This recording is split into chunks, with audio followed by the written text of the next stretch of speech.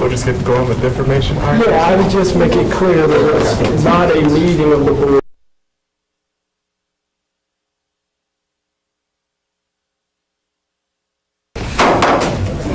Good afternoon.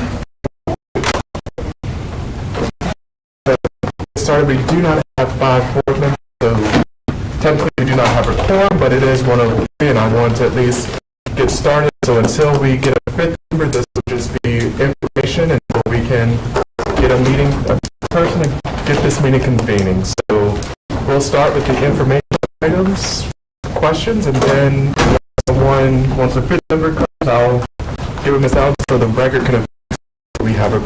So with that, we'll turn it over to you, Lindsay, and Rosie. Well, thank you. Good afternoon, Mr. Swanson and board members. Today is the board's second work session focused on developing and refining the proposed budget for fiscal year 26-27. At the April 21st committee meeting, the board reviewed options and reached consensus on approximately $8.4 million in reductions, leaving an additional $1.6 million still to be identified. Today, Ms. Kim will begin by addressing the question noted by board members April 1st. We walk through the summary spreadsheet, highlighting the items under consideration as adjustments to the student school budget. Today's session is to reach consensus on adjustments that will replace this budget in the superintendent's budget. Later this evening, the board will be asked to approve a budget reflecting these adjustments for submission to the commissioners May 15th deadline. I'll turn it over to Ms. Questions that have come in since the last meeting. The first one is, could you please tell us about what we spent on advanced placement exams?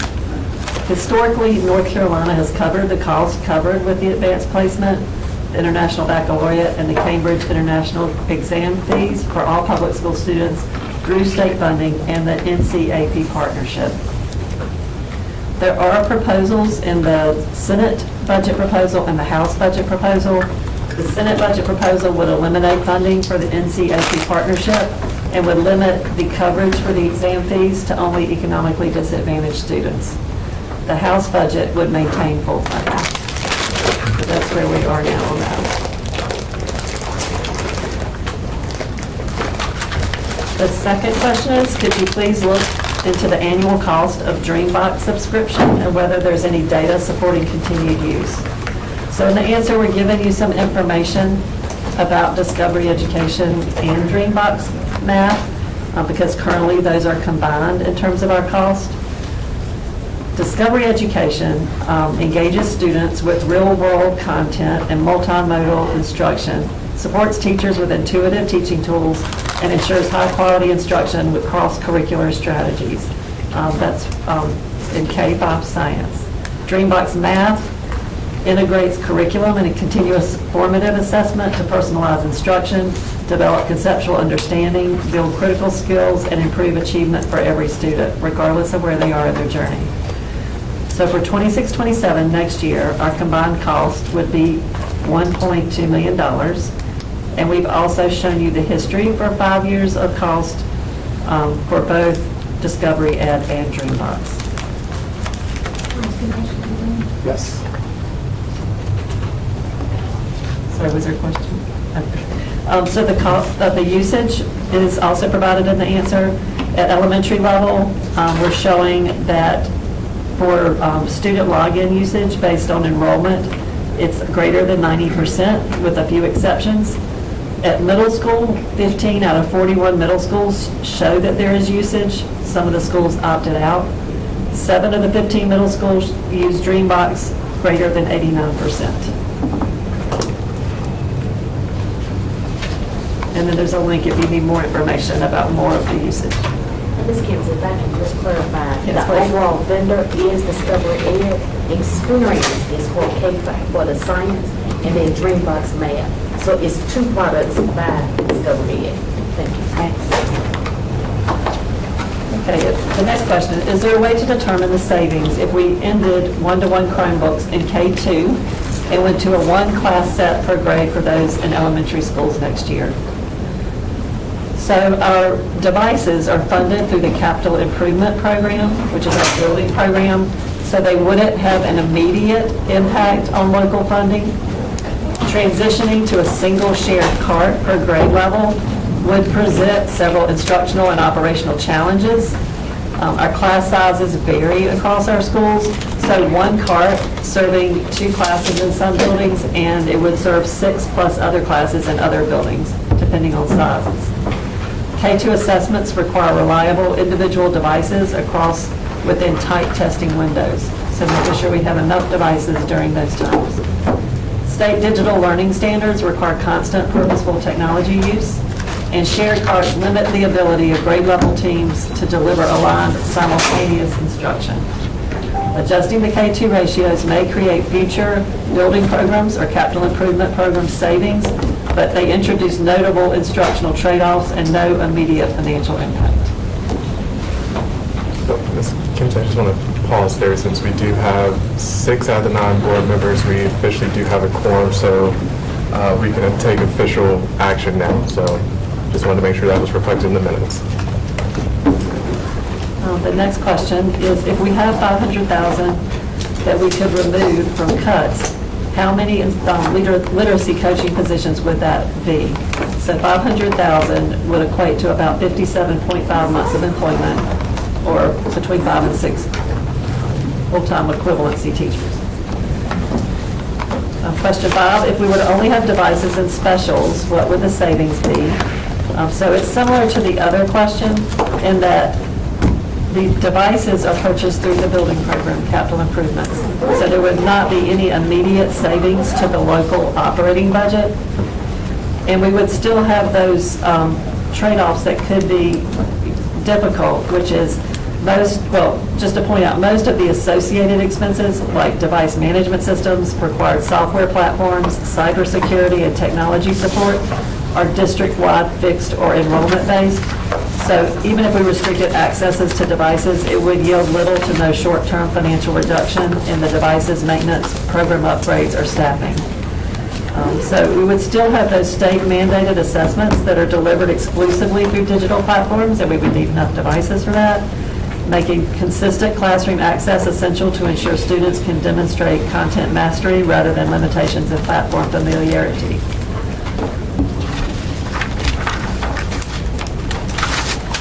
The next question is, what is the amount of lottery funds that we received, and what is it applied to? So, just for context, we don't receive lottery funds directly into our school system budget. Those funds go to the state and county, and at the state level, they use it to support some of the allocations that come to our district. And for the construction funds, they're dispersed to Wake County for capital projects or to reduce county debt. So you can see that for the current year, or for fiscal year 25, last year, we received $64 million. Most of that went to the state, and it was then funded to us for some of our allotments. For school staff, $40 million. School construction, which would have gone to the county, almost $12 million. College scholarships, about $5 million. Pre-kindergarten, $4.3 million. And school transportation, $2.5 million. The cumulative total from when the lottery began in March of 2006 through June of 25 is $951 million.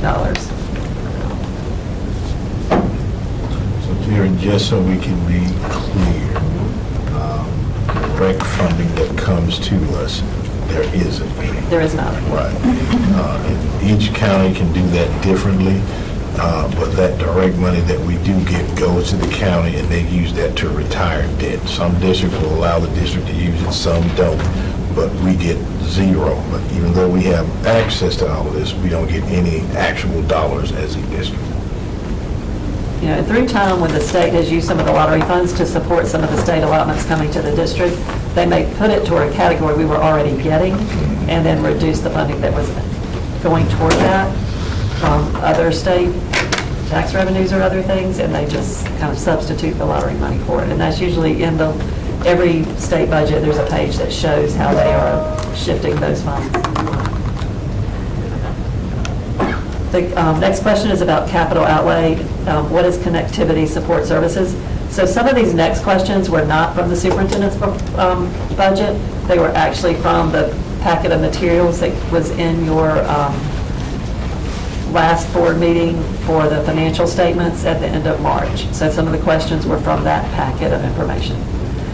So the definition for connectivity support services, that's a purpose code, part of our account code structure that the state requires. And the definition is those are costs for shared education strategies to enhance broadband connectivity and improve the education user experience in public schools. The next question, also from that packet, federal grant, parent involvement, $1.26 million. What is that used for? Parent involvement funds are mandatory set-asides in our Title I budget, and we use it to support the cost of activities that encourage and support parent involvement in schools, including activities that train parents to better provide learning opportunities for their children. We also have some in our Title IV budget. The next question from that same packet, $2.5 million payment to other government units. What does that go towards? So we use that as the account that we use for our local payments to charter schools, where the local funds flow through our district and go out to the charter schools. We also use it for indirect cost, where we charge costs to our federal grants and enterprise funds that then help support our local operating budget. Under Local Board of Education 6910, there's an item for $606,000. Besides the salaries for the 9 districts for the board members, what is the rest of that cost for? So we've shown you that in the response. It's a number of different non-personnel accounts, such as contracted services, membership dues and fees, workshop expenses, but the details are provided there for you. Question 11, $5.989 million under leadership. What is that used for?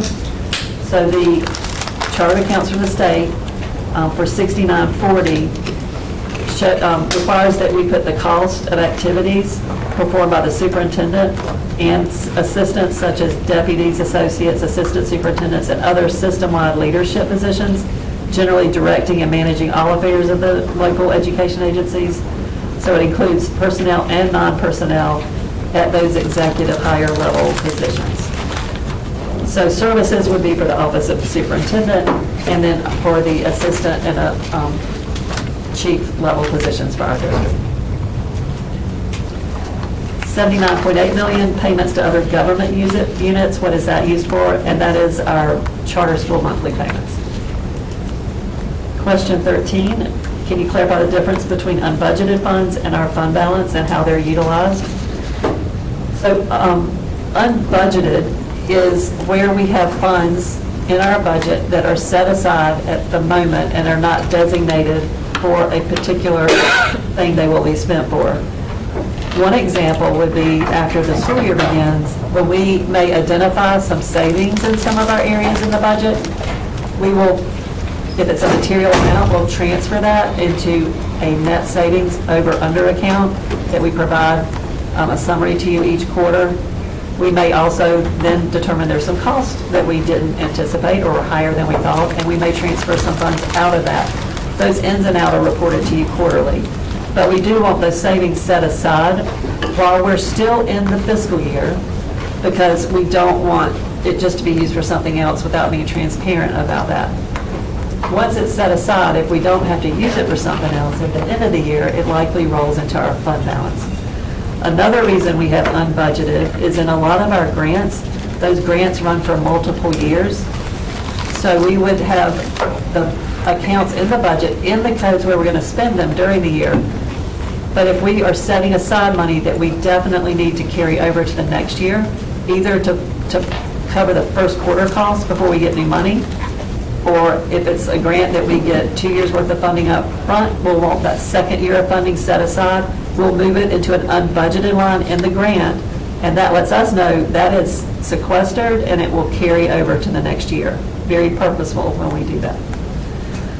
And then fund balance is after we close a fiscal year. So that's after we are past June 30th and we've closed all of our audit entries. If our revenues have come in higher than our expenditures, there will be a positive impact to our fund balance. So that's at the end of the year, whereas during the year, we're using unbudgeted. The next question is, how much do we spend on legal fees each year, and what category is that paid from in the budget, and how much of it is attorney's fees? So we provided a month-by-month and by category breakdown for you of our legal fees. And with Barrington Smith, the costs were $1.9 million for the 24-25 school year. The next question, please provide the number of positions that we pay for some different categories. So how many teachers do we have? 11,090. How many beginning teachers? 1,674. How many behavior specialists? There are 49 behavior support teachers to support students in grades 6-12 who have behavior intervention plans and intense behavior needs. 52 EBA teachers that teach students with intense behavioral needs in grades K-5. How many of our teachers are duly certified? 4,944. How many coordinating teachers, and what is their role? We have 123 coordinating teachers.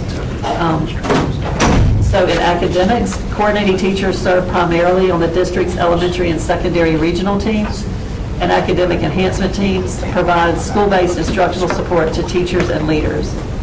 In human resources, the teacher support program coordinating teachers ensure district compliance with state board policy while overseeing the identification, induction, and ongoing development of our beginning teachers. In special education services, the coordinating teachers monitor the implementation of specially designed instruction and compliance for all teachers in their buildings to build capacity for special education teachers. And in the Office of Early Learning, the coordinating teachers drive curriculum implementation through professional development, coaching, and developmentally appropriate instruction. The next question, if any of the above are using county funds, clarify what and how much. So there are currently 27 coordinating teachers fully or partially paid out of our local budget, which is about $1.6 million annually. How many teachers or leadership coaches do we have? And is that provided by state funds or county funds, and how much? We have 351 employees who are a teacher coach position. Many of these are not full-time because the teachers hold other assignments. For example, there could be a 50% literacy coach and a 50% intervention teacher. $18.9 million is spent on teacher coach salaries. $4.3 million of that is locally funded. We have 5 employees in leadership coach positions. Of the $589,000, $108,000 is locally funded.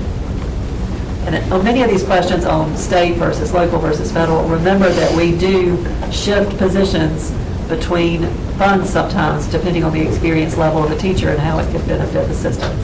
So those are kind of point-in-time answers. Yeah, another thing to add to that too is even a state-funded teacher, we are paying some local funds due to the local supplement. So I wanted to make sure folks understood that as well. The answers we provided were for those that were sort of solely funded out of the local. So that was the intent of the question. What is the role of a literacy coach? They support educators in implementing evidence-based literacy instruction. They collaborate with teachers, administrators, and support staff to enhance literacy outcomes through differentiated instruction, data-driven decision-making, and inclusive practices.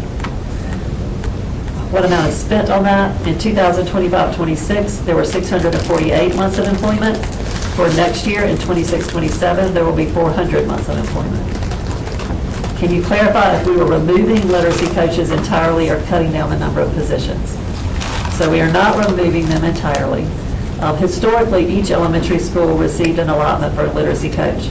Beginning next year, our schools in level 3 and 4 will maintain their literacy coach positions. Do we have a full list of costs for professional development and program costs? How much is provided for teachers and how much for administrators?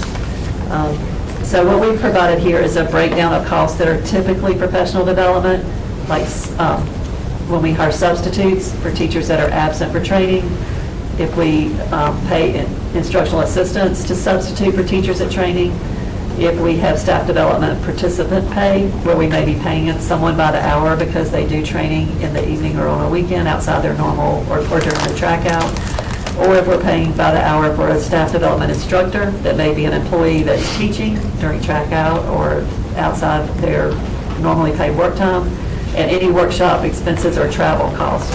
So this is across the system, a total of $13 million, and we broke it down between instructional and non-instructional, just based on the purpose codes and how that fell. Our restart schools seem to be growing in numbers. It was mentioned that eligibility changed. Can you provide clarity about what has changed and how it has affected the budget? So we have not added any new restart schools in the past 3 years. We currently have 40 schools in the program. There have been no changes in the eligibility process. In 24-25, Wake County School System modified our district's process by submitting applications with the Phase 1 process step before going to an official application. This assisted with moving schools out of low performing status without needing to officially apply for restart. The only applications that have been submitted during the past 3 years have been for schools that reapply based on their continuing authorization requirement. Next question, can you remind me exactly what the details that we used for calculating the master's pay budget reduction based on Dr. Ng's suggestion? So we provided a chart in the answer. So we currently pay over $15 million for master's pay. That's the amount that the Wake County School System is paying now that the state stopped continuing adding that for new staff. So we estimate that increases about $2.3 million each year based on our hires. There's no way to know exactly. We don't know how many teachers will hire with master's pay. So under Dr. Ng's suggestion would be that when we hired staff with master's pay, that we would indicate they would get the differential, but we wouldn't start paying that differential until after they've been here a number of years. So in this example, we've said if we went with our current way we're doing it now, for the next 4 years, we would keep hiring teachers with master's pay, and there'd be an increase of $2.355 million each of those years as we continue adding teachers and paying them the year we hire them.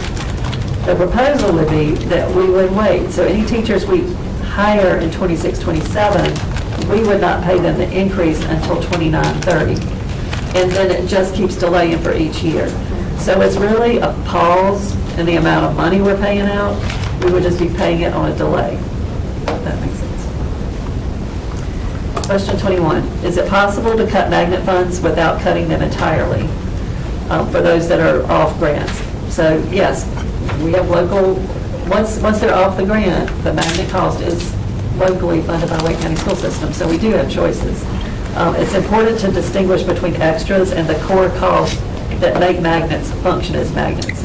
Because typically we would be adding teachers and other resources to those schools for the magnet piece that's at that school. We're currently in the process of critically analyzing our magnet programs to assess opportunities for improvement, sustainability, and where appropriate, potential sunsetting of programs.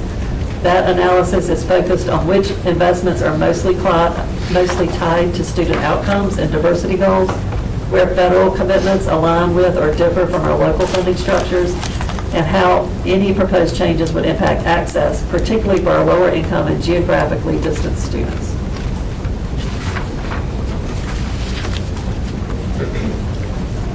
Then there's a question about providing information about expenses with out-of-state travel by central services staff. We've answered that by breaking it down per chief. So for each division, we've listed the cost this year for out-of-state travel. And in some cases, we've listed what the actual travel was for. And then there was a question about expenses associated with the Board of Education travel out of state and professional development. So the answer there, we've provided those together. We've shown the expenditures for the Board of Education and by month, so it's through March, and where those expenditures were paid. A question about expenses associated with Board of Education meals. We provided a chart in that response showing through April the food cost for Board of Education meals. Total of $5,000. Expenses associated with the Board of Education IT equipment and support. So our mobile communication cost for the Verizon services is $3,723. And then the last question is really one about the mechanics of the adjustment to the assistant principal formula and how that would work. If a school were to lose an assistant principal that's on a terminated contract, would that person be moved to another assistant principal position regardless of the terminated contract? So if a school were losing an assistant principal from the formula change, and they had one assistant principal on a terminated contract, that employee would be the one to not return to the school under the budget reduction for that formula. Human Resources would support the assistant principal on the terminated contract by contacting schools with open positions on their behalf. It would not be a guarantee, but of course we would like to assist them in finding another assistant principal position if it were available. That concludes the Q&A. Do you have any questions about that before we move to budget reduction options? Dr. Jones? Yeah. I have a couple questions. For just some clarifying things. For number one, we don't have anything in the budget to address the fact that the Senate might do this. Right? Okay. No. So there's no, okay, cost there. And then for number two, for the Dreambox subscription, I know it's in the capital improvement fund, so it doesn't really address the budget that we're talking about, but just to clarify, we don't have any data that supports its use over other things. Like, the data you have here, who is using it, but is it actually improving outcomes? We don't have that data? We can have that data to look at how students are progressing on those particular standards. So we can pull that for you to look at that. Okay. But we do have data on that, on how the students are progressing. Okay. But I think you told me too that we're looking at making it more of a supplemental thing anyway, right? As a phased-out program, yes, ma'am. Looking at that piece for Tier 2 and Tier 3 interventions. Okay. And then, just another clarifying question on number 6. For the lottery funds, it's not like we have the budget and then they say, and then here's more with lottery funds, right? They just include it in the money they give us anyway. Right. Okay, I'm good. Thank you. On question 3, you mentioned the state digital learning standards required, what they require. Are state digital learning standards in place for kindergarten through 3rd grade? So there are requirements that kindergartners are on devices, for example? That is correct. Okay, I just wanted the public to be aware that that is a state mandated. That's a state mandate. Okay. Kindergarten through 12. Yes. And it has digital teaching and learning standards for both teachers and students. Yeah, so the state, so for people listening, the state mandates us to have kids on devices, But it is developmentally appropriate according to the. but on devices. And have exposure to them, but it is Right. developmentally appropriate. Right, Yes. people will get that, but when we get questions about Yes. getting rid of technology, I want people to know that the state is, we can't just say no technology use in kindergarten. That's correct. So Mr. Hirsch, I think that is probably the proper way to classify that when you look through those digital teaching and learning standards, they're not going to talk about technology-specific anything. But if you begin to think about what those standards require, then at some point it's going to require technology that they be able to do that. And it's not necessarily a laptop or a Chromebook. It could just be anything in terms of how they share information using a Canvas system. You've got to have technology access. If you're doing something with a smart board or Promethean board, you've got to have the technology. So it doesn't specifically identify, but you got to recognize that if you're going to teach people to fly, you got to have a plane. Right. Thank you. I think it's appropriate just to reiterate that, to Dr. Hill's point, that they are developmentally appropriate, Right. because oftentimes there's other narratives out there that like to spin things, but knowing that they are mandated and development appropriate for our youngers youngest learners, I think needs to be said multiple ways, or multiple times. Ms. Evans? Thank you. So back to 6 about the lottery, what I thought I heard you say, just to clarify, is that the lottery money is put in place of funds that would have been, in place of items that would have been funded directly with state tax dollars or state funding. Did I hear you say Yes, that? that has happened. I can't say every year, but yes. Right. So that's even more, it's not over and above. It's not over and above. And may I make an editorial comment? So at my other job, we have been updating a lot of our fact sheets, and what we've learned is that when the lottery was introduced, we knew this part, it was mandated that 35% of revenues go to public schools. That was a requirement of the prize money. And 2 years later, they made that a suggestion, and it has gone down, down, down, down. And last school year, only 16% of revenues went to schools. Now, that's not Wake County specific, that's statewide, but it's worth noting, I think. 16. Thank you. On question 21, where you address magnet schools, you noted, or you stated, typically we would be adding teachers for the magnet program. And I see here, it says we're in the process of analyzing the programs, and you have listed questions. To what extent has this analyzing been done in the strategic realignment of funds thus far? So when we talk about the strategic realignment of funds, nothing has been done thus far. We just began the process. In fact, there was a study that was done, I believe, in 2014, 2015 was the last time this study was done. So I recently met with Dr. Lang and met with Dr. McMillan so we can begin the process. And we're even going to bring that information back to the board for clarification. Do we have any information on magnet programs that have had the as you call it, the sunsetting of their funds? Do we have any information, or has that happened with any magnet program? Dr. Wayne just walked in, and so we can definitely, I can pitch that question to you. The question was, have we done any sunsetting of any programs in the past with regards to magnet programs? Yes, we have.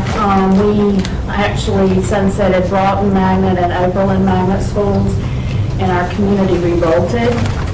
And so we had to remagnetize them. I will also say Wake Forest Magnet Elementary School is a good example of a demagnetizing that happened because the community changed. And then 25 years later, we remagnetized because the community changed again. So yes, it has happened in the past. When we say remagnetize, does that mean, is that talking in terms of funds, or is that talking in terms of programs, or both? So it depends. For Wake Forest, it was because they were in a magnet school assistance program grant, so it was both programming and funds in that case. That's a federally funded component of that. The Broughton and the Oberlin were locally funded. And they both, Broughton has the International Baccalaureate program, Oberlin has Global Studies, and our dual language immersion that feeds from some of our elementary schools for both Mandarin and Spanish.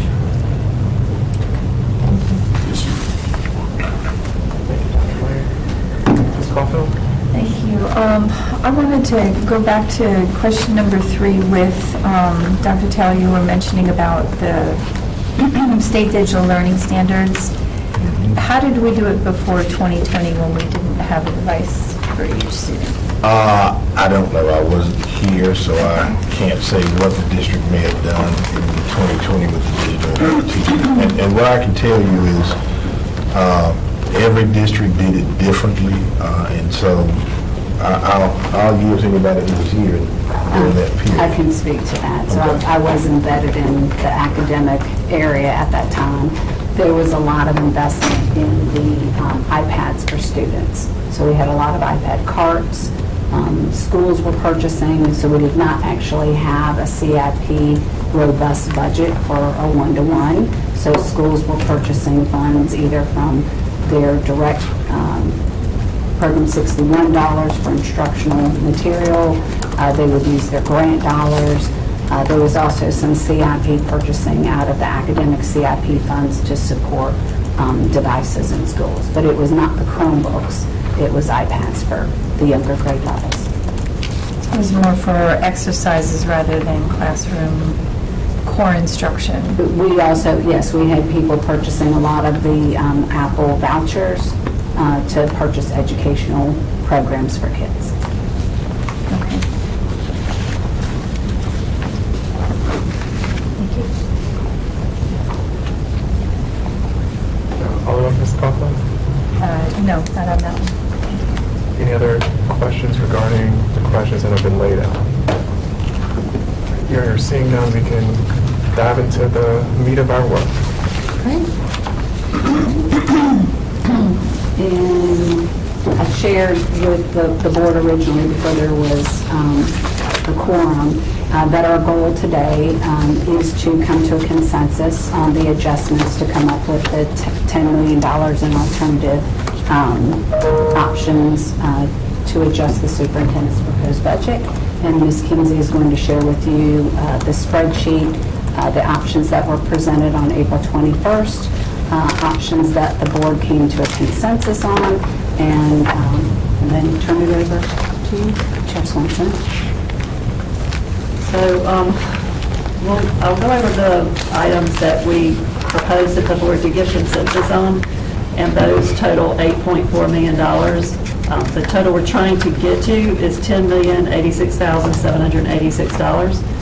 So the $8.4 million already agreed upon includes the two items which are one-time adjustments, where we are able to leave some of the special education teachers on the IDEA grant, because we were able to recode some of the contract costs off of the grant and utilize local funds that were freed up because we got some late in the year state allotments that they had not committed to earlier in the year.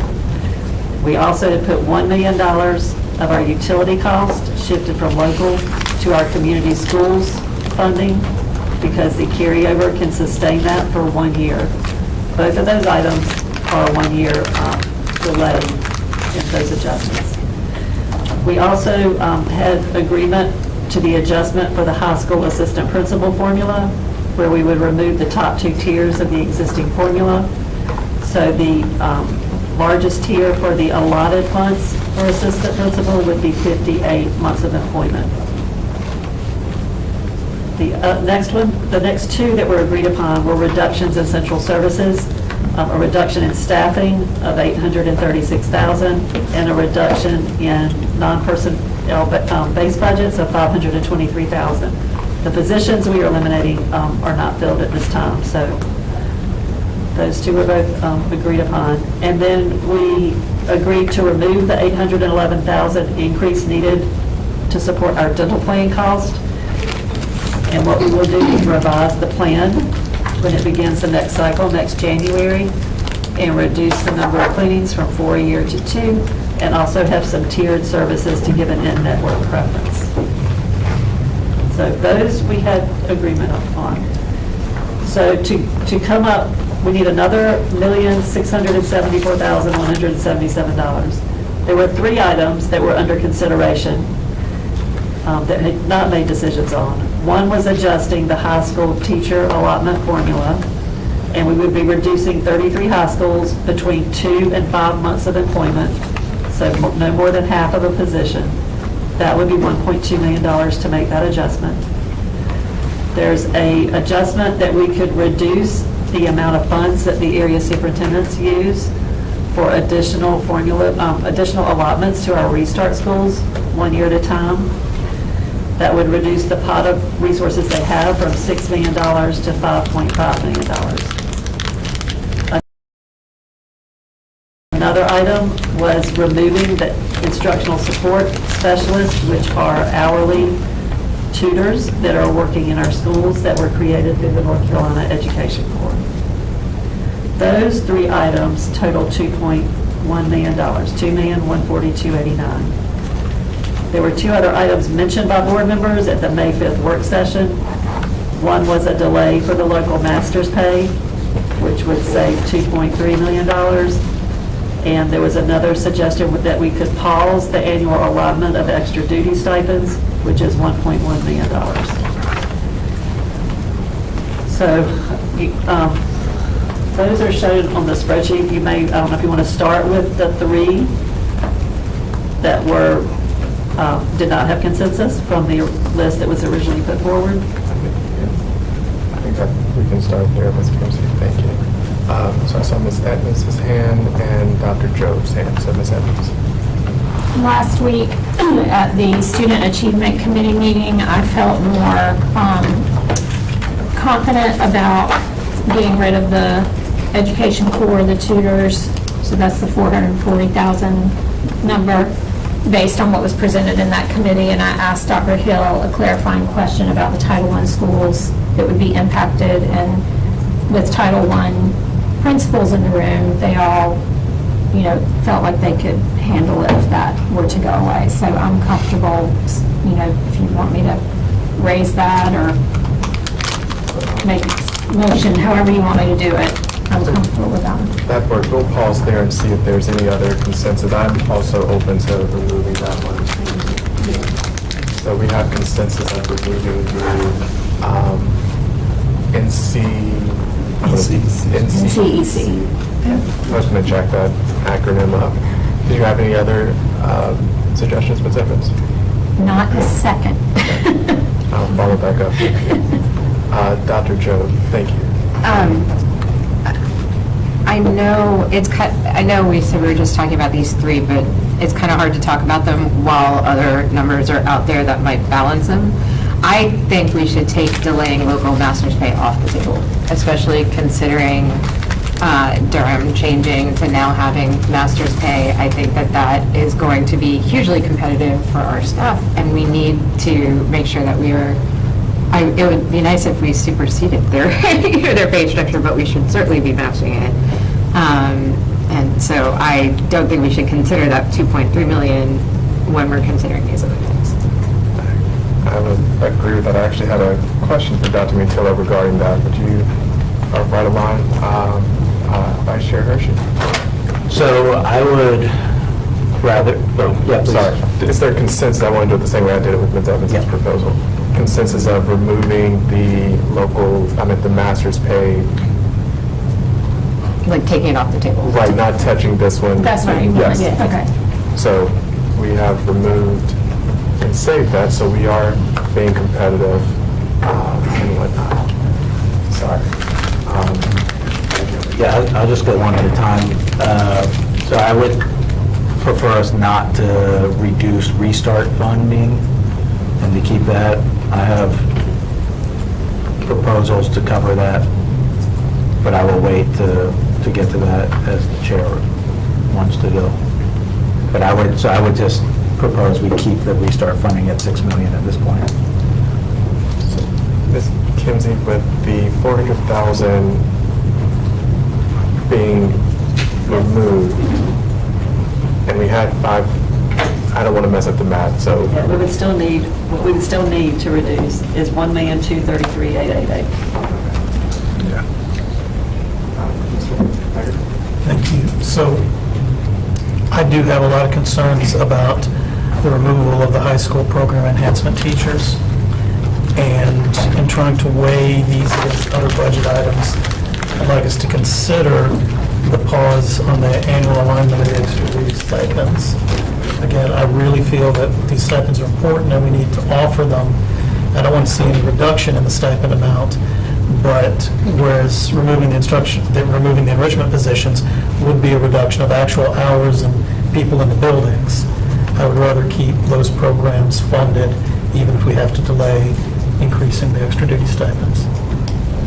Are there consensus around, so you're saying to pause the increase to the local extra duty pay to keep the high school enrichment programs? It's not an exact dollar for dollar, but it's pretty Right. close.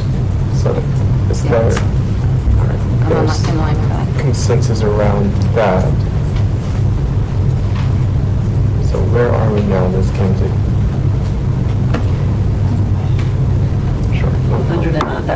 so very close. Ms. Caulfield? I did have a question on the extra duty stipends and what that would, can you provide some examples of what we would be cutting? So it wouldn't be cutting, it just, Well, I mean, not using it, not so utilizing. it's just not going to be an increase this year. The dollars will remain, it's just not going to be a cost of living adjustment or an increase as it was proposed in superintendent's budget. Okay, so they're still going to get it, they're just not, okay. Right, and that includes, I think, department chairs, beginning teacher, coaches, those are the big two that I can think of. Is Yeah, that- athletic coaches, grade level chairs, Justin club Cole. advisors. Okay, thank you. Can you do the math, how much you, because if we replaced, almost fully replaced one, are we like $100,000 away now? 109,000. 109, is that what you said? Okay. Thank you, I couldn't hear what you said. Yeah. And that includes, does that include keeping the restart? So the restart has been, only thing that we have removed is the instructional support specialist that was created through the North Carolina Education Corps, through the contract tutors. We have paused the increase to the extra duty pay, and in contrast, that allowed us to keep the high school program enrichment positions at the high school level. And so are there any other suggestions?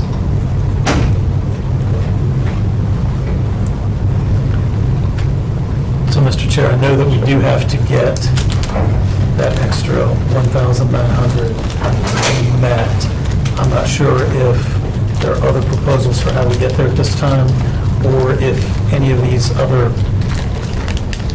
cuts or additions that we've looked at, they might need tweaking to get to that level. I was just looking for direction about where you wanted to go next. So yes, that is a great point. Sorry, Can I ask a question about that before we do that? sure. Just a, so we can't just ask for $1,900 more than we were planning? So that's 1,900. Oh, sorry, you said 1,900. I was like, I'm sorry, I okay, sorry. misstated. Or Yes, if it 100, was I mean, that. seriously though, but Yeah. 25.4 versus 25.3? I mean, it's an option, yeah. Rather than trying to cut even more? I'm not sure if it'll matter to what you want to do at all, but the county manager did put his proposed budget before the commissioners last night, and his figure in there exactly matches what Dr. Taylor was recommending in his budget. I know. The dollars, just as a context. I know. I saw the articles and I'm just, I mean, they're doing salary increases and stuff and we're like trying to figure out where to cut more out of kids' schooling experiences. And I just, So, They have the ability to what raise is the taxes. difference now? What do we show? I know exactly which one. 109,601. You do the slight adjustment. Show me this math, because I don't have that math. So Mrs. Kimsey is able to, And so what I would recommend, Terry, you can share that, but with that small amount, we can make adjustments within what we have to make sure that our ask will meet what the county manager has recommended. And at the end, we know this is still going to be contingent upon what the state does. And so there's still a lot of work to go. So $100,000, 109, I think it is, that's doable. That's doable. are there any other suggestions or comments? For their vote tonight, we would need to show what we're doing. Okay. Whether that's reducing cost or increasing an ask. We just need direction on that because they would be approving the figure to go forward for us to prepare their budget. So the options, without identifying something specific, it would be putting more of unassigned, but we do not have on the agenda this evening a policy to waive the fund balance, the unassigned out of 50%, because that would exceed 50%. Another option, I know you took the restart off of the table, but you could make that small adjustment a reduction to the restart availability fund. It would take it from 6 million down to 5.9-ish million. And then when there's an actual adopted budget, you could reinstate that if we have additional savings elsewhere that have been identified from potential state funding. That was exactly my suggestion, even though I definitely want to protect the restart. I think that perhaps tweaking that number a little bit and then deferring it to be paid back into that pot would be a benefit, just to balance our numbers, but with a commitment to putting that amount back in once we have definite number from the state. Is there consensus around that? I want to get some consensus and then I'll get to you with that. So Dr. Ing's proposal was to... Okay. So was there clarification or consensus around what Dr. Ing is suggesting? So we can have a balance. Consensus, I support the idea. I just want to make sure that there's any other last-minute adjustments before we agree to that final number. Sure. But agree in principle. I just wanted to lay everything on the table, and then if there's some uneasiness, then we can follow back up towards. So I know you had a question regarding that.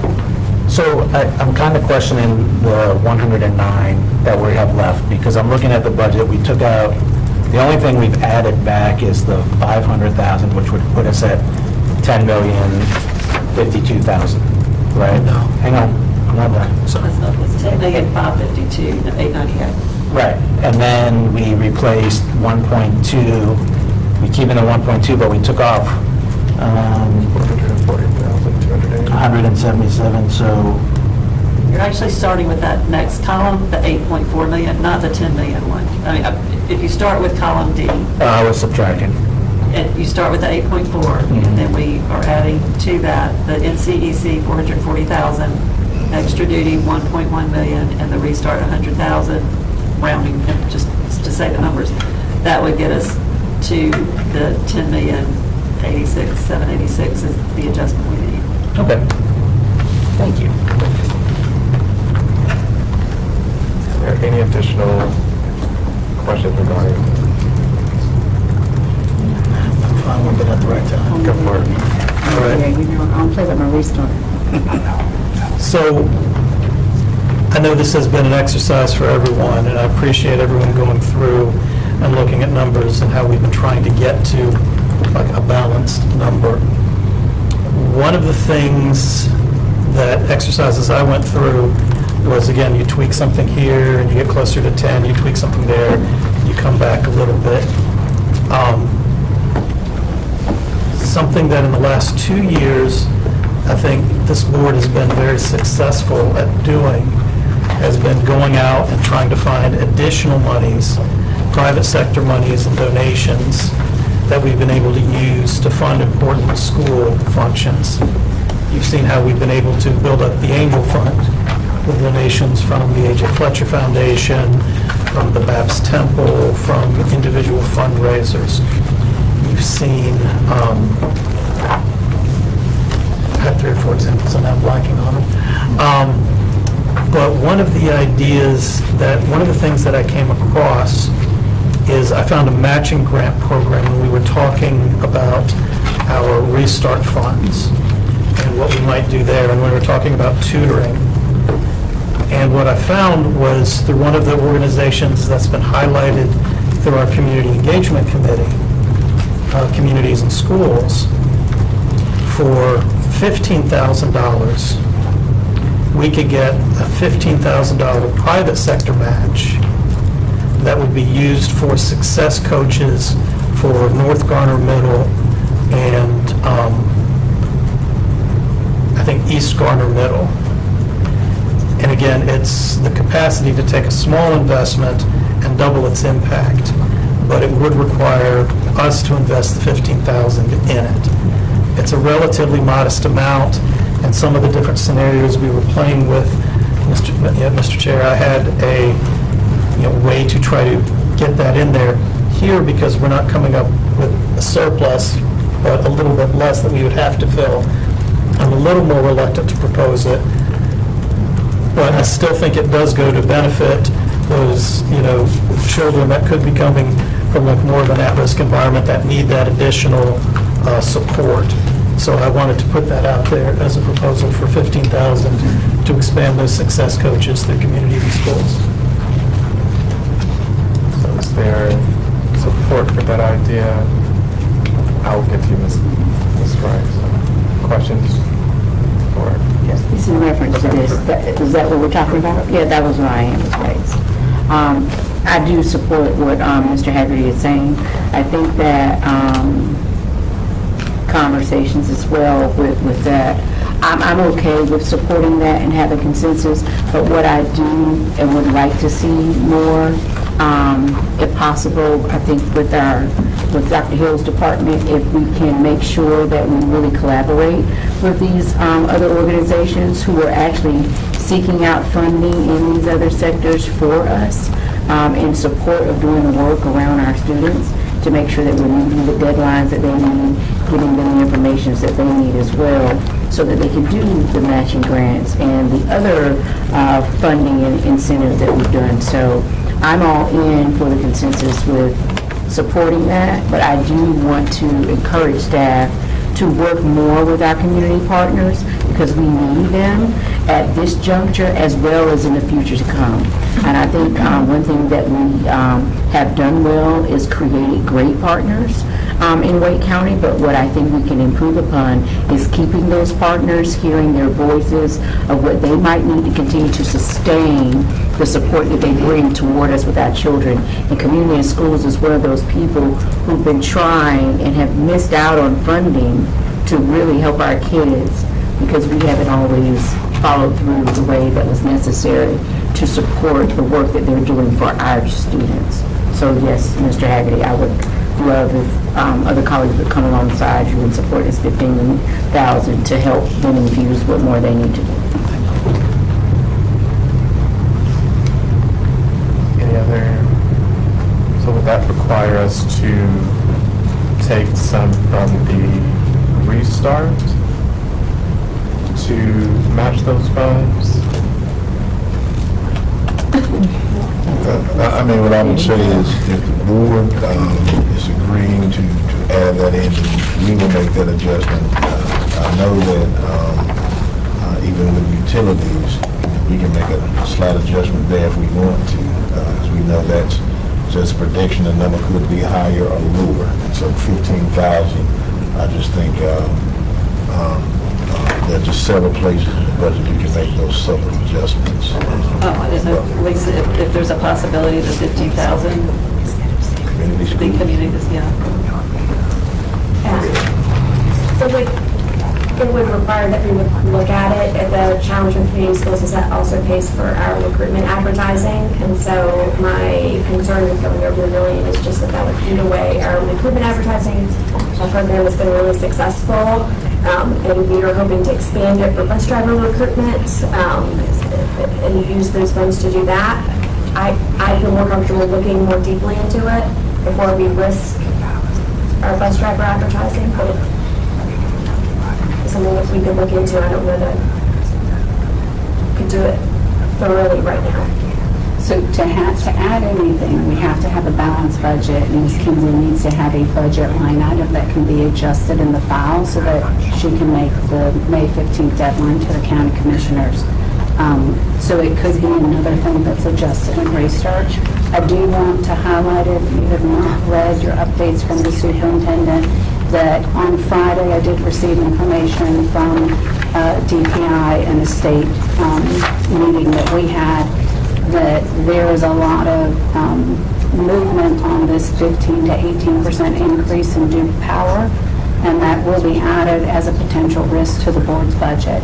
We currently spend $30 million with Duke Energy, so you can do the math that 15 to 18% will be a significant increase if there is not advocacy to tamper that increase amount. But we will likely see an increase, which we'll be monitoring So that is a potential risk that was not included in the superintendent's proposed plan, but will be added in the Board of Education's proposed budget.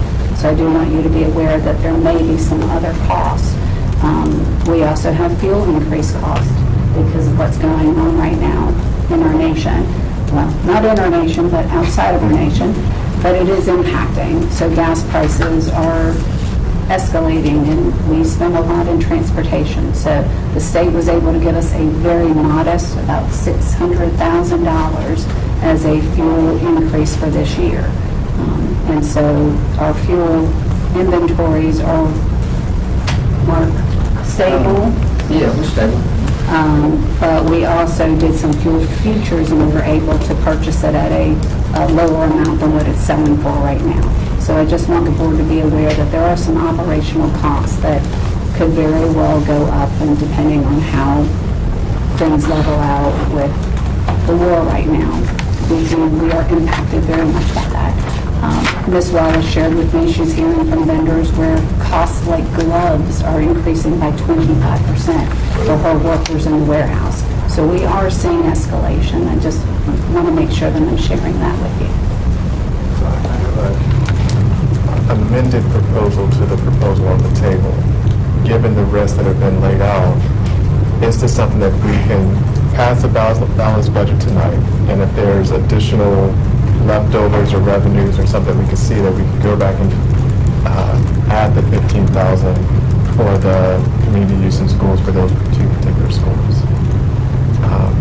Ms. Edmonds, sorry, So just a logistical question about that. Will the Budget Finance Committee continue to meet, or can we request that it continue to meet so that we can do what you're suggesting? Would it be, I mean, I know we always have work session, but it sounds like for us to get through tonight, we're still going to be trying to work with this budget, knowing the state is in that process, we hope.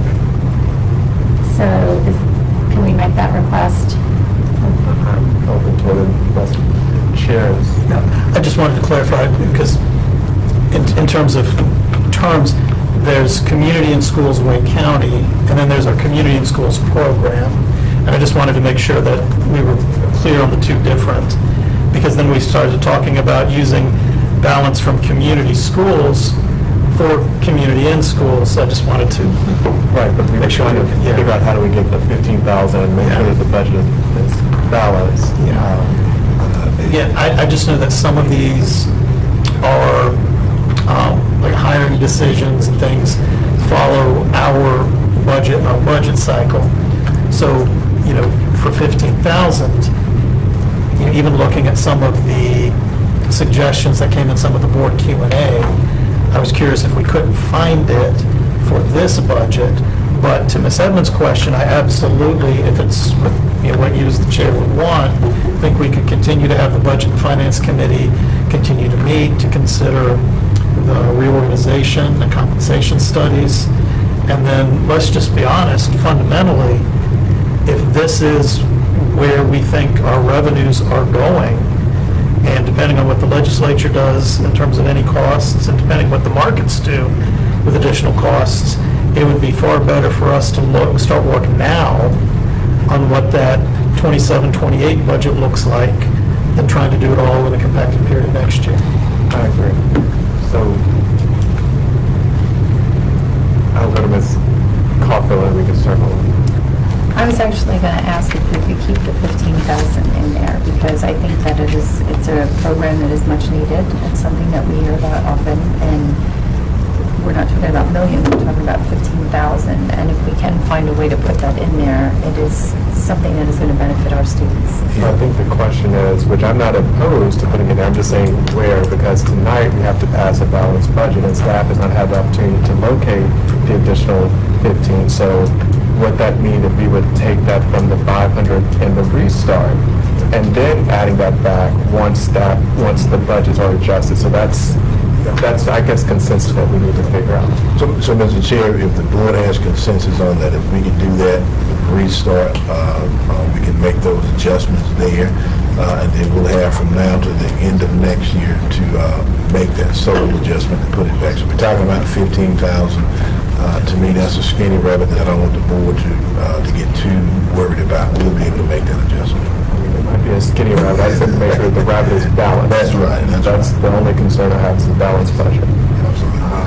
Ms. Edmonds. Sorry, can we clarify where we are with the restart amount now?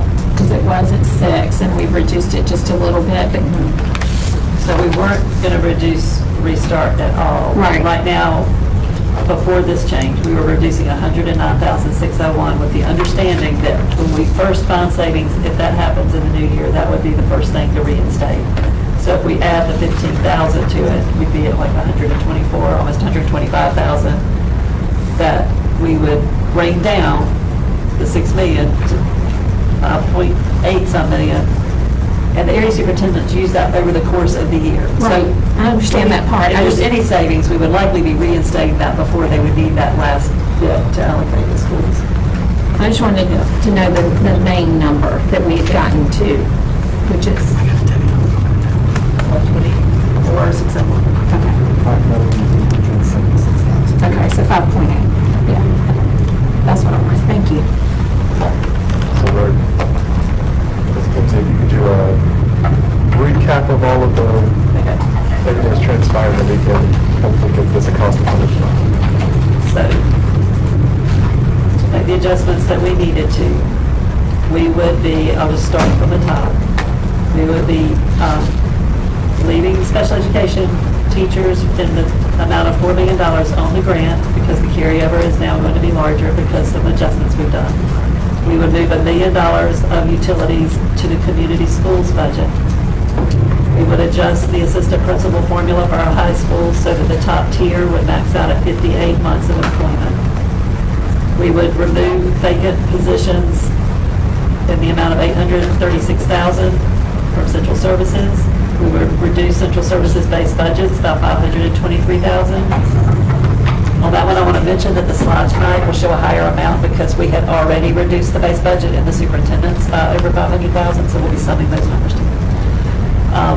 We will be removing the increase for dental plan by changing the plan, no increase to the cost to staff. We will be removing the tutors, the NCEC tutors, $440,000. We will be delaying the extra duty increase, $1.1 million. We will be reducing the pot of resources from $6 million. We reduce it to about 5.8 some million because we're going to reduce it $124,000 with the caveat that the first savings we may see during next fiscal year, we would reinstate that. And we are adding the $15,000 to the budget for the communities and schools success coaches matching grant requirement. That will get us to where we need to be, and we would show these adjustments to you tonight for your approval of the Board of Education's budget. We would then prepare that budget document and deliver it to the county before the 15th. Is everyone good with this? Any final, do you have a question? I do have a question. I had questions about Mr. Haggerty's proposal, but I think I clearly understand now.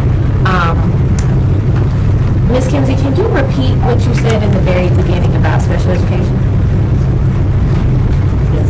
So in the superintendent's proposed budget, our carryover in the grant was going to be less than it has been, so it couldn't sustain the recurring positions. Right. So we're moving about $7 million of special education teachers in the superintendent's budget from the grant to local, and that's offset by other costs and adjustments already in his budget. We were going to, his budget recommended changing the formulas in special education to reduce the number of staff. That is something you all did not want to do. So instead of doing that, we are making these adjustments. In the grant, what's happened since the superintendent's budget was proposed is the Department of Public Instruction gave us some money very late in the year because they were able to find resources they did not use in other categories, redistributed it, and gave allotments to school districts. Those funds allowed us to move some staff from local to state to use the money, and freed up local money. That allowed us to move some contract costs that already were spent off of IDEA to the local budget for this year only, so that the carryover in that grant can be $4 million higher going into next year. So we're increasing the carryover by moving costs off the grant. That lets us leave some of those teachers on the grant one more year. And depending, I'm saying it delays that $4 million a year. Things can happen during the course of next year, we'll see, but there's approximately a $4 million amount for that, and the use of community schools funds for 1 year of $1 million. So $5 million are things we already need to address for next year, because we're delaying that adjustment. But we're not reducing or changing the special education. Okay, so I think my question is around, we've had several conversations about special education and their workload, and, I understand that we've already gone through a lot of that discussion. However, with this money being moved in the way that it is being moved, is it possible for us, because I know there was some talk about, in the same light that you are offering about the community and schools coaches, there was some conversation about there being some positions dedicated to reducing the workload of SPED teachers. Is there a possibility for that to be addressed with the money that is being moved? With the $4 million? Right. The $4 million is actually balancing the budget for next year already. It is maintaining status quo of existing positions that are. I understand that, but So I get your question. What I would say is that what the board has committed to doing is not reducing special education, that keep the budget the same. And so that means that if there's anything that we want to do to add any additional positions, that means we would have to allocate the resources towards that. And that's either through getting additional funding from somewhere. I know the state is looking at making some changes in the funding formula. Something else that we would allot within the budget or reduce something so we can add that to special education. But at this point, we haven't made any reductions to special education. We will keep all of those personnel things in place, and we will obviously have to make adjustments based on salary increases and things of that nature. But any additional positions we want to add, either way to support special education, we'll just have to find the resources to add that in and know exactly what we want to add. Was that the question that you had? Somewhat. I hear you when you say we cannot add positions, which I didn't say that. I said we can, but we'd have to determine how we would pay for it if we had it. Yeah. Okay, well, can that be done?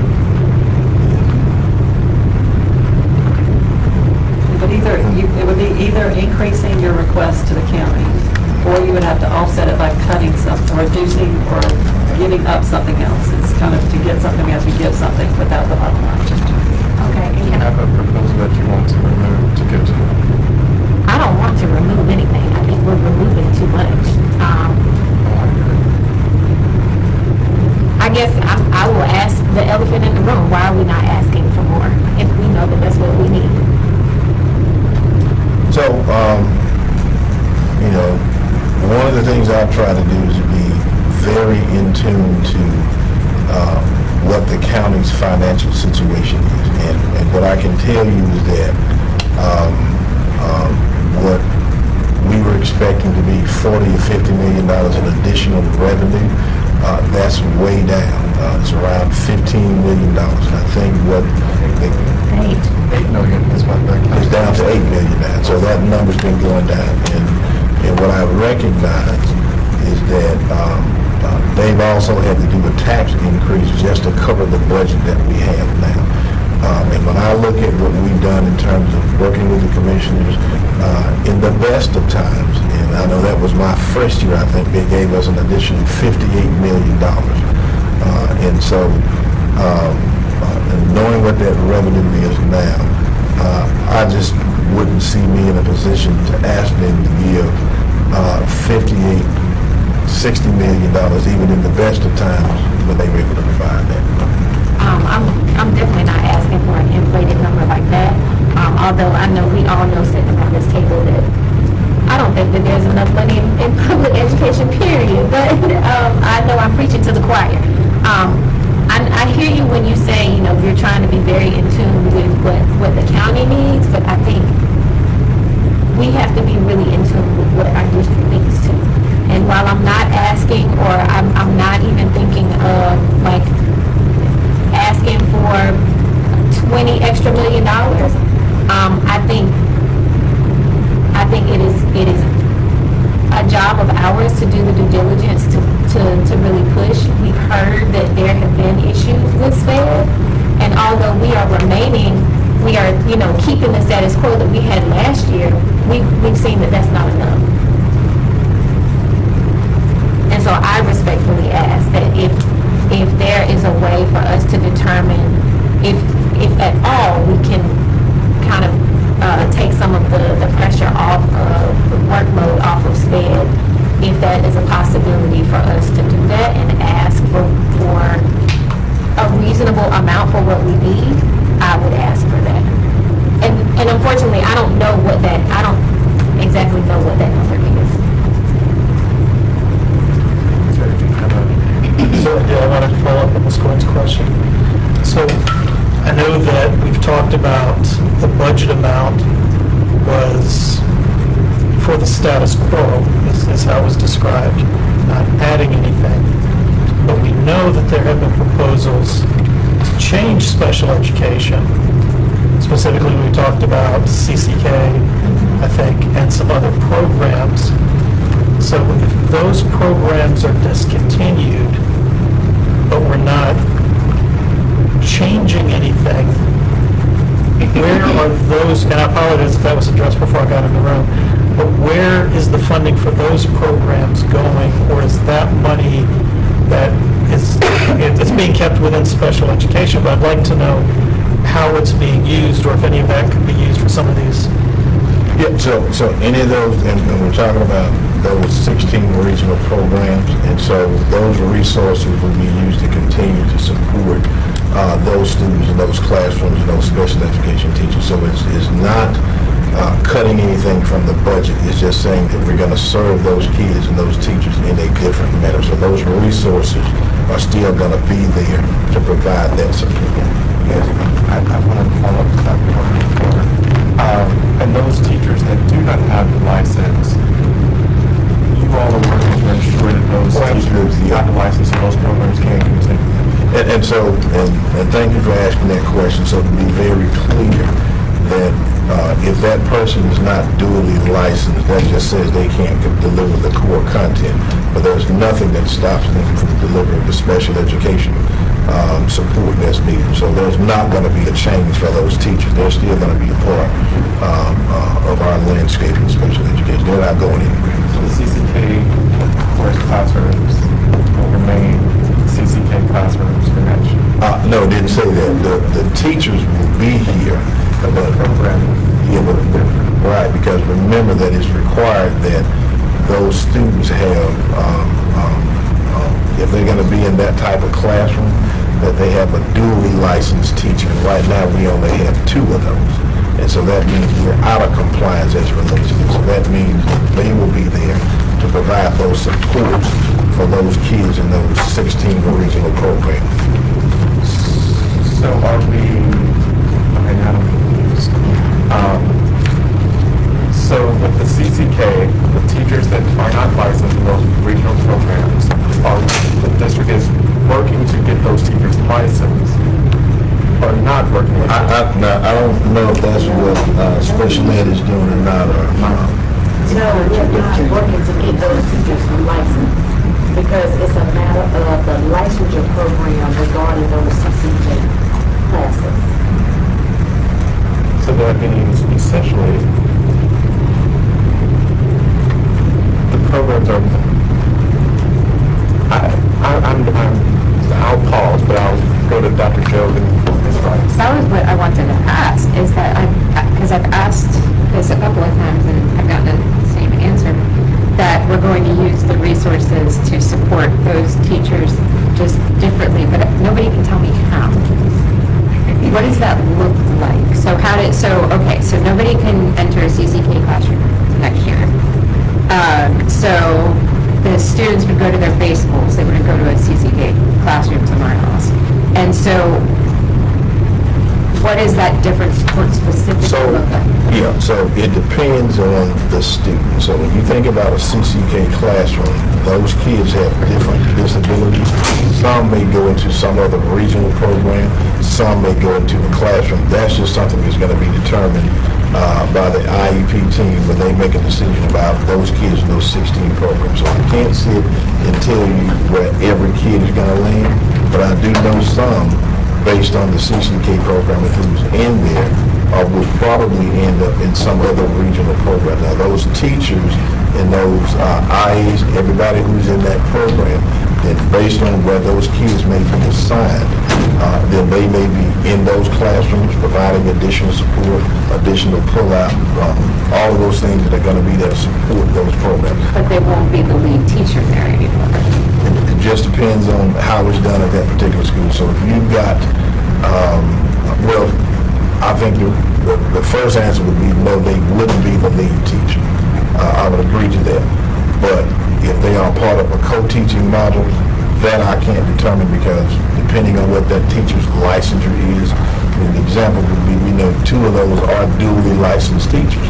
And so how they might be deployed in the instruction that they give, I won't be able to speak to that until they've made that decision in the special education department and at the school level. I wouldn't be able to answer that question. So I'm wondering, in a future student achievement committee meeting, can we get some guidance on what that could look like? Absolutely. How does that look? I still think there's some confusion around this. But those teachers that are supposed to teach CCK will still have a job at Bay County Schools. Right. And I want to be absolutely unequivocally clear about this, that we haven't cut any of those teachers. And so remember, we were talking about EBS teachers, and that is what we had talked about reducing by the 130.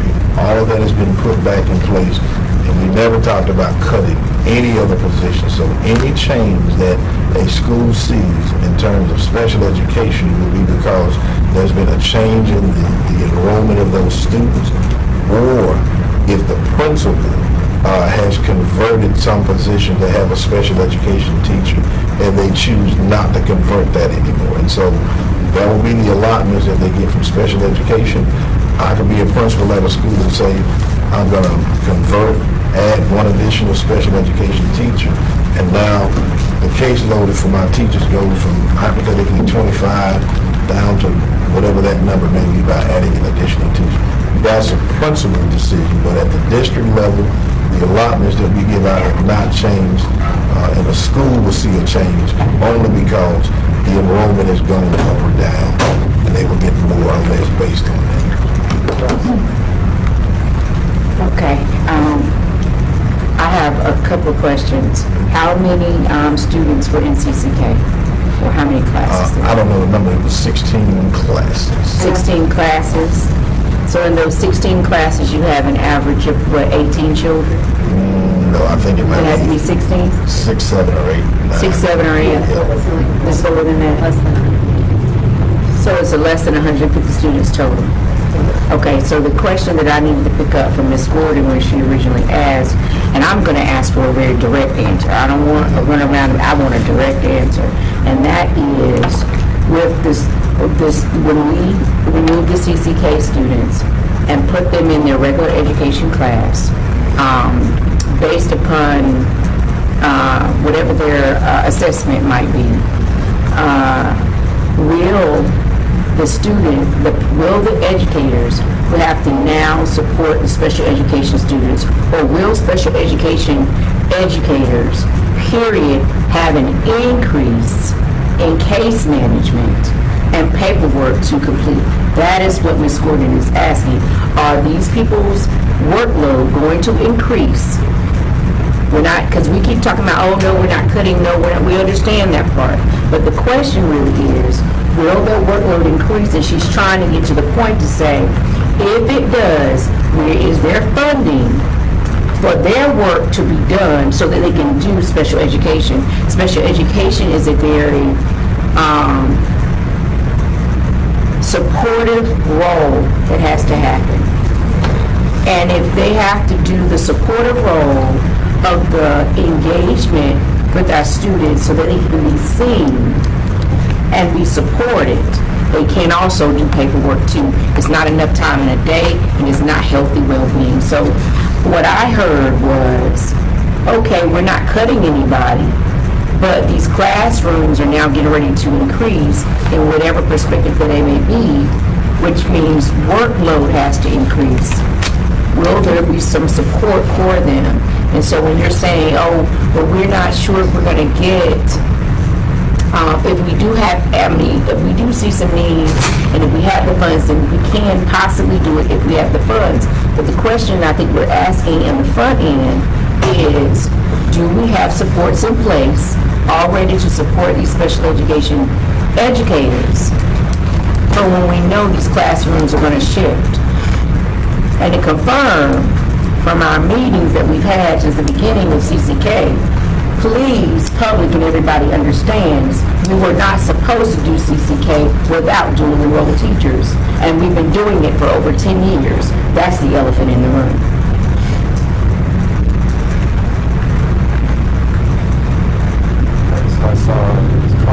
I need to answer though. I need to answer. No, that wasn't me having conversation. That was me asking, are we going to support it? I thought it was a pause for it. No, I said all that other part too, because I don't know if I get to say something else.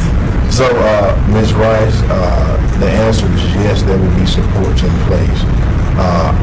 What I can't talk specifically about is who that new group of students are going to be that are in kindergarten next year, because I don't know what that number is going to be. It could be higher, could be lower. That I don't know. But what I can tell you is that all of those students that typically come into the CCK program every year, we kind of know what those numbers are. I know when we look at who's in pre-K that's going to be coming in, probably have a pretty good idea of what those numbers are. From Mrs. Allwit is here, she can kind of talk about that. But the idea would be that those supports would be provided. But once we know exactly what the number is, what those kids are, I haven't been in those particular weeks, but Ms. Allwit, I'll let you kind of speak to what you've seen so far in terms of what those numbers might look like for next year and the supports. Thank you. I don't have numbers in front of me. I can try to get those. And I just ran over here from Crossroads 2. The last thing I heard was Dr. Job asking about how these students are going to be served, and I'd like to speak to that if I can.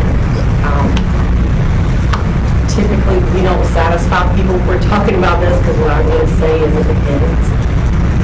What I can tell you is that whatever the IEP says, the schools will do. The IEP team is going to sit around the room, decide what that child needs, and then they will be placed in that school and receive those services. If the child needs 4 hours of separate setting, they'll receive 4 hours of separate setting. If they need 4 hours of inclusion or 2 hours of inclusion, they'll receive those. Teachers that were in CCK are going to be in our schools supporting those students, all students, depending on where they're running. They just will be in a separate class receiving core instruction. We want them to receive core instruction from a certified teacher.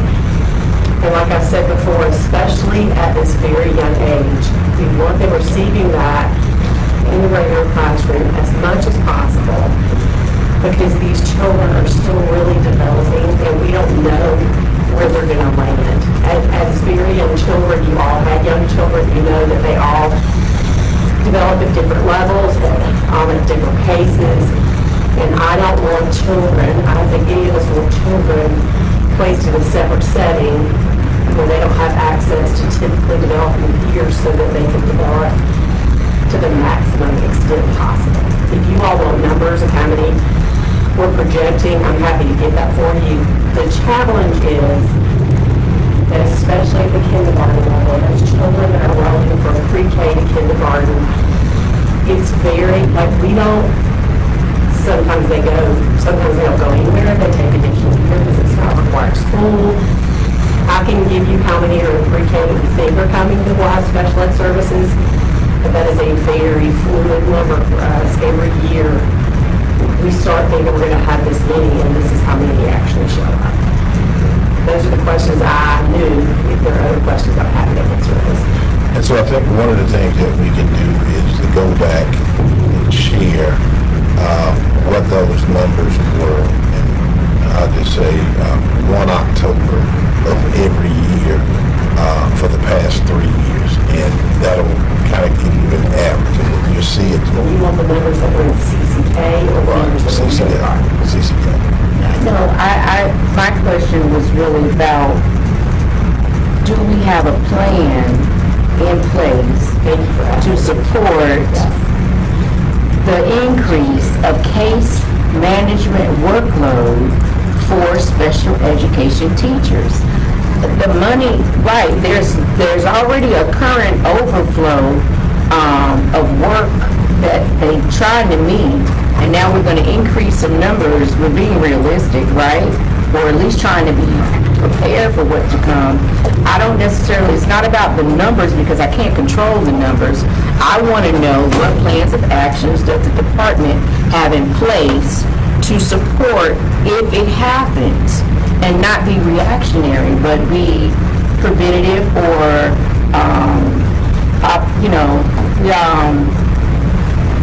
offensive about the situation. And whether it's later, if you have something in place, or you're going to put something in place, is what's helpful for me.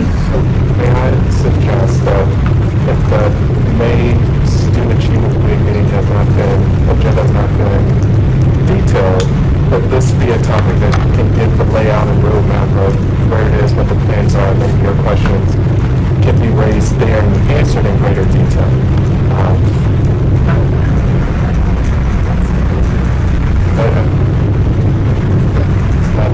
Satisfies your answer, Ms. Caulfield? I'm sorry, look at Ms. Caulfield, look at Ms. Rice. Does that satisfy your? No, but we can move forward. So, on the same question, because I know we've talked about this many times, we had $18.1 million that was towards this program, and now we're not going to have the program. So just very simply, I thought we were removing the program itself. So the 18.1 million. I thought that's what you just said. We're talking about the entire EC budget. So Federal 60, which is the federal grant that has about 60 some odd $1 million in it.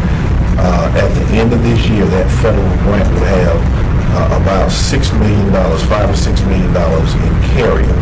So when we go into the next year, if we do everything that we're doing this year, by the end of the year, there would be a deficit of about 18.1 million.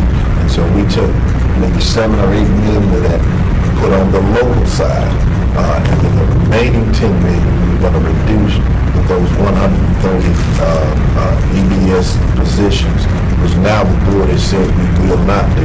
And that's what the 10 million is about. So it's not the CCK program. That's something completely outside of that. It's within that entire $300 million budget. But what we were doing is identifying the 18 million, and 7 or 8 of that we already identified, and then we switched out 10 million, which is what we did today in the last 7 days. That's what it was. Okay. I thought we were going back to that, and I was getting, my head was spinning. So, okay. And I'm just, part of what I was going to say with that funds is exactly what Ms. Rice was saying, is if we're switching things around, what are we doing to compensate?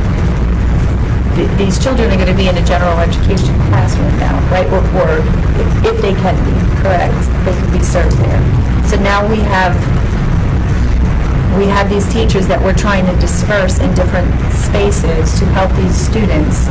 But do we have extra to help those teachers do that? So, Mr. Chair, could we take 1 to 2 minutes for Mrs. Allred to share?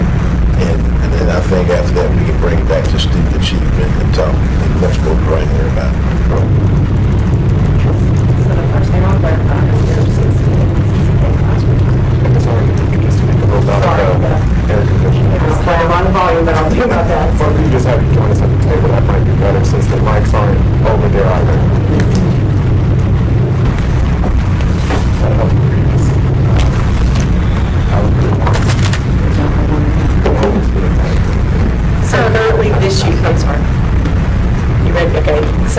this year, we have 60 NCCK classrooms, 14 of which have teachers.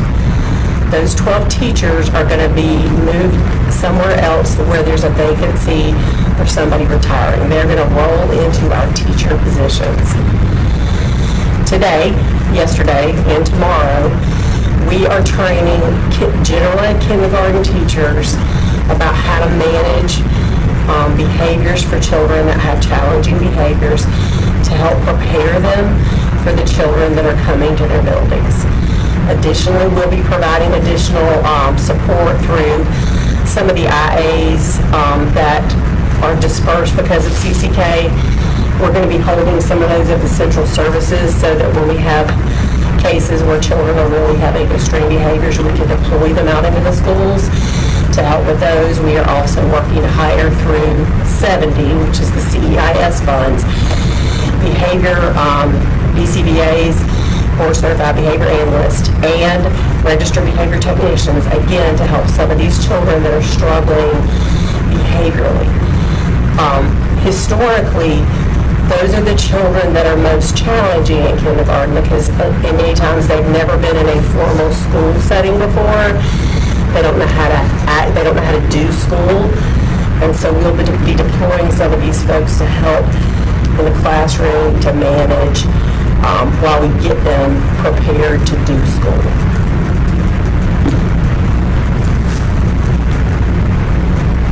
I'm happy to bring more to student achievement. I want to go back to Ms. Morgan's first.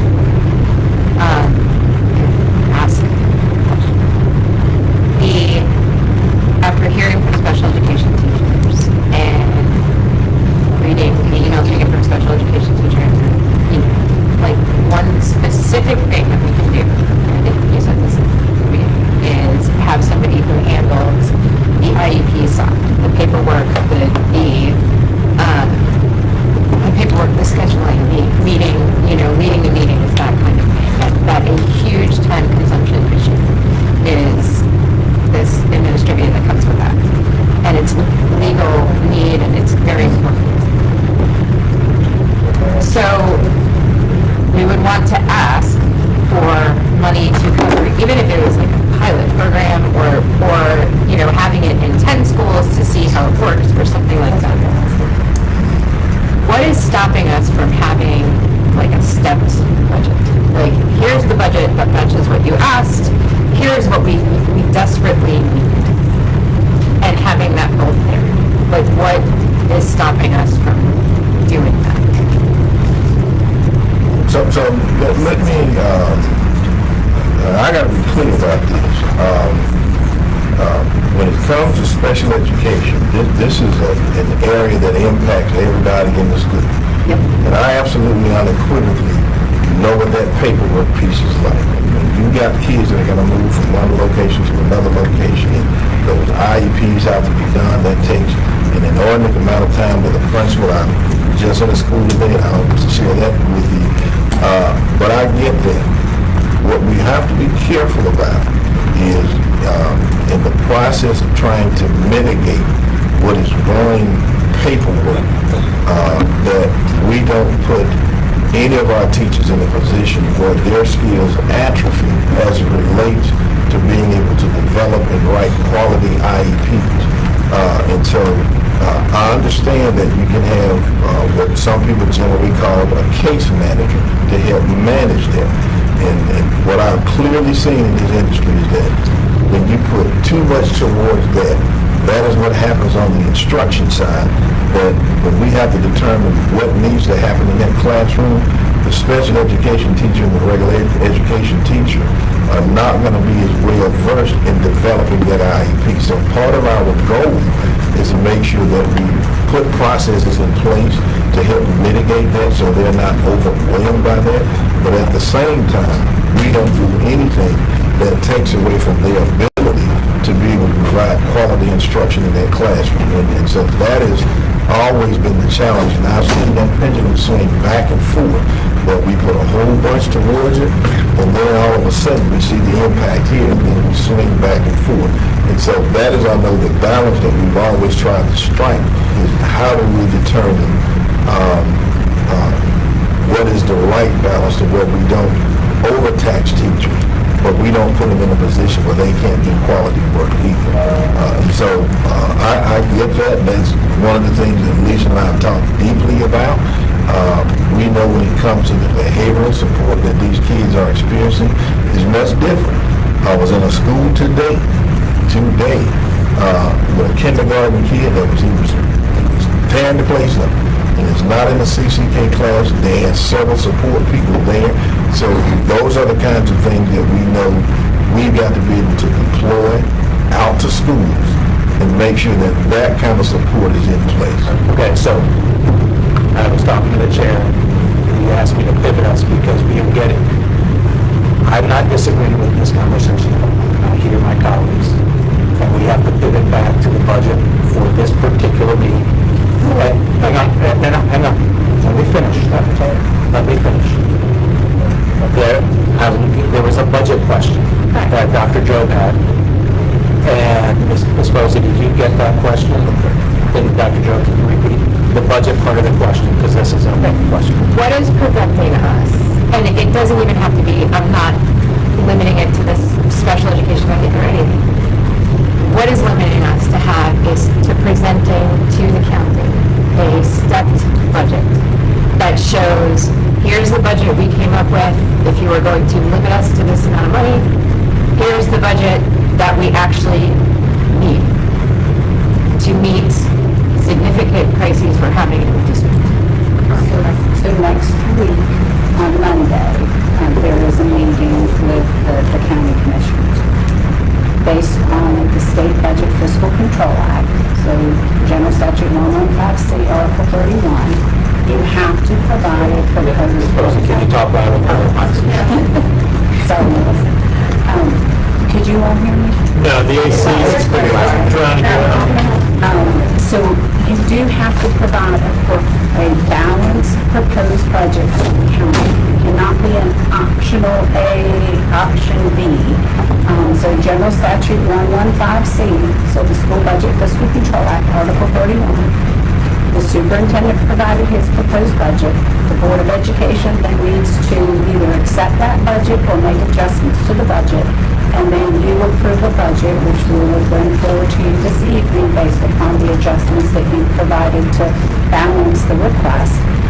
And then that goes to the county commissioners.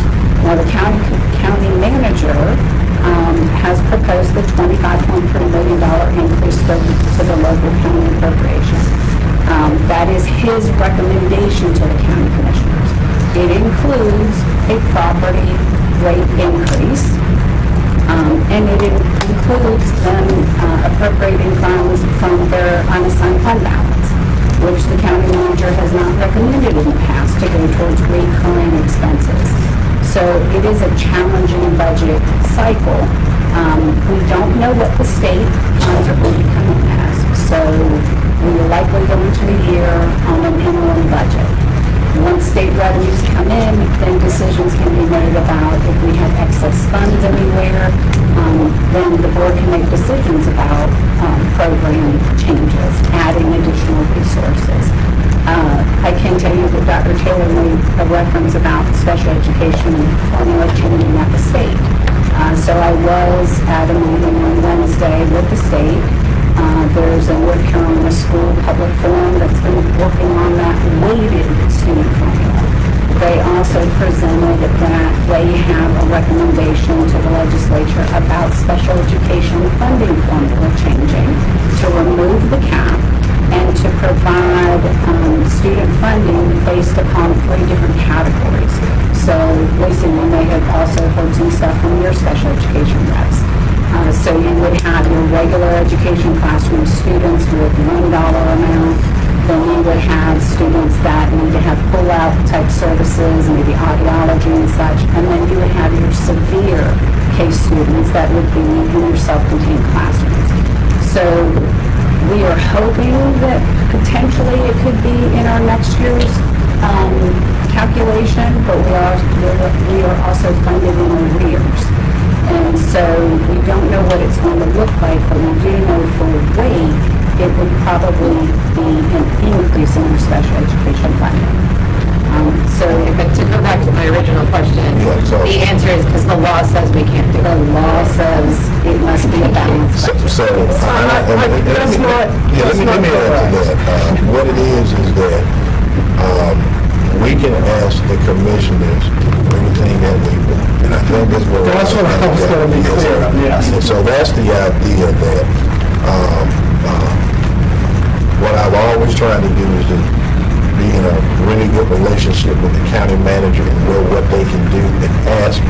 And they don't always fully fund what we ask for, but they can get as close as they can. Sometimes they may go above and beyond. And so that is the idea. As a board, you can ask the commissioners for whatever you want to ask them, and then they are going to give you the funding that they're going to give you, and then that goes back to where we now have to balance that local budget based on what they've given us. And so yes, you can ask for more if you want, but if that comes back and they do not fund that, then you're back to square one making additional cuts. So the other piece to this, so I get where Dr. Jones is coming from, and that's why I'm going to continue to advocate for a presentation on what does a fully funded school system look like. That way we can communicate that.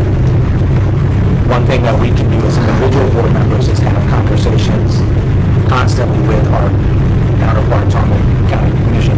So we can take here's what a fully funded system looks like, and have individual conversations with them. There's nothing that is stopping us from doing that. Two other quick points on the budget. One, I'm going to absolutely support the current budget. It's not fun. I've told people this is the worst that I've had in 3.5 years on the board, because we have more needs than, and to the chair's point, we could ask for a lot more, and it's highly unlikely we would get it. And this gives a roadmap to our staff now. If they had a normal funding year, I would ask for $15 or $20 million more immediately. But as an individual board member, that's you asked, and that's my position. The last thing is I brought this up to other board members. I'm hoping that we'd have extra money about library collections, and people may not seem like this is a big deal, but it is to me. For 3 years, librarians came to us asking us for money because of more collections. I talked to Ms. Posey. She referred me to Dr. Hill and said there's a CIP academics budget separate from our CIP budget. And Dr. Hill is committed to bringing that to us as a board to discuss. And that's something that, again, librarians have been asking us for. I want to be responsive to them, and hopefully it's about reading books and having updated stuff in our schools. So thank you, Dr. Hill and Ms. Posey, for that. Thank you. So if it's not clear, I think, Dr. Taylor, you and staff have heard from the board about the original proposal to cut $10 million from special education. And that's why we're in this exercise, coming to look for additional ways to still come in at that budget level. But there's still important needs that we have in special education and support that we need for our special education teachers. I think one of the challenges we're experiencing is, I know it takes a long time to put together the budget proposal, but then by the time the board gets it, responds to it, and then when we have a significant $10 million change, the time to consider other alternatives, get the information, develop the proposals is very compressed. And so I understand with the statutory deadline and, as the chair stressed, we're not going to get all of the answers tonight for a balanced budget proposal. But what I think that we can do, and it doesn't necessarily have to happen tonight, but I think a majority of this board, maybe the entire board, would support a motion to dedicate additional staff resources special education to support our special education teachers and staff and our special education students. And as part of that, you know, and the chair knows because of his time as vice chair, we had talked to you several times about pilot programs or things that we could come up with to address these IEP issues and the paperwork issues. And just like you shared today, you had seen some challenges with that. But I think we can't let that go. And so we can't just say, well, we didn't do it in this budget, and then not hear about it again until next year's budget. So with the chair's blessing, and if you think this is inappropriate, feel free to calm me down. But I really think I'd like to see, you know, staff action to elevate this issue, to talk so that we can all have the conversation about, you know, CCK and middle school essentials, what is replacing those programs. Dr. Ng has talked about problems he's seen with the programs. And I know we've had some teachers and parents talk about the benefits they've seen with the programs. And so what is really going to replace that need, but in a way that avoids some of the problems that have been identified? I think a pilot project, even if we can't have the proposal that was presented to us for 100 new positions, I do think there is some pilot program we could develop. And again, once we hear back from the state, is there a change in special education allotments or funding? Maybe we can have a plan in place so we can direct funds toward that. But our special education teachers need more support. We need more staff and adults in the building. We need more funding per student for the students with these needs. And even if we don't put that into a budget ask tonight, I would like to ask the chair and the board to keep working on this issue, and where we have some specific proposals that have been suggested to us, get discussion and find out, you know, what are the barriers and can we implement these by policy, if not by fiscal policy. So this is what I would suggest, that if we're given the opportunity, that is what we can bring to the board. Mr. Chair, maybe at the second work session in June, that might be a good opportunity. I know that... Since we don't know work session in June because it interferes with the high school ceremony, so... Okay. So, and I know we talked some about what... There's no work session this out. So so I know we had talked some about what the board July session would look like. So if we could kind of talk a little bit more, I think we might be able to make some adjustments, and then we can bring that to the board, because I think there was a lot that we want to be able to share in terms of programs and supports that we're providing, and then to talk even more about essentials and CCK. And so we're anxious to bring that. So we'll talk about, I think we can,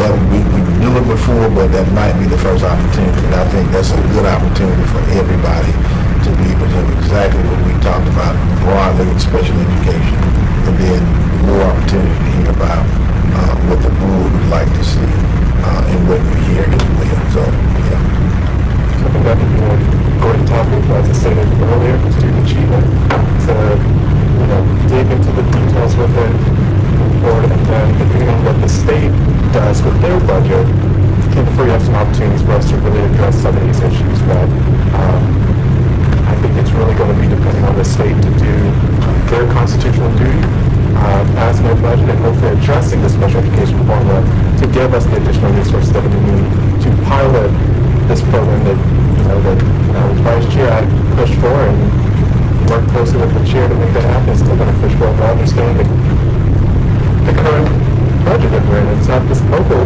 government's job to fill the gap. It's the state general assembly's job to step up and fund education. So I saw Ms. Gordon, and then I'll go to Ms. Rice, and then we'll figure out where we are with the the budget, because I think we have 30 minutes before our next presentation with student assignment. So, Ms. Gordon? Okay, thank you. First, I feel like our questions are just not getting answered. Like, I felt like I've asked a very plain question. I felt like Ms. Rice has asked a very plain question, and I feel like Dr. Joe has asked a very plain question. And it is like circles. But what I did hear, what I did pick up on around the question of what is preventing us from asking for, even pushing a little bit more for the things that we need, not even fully of what we need. But what I heard you say was relationship when it comes down to county commissioners.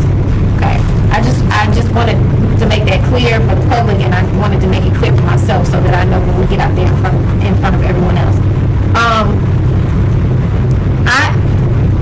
I'm struggling a lot with the rhetoric that we are pushing toward, the state, the county commissioners, well, not even the county commissioners, but the state needs to do their job.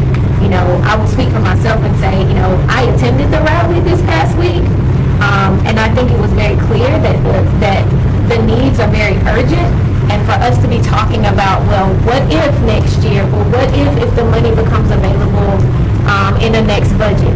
I feel like this is a time for us to lead, and a time for us to be bold in our actions and brave in our actions, and say, we were given a number from my understanding from this board member on this board.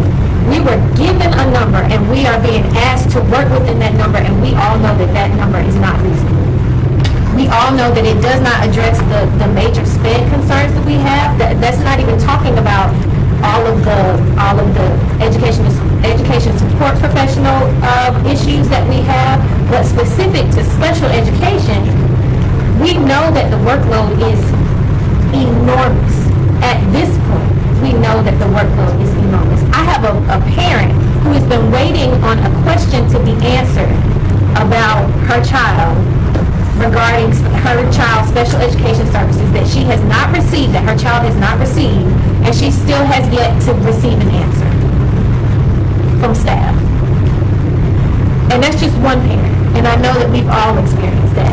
So my point in saying all of that is this is an urgent time. Like, from my viewpoint, we cannot wait until next budget. So I respectfully ask that we ask for more. So, I think one of Or please share. I'm trying to determine how you went from Ms. Gordon, said I was next, I was with Mr. Whitney, and you went to my vice chair. I'm sorry, Ms. Rice. I didn't even know if Ms. Gordon was finished. I'm done. Let me get myself together, because I'm trying to be polite, but it's just not working in these settings. My question was around the budget as it pertains to spec ed, and just wanted to make it understood that money can't always fix our spec ed problems. I see gaps in communication, which is why I'm glad that Ms. Gordon just closed with that. There are gaps in infrastructure that needs to happen that really could save us money if we knew how to communicate with parents. If we trained and did OPL work around educators knowing how to call a family and stop being so scared, and utilize our policy around cultural competencies so that you can communicate with people. I am gravely concerned of hearing conversations of our own superintendent talking about a 5-year-old dismantling a classroom through behavioral challenges when, yes, we can't control all of that. I think that this is a lot of pressure that we're putting on teachers, and we're not using our resources as efficiently and effectively as we need to. If you need some training, I can give you some. I'm a certified parenting coach to show you how to communicate with these parents, because we cannot support these students and these families if parents are not partners. And if we don't know how to train them as partners, if our staff is afraid to talk to parents then we need to do professional development on how to do that. Somebody called Janine Claire Campbell. She's amazing at it.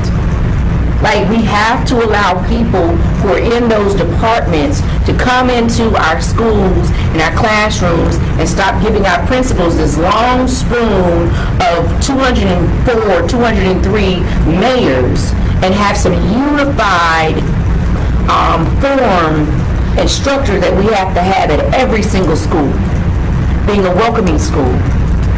But you cannot effectively run a school district if you do not have parents partnering with you.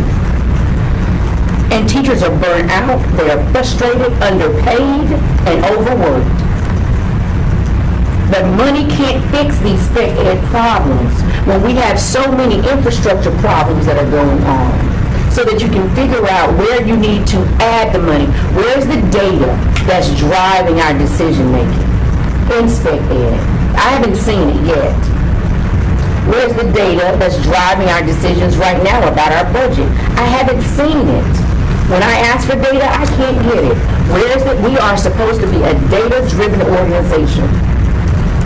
Where's the data that tells us where we need to put our money, that tells us where we're thriving, that tells us where is that data? And I would expect that my superintendent and his staff would say, superintendent, this is what the data says about this department, that department, and this is where we're lacking. We don't even know where to put money because we don't really honestly know what works and what doesn't. We're talking about CK and we're moving through emotion, but we're not moving through realistic choices. And that's the problem that I have with the budget and everything that's asking for me to do. I don't have data to know how to make these decisions. But if you put some data in front of me, some things will make sense that we can ask deeper questions about how things are working so that we know where money needs to go versus just saying, okay, let's just cut from this piece and that piece. CCK is a Wake County public school program that was developed, not even a state program. We ain't even talking about, and I've asked for the first time it was presented, I've asked for the data on the program about which students were mostly affected by repeating grades or not getting the help that they need. And we've run a program for over 10 years knowing that it had to be dual enrollment teachers in there. Where is the data? I can't make decisions without knowing what the data is. I want to support Ms. Gordon, and I want to say I have working relationships with our county commissioners as well, but our children are being destroyed because we have a lack of knowledge about how we're really supposed to be running our school system. Because where is the data with the decisions that we're sitting here trying to make at this table? And so I'm struggling, Chair. Help me out. Superintendent, help me out. Ms. Alwood, help me out. Where is your data that tells me that we need more of this and more of that because this works and that don't work? So one of the things that we will absolutely do is give that data presentation not only on the CCK program, but we do have a lot of data on the students that are referred, the number that go into a regular first grade class the next year. We collect extensive data on all of our programs. We've got, I think, 14 indicators that we got to report to the state on. So I agree with you 100%. It is about knowing what the data says you need, and that is what we're doing with professional development that we're now providing to teachers. You know, one of the pushbacks that we often give is we don't need professional development, we need support. But I would argue the difference that sometimes it is professional development that various people need, whether it's regular ed teachers, special ed teachers, administrators, to know and understand what the gaps are and what they need in order to mitigate those gaps. And so I agree with you that money is not going to solve all of the problems. It helps out tremendously, but it doesn't solve everything. So that is absolutely what we would be able to provide. I think the best thing that we can do is to provide you the data that we use to make decisions about programmatic directions. And then once you have an opportunity to review that, if there's additional data points that you want us to talk about that we haven't put in front of you, then you just share that with us and we'll bring that back. Agree with you 100%. I do want to say to Ms. Allred, thank you for hearing that you all are training your kindergarten teachers today. And I heard you say that and you're working on that. But I will again say, you can train your kindergarten teachers, but where in the process of the training did you train the kindergarten teacher of how you're going to communicate with that parent to help them get their own child under control? In kindergarten, I'm speaking and I say it and I can take the community and it doesn't matter because it's just the truth. At kindergarten, that's a parent problem. I'm being fair and impartial. I stand up for parents all day long in the school system, but here's the situation. Kindergarten, elementary school, and behaviors are parent problems. And we can't keep asking our teachers to do something well above and beyond if we're not collaborating with these parents. So I'll keep saying it every time, just like wellness. They're being overwhelmed because we need to figure out how we're going to help folks handle some challenges that their children may be having. They may not know how to handle it. It has nothing to do with being a bad parent. It has nothing to do with being a good parent. Some things with behavioral and intellectual developmental pieces are just skill sets that you need to know how to do. I had to learn them with my own intellectual developmental child. Right? Wasn't that I was a bad parent. I was involved because I asked the question, how do I help when I don't have the skill sets for a child who has some levels of delay? Right? Same thing you do at school is some of the same things you need to do at home, but how many parents know that? If your child needs to be a nonverbal so that there's no confrontation, then how are you showing them to do that in the classroom and at home? And so I think it's a dual role. Thank you, Chair, for indulging me, but some things have to be said. Money can't fix it all, but we got to figure out how to engage and communicate more with our parents. For the budget. One, we're making cuts because there was grant money spent that wasn't supposed to be spent, about $10 million. So I think we would actually be adding if we weren't having to cover for that right now. So I do want to find out from staff, not right now, but safeguards to make sure that that doesn't happen again. Second, as it relates to kind of what the county commissioners are doing, they're raising taxes to cover this $25 million. They don't have this $25 million. Then this is what they said last night. They're using the $8 million that they have for it's new revenue for EMS and that sort of thing. So as part of funding us and this additional ask, that's a tax raise that's coming 2 cents. I was worried in conversations, and I'm not going to disclose all the details, but I was worried that what the county was going to be way lower than 25. That was my initial concern 3 months ago, that they were talking about, we might have $10 million for you guys, and then where do we go from there? So to me, it hasn't been, they gave us 25 and we work around it. It's been conversations to get to that number, not have something much lower. That's my own interpretation of it in my conversations and hearing from county commissioner.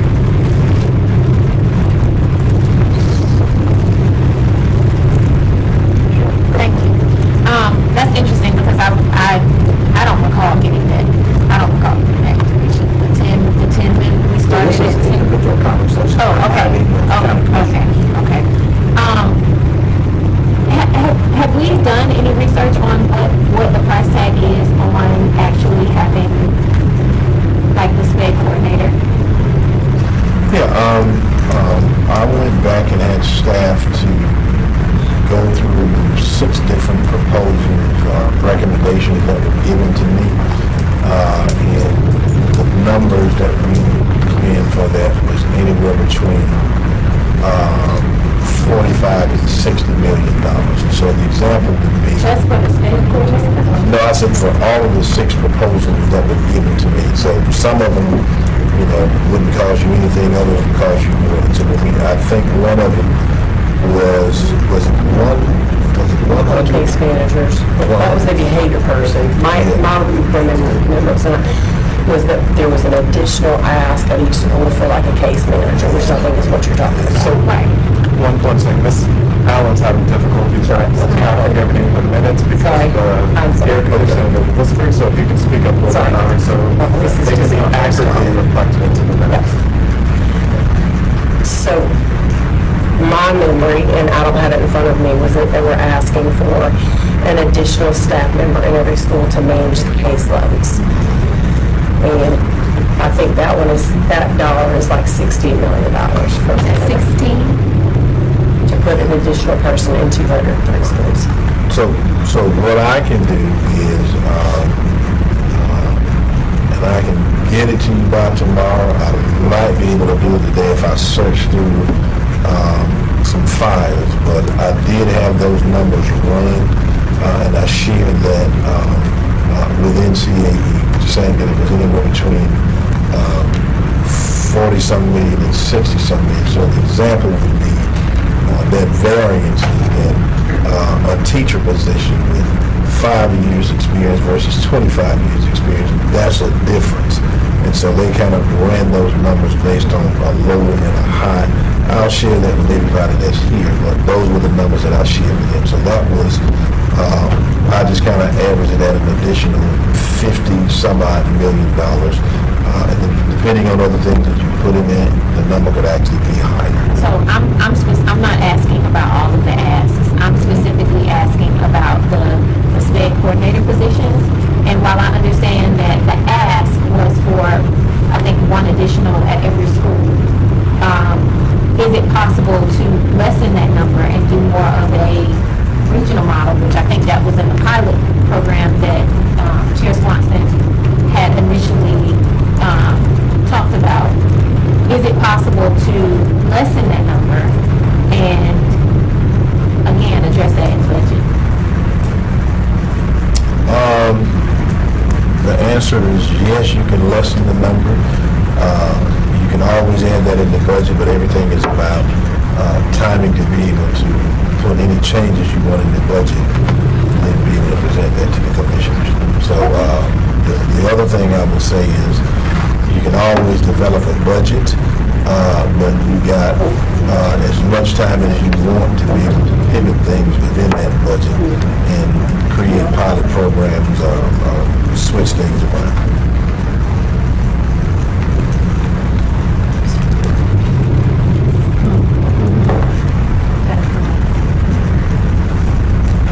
I just want to give y'all some content. I don't know all the details, but if you're thinking about one per area, I don't know if that's what you're thinking about.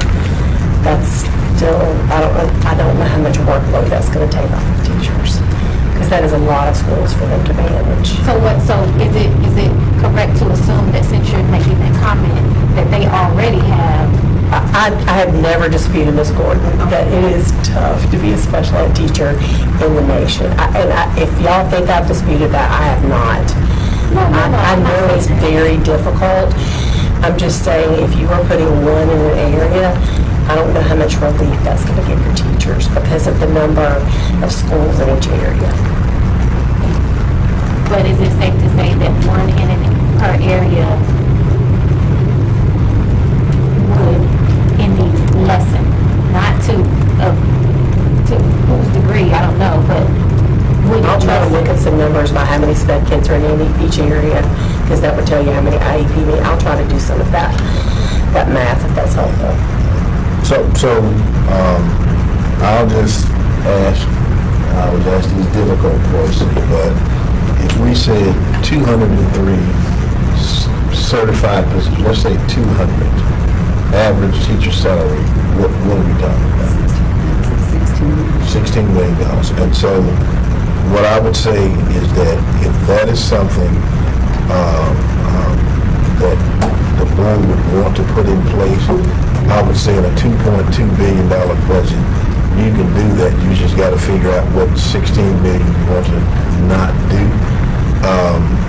What I would say is that That's something that I would want me and my staff to really identify as to whether or not we would want to do it at that level, because programmatically, I don't think that's the right thing to do. I do believe that there's a way that we can relieve teachers of paperwork, because it is much different now than it was 5, 10, and even 15 years ago. So that is something that we talked about in terms of how we provide that relief. But that is something that I would want the board to say, this is something that we'd like to see, and then administration determine what is the best way to do that, because I don't think we're in disagreement with you. If anybody ever makes you think that we're disagreeing, that's the wrong answer. We agree with you, but it is about what we believe is the proper way to roll that out and support teachers and do it in a way where they can continue to grow and provide services. But, I hear you, and you can bet your bottom dollar that's something that we talked about, and trying to identify what is the best way to do that. But we will continue to work on that, is what I'll say. So I just, based on what the information that you gave, and you said, you commented that having one more at each school would not provide the help that they need. That's not what I said. I said one in each area. Yeah, and we were talking about the 16 million, and I think Ms. Gordon was asking, well, how to lessen it, and I was saying, but well, if you were thinking about one in each area, I don't know how much relief that's going to give, because if you take 22,000 students divided by 9, you're still going to have a lot of students in an area. So my question is really, have we asked them what they need to be taken off of their plate before we go and make and create this data for us to understand? Because if you're putting, so if I understand correctly, if you put one in each school, it's about $16 million. Is that what you're saying? Yeah. So if we did that, is that something that is going to help them? Because they're the ones that are in the classroom, they're the ones that are coming to us and emailing us and coming to the board and speaking before us, and we all know they need help, and I think they're desperate for help. So I guess that's my frustration, not seeing those specific things that we're adding in the budget, because we know it's there. I don't think it's just keep putting more money in unless we allocate it directly where we know it's going to affect in the classroom, and this is especially one big need that we know that we need. And it's growing. It's been growing since my kids were this big, and they've graduated high school now, and I just cannot believe how many families are suffering with this. And they do need help. So it's not just in the classroom, it's also what can we provide to the parents to work as a team together to make sure that it works both in the classroom and then consistently at home, which helps both. And I think it would be helpful for us to know if that does solve the problem, because that's $16 million, how do we get it? And when will we follow up? Because I agree with Ms. Gordon, we shouldn't be waiting another year to talk about another budget. We should be figuring out with the funds we have right now, how are we going to make that work? So what I will say to you about speaking to teachers, we have spoken to them some in the fall, and we have plans to meet with them regularly next year. This has been a year of us trying to figure things out, because my team's really first year doing this. We're going to be, and we've told them, we're going to be meeting with you.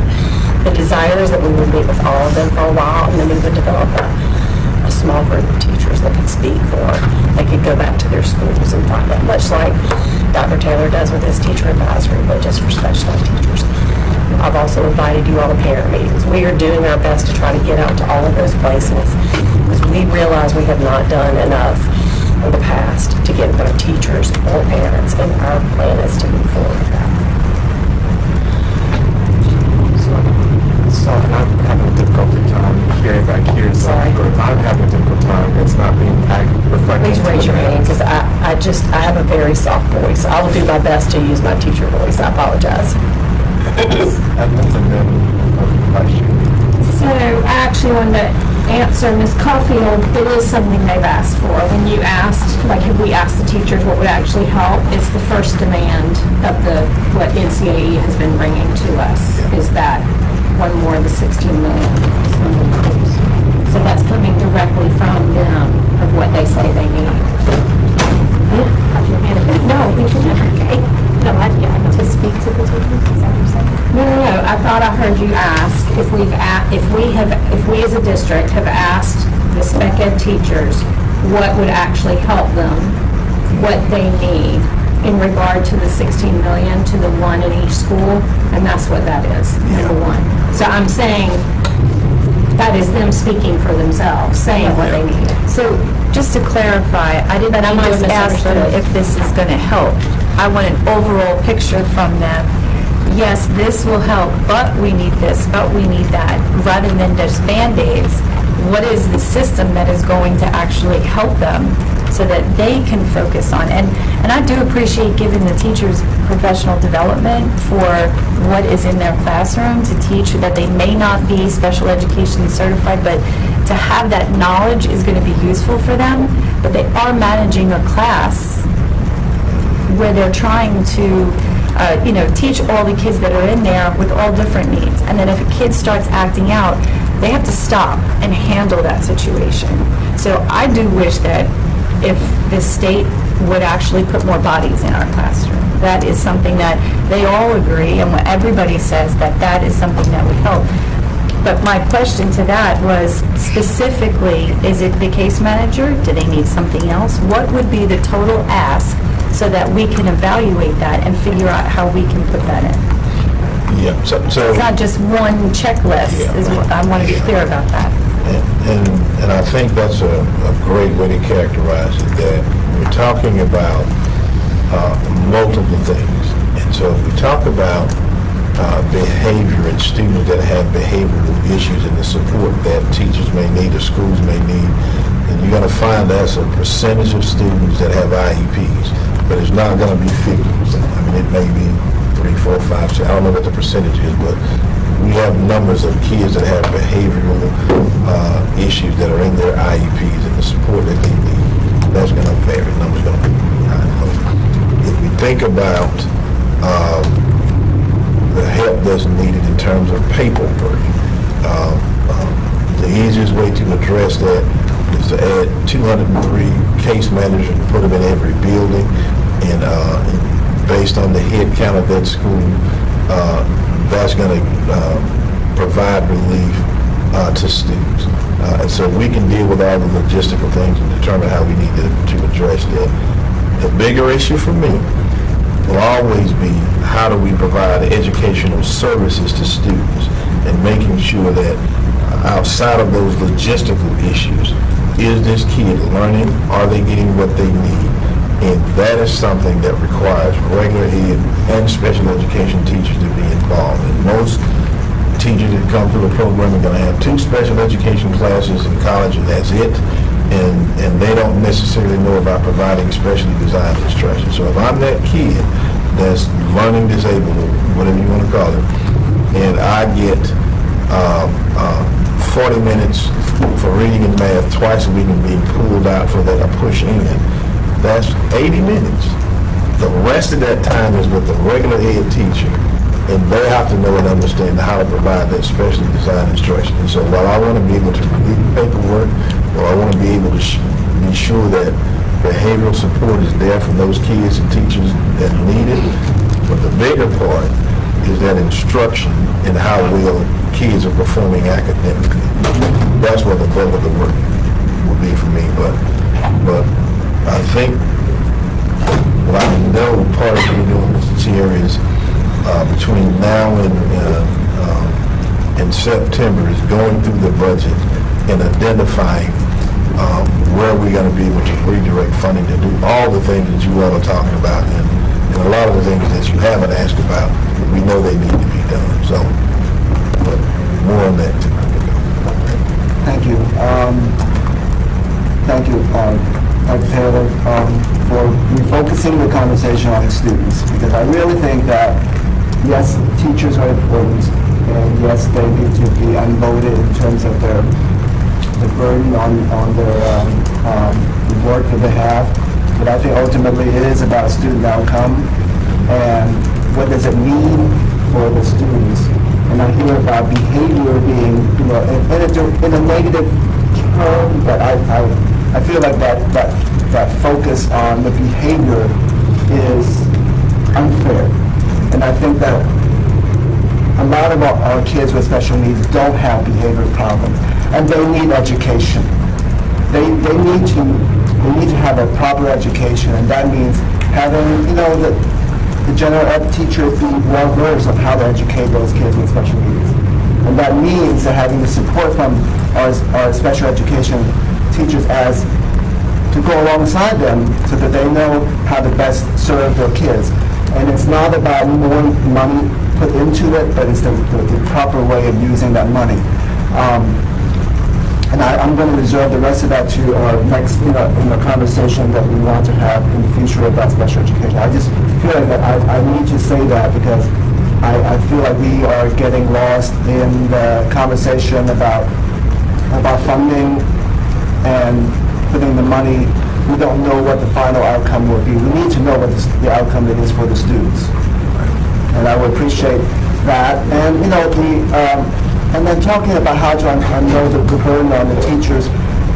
And I don't know what's out there in terms of the education realm, but in the medical realm, they have technology now that we can, they can record the conversation as it happens in a clinical encounter to be able to synthesize all the information into a document so that really relieves the clinician from having to spend more time documenting after the encounter. So it's something that hopefully we can find something like that too to help with that.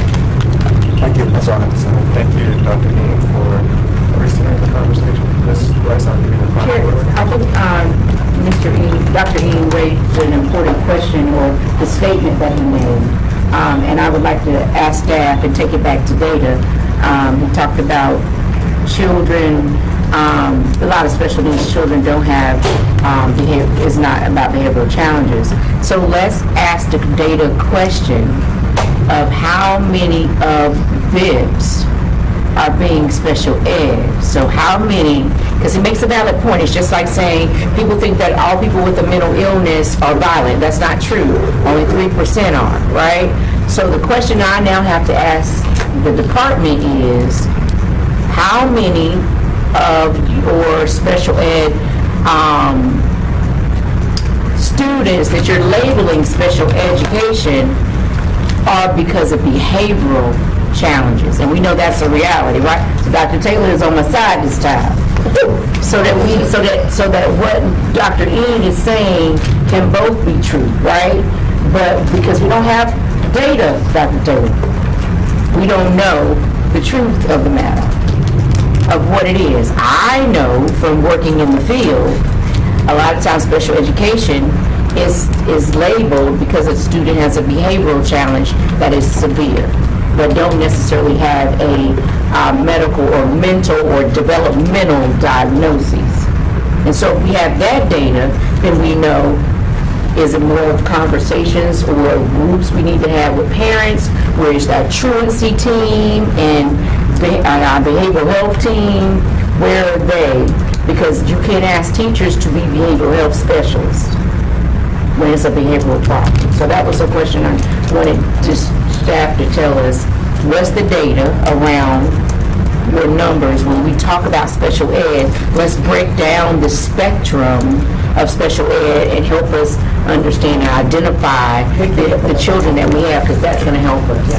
So I'll go back to my original statement, that this will be a great student achievement community in a May. We are a minute over time because I want to make sure that Ms. Kimsey and Ms. Posey have the time that they need to ensure that the budget numbers are balanced before we go over to the regular meeting. So not shifting the conversation, but shifting it to keep us keen on the budget. Are we in a good place with the numbers? I've already tried to do my mind right. Everyone, good to go. Yes. Head nods and the silence of yes. So that gives Ms. Kimsey, Ms. Posey, I think we are wait for you all to get things situated to take us over to the 534 position. Thank you all for indulging us in these conversations, and as it relates to the comments that were there for special ed, I think all that can be captured at a meeting with some data. So we'll now transition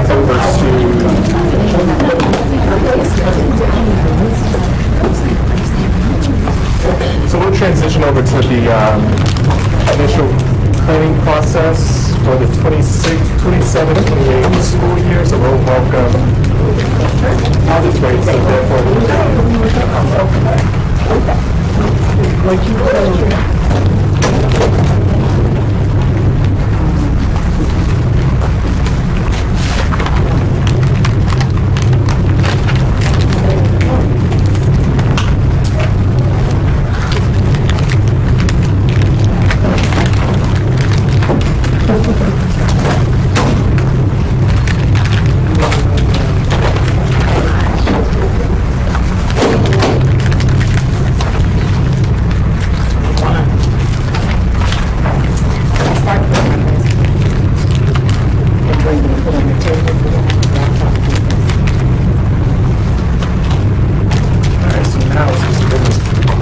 I'll reiterate my comments so they're reflected in the minutes, and Ms. Allen does not have to strain her ears, nor do I have to strain my borders. So we'll transition over to the initial planning discussion for the 27-28 enrollment plan, and we'll welcome Ms. Pulliam and Mr. Carosa. So the table is you all's. Welcome. We always live in the future, so it's time to start thinking about 2027, 28 while you're still trying to figure out how to make 26, 27 work. But we thank you for this time. This is the point in the year where we bring to you some conversation about what should be included in the next enrollment plan.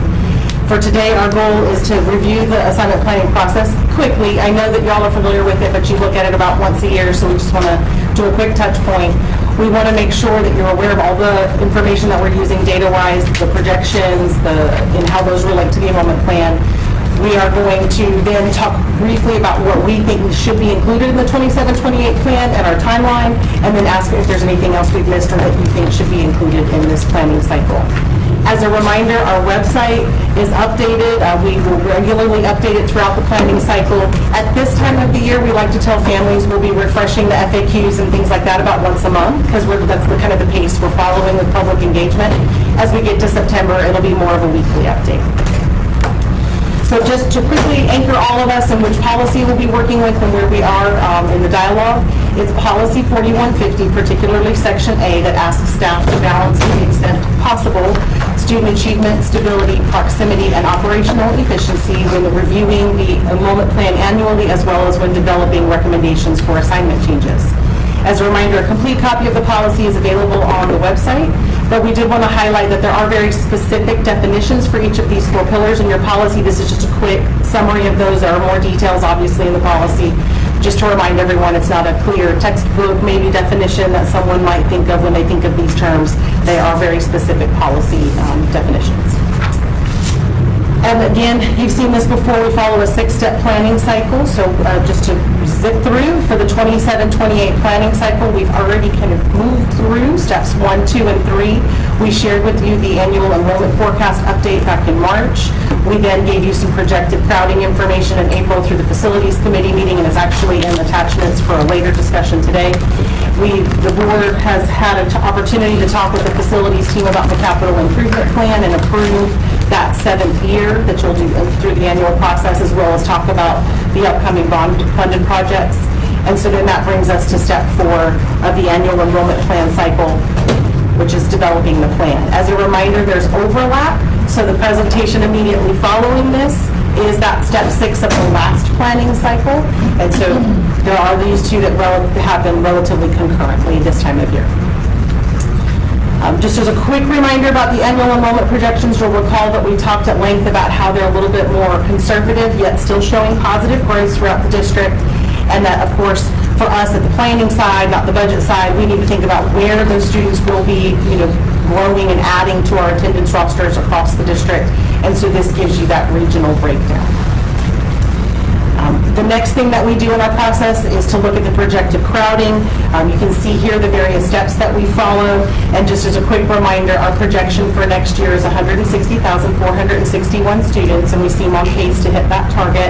And you see the breakdown on the right as how that would break down elementary versus middle versus high school grades. One thing that you haven't seen yet, this is your first peek, is what that looks like school by school. And so what you're seeing here is a visual, if you will, of what our projected crowding looks like across the different grade spans. So here you're looking at an elementary projected crowding map for 26, 27, and projected is based on what we shared with the budget office in terms of projected allotment, enrollment for allotments. Just a reminder, the darker red the triangle is, the more crowded it's projected to be. If it's in that sort of whitish color or even a yellowish color, it's below 100%. There's also a size differential, so you can kind of see that magnitude of change. At the elementary level, this isn't surprising to us because of K-3 class size legislation. It really does impact our crowding at the elementary schools disproportionately to the other levels. At the middle school level, you can see we're doing a little bit better, but we still have some regions where we have overcrowding. There is a new middle school coming, and we'll talk about that in the future, not this coming school year, that'll help relieve one of those areas. But on the whole, we're doing pretty good at the middle school level. In fact, we're at a point where we're going to start recommending calendar conversions, which you're aware of, as well as trailer removals. At the high school level, you can see a slightly different picture here with some crowding in some areas, but we're getting better. The opening of Felton Grove certainly helped a lot in the southwestern corridor. The opening of Morrisville High School certainly helped with the Panther Creek and Green Hope. And I do want to draw your attention to the two blocks that represent Panther Creek and Green Hope. We cap the enrollment at Panther Creek, but keep in mind that 100% crowding for them is with a multitude of trailers. So all of these projected crowding images do take into account the trailers that are on the campus. So it makes it look as if they're less crowded than they are, but it's because they're using so many trailers on both Green Hope and Panther Creek sites. The capital improvement plan that you approved recently includes new schools throughout the district. The one in green represents the school that you've already approved attendance area for. That's Hilltop Needmore, and it'll be opening in 26-27. July of this year as a Track 4 school. The orange circle highlights the location of Morrisville High School, which will be part of this planning cycle. And then the darker gray or black circles that you see are those that are in future years of the capital improvement plan. And so these are the new school construction projects. This is that same information just displayed in table form. We do want to acknowledge that there's a portion of Morrisville High School's campus that is complete enough that the Wake Early College of Information and Biotechnology has been able to swing in there for a period of time while they're waiting for their permanent location to be completed, and that'll be on the Parkside Middle School campus once it's complete. So there's some timing sequencing here. We need to make sure they're out before the seniors come in at Morrisville High School, but it all is going to line up nicely for us. You'll see that the light shaded gray also indicates that the Marshburn Road Elementary project will also serve as a swing space for Wendell Elementary when it is ready and available. We always remind you, we have asterisks throughout this slide and this portion of the presentation that, of course, everything is subject to adjustment based on any market issues, scope changes, any design or construction schedule changes. So what that means for the public is that none of these will open earlier than projected, but they could always slip by 6 months to a year, depending on any of those pieces. Here, just highlighting Morrisville High School will be the school we're focusing on as a new school for the 27-28 cycle. I'd also like to take a moment and draw your attention to the blank column in 28-29. We will most likely still have a enrollment plan recommendation for you in 28-29 to continue some work we're doing related to rebalancing of enrollment and realignment of feeder patterns now that some areas are a little bit more stable.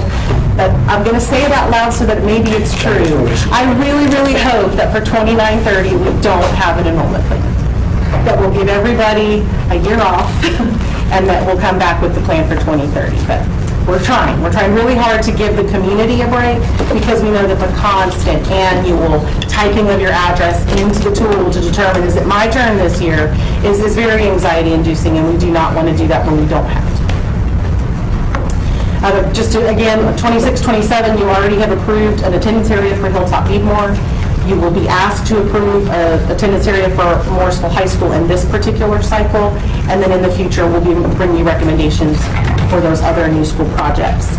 One thing we added in last year that we're continuing to do is to highlight the renovation projects that are also happening across the district, because in many cases, these renovation projects are expanding the capacity of those sites, and we just want to keep an eye on that to determine, is that something that could be useful for relieving crowding at nearby schools.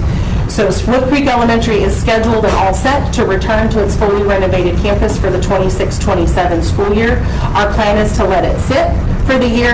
Let's see what happens as families come back to the school now that it's returned back to its permanent site, and we might have recommendations for them in 27-28.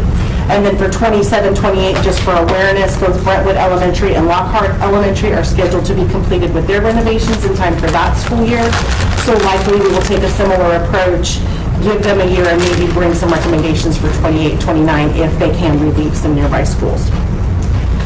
Just for a distribution of these schools across the district, and then the location of the school we just mentioned that will be done in the near term, and then the other schools that we know are coming out in the far term. One school that is not listed on here that has been approved by the board is East Wake High School, and so we'll add that to the future presentations that happened just a little bit late in the cycle to get this particular image updated. I think Washington was also added. There were a couple of schools that were added, so we'll get that one updated. Now, as far as the preparation of the annual enrollment plan goes, I'm not saying through with our early spring public engagement. We still have a few more sessions scheduled for later in May. We were having those happen after the conversations about calendar conversions, just to make sure we knew what that sort of picture was looking like. But we are ready to review with you the annual goals for the particular cycle. So again, our public engagement is something that we do ahead of time before any maps or drafts are released, to really understand what it is the community needs us to know that is unique to their perspective and experience before we come up with any particular recommendations. One thing that we get asked a lot, and I think you've seen this a couple of times now, we've made this a regular visitor in some of our slide decks, is yes, families are really truly making a difference. We've had expanded stability rules based on the feedback that we've had. We've had strategic enrollment changes. We used to open new schools as full as we possibly could to immediately provide relief for nearby schools. Then we were coming back to those very same schools and doing reassignments within a 3-year time period to relieve them. Community said, could we not just let the new schools fill up a little bit more slowly and let the crowded schools reduce a little bit more slowly? You were supportive of that when we tried it with Woods Creek Elementary, and that has been a continuing practice. So that is definitely something that is the result of community feedback. We've focused a lot more on feeder patterns and cohort continuity. That is a very important feature for families, not only from a progression of cohorts, but also for calendar alignment. We've expanded our planning resources, and the list goes on. And this year, I'm sure more things will be added to the list. So here we are today to review the goals of the enrollment plan. And again, all the information we're going to review today and that we'll review as we come through is available on our assignment planning website. A special thanks to our communications department for being amazing partners in ensuring that that reflects information parents are looking for. We won't talk too much about this, but once we get through an enrollment plan, the next step in the cycle obviously is to determine whether or not there are schools that are so crowded that they might need to either maintain a cap or have a cap added, or have we been successful in recent reassignments and can remove the cap.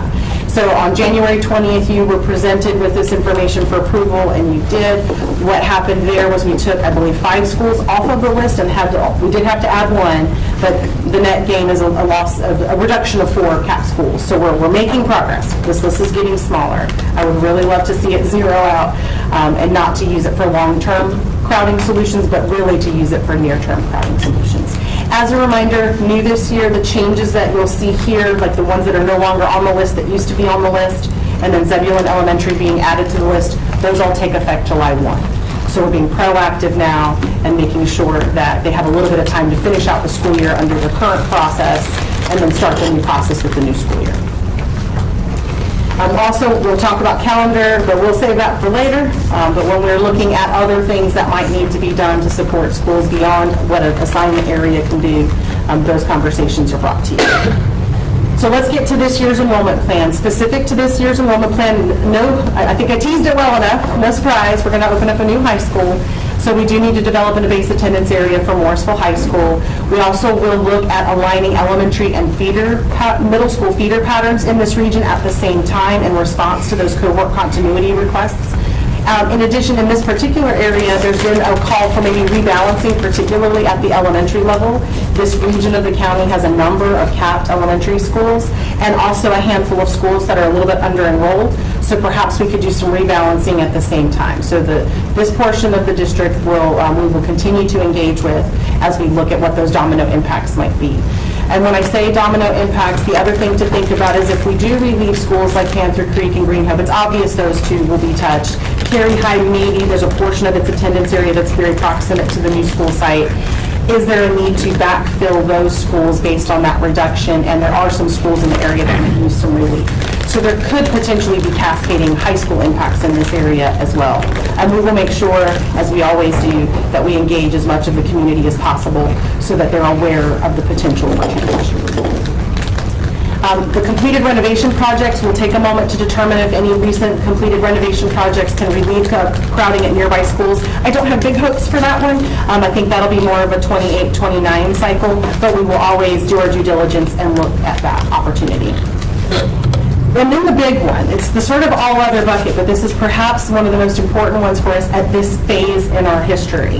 We are starting to level off a little bit. Obviously, we still have growth, but we're starting to level off in certain areas. We have some opportunities to take this moment where there's not new construction in some regions and go back and relook at the things that the community are telling us are important, like the feeder patterns, the cohort continuity, a balanced or equal or equitable distribution of students across schools in a particular region. So we will be looking to address ongoing crowding to determine if reassignments could help with that. We will continue to look at, we will actually newly look at these regional enrollment imbalances. This really is coming out of community feedback.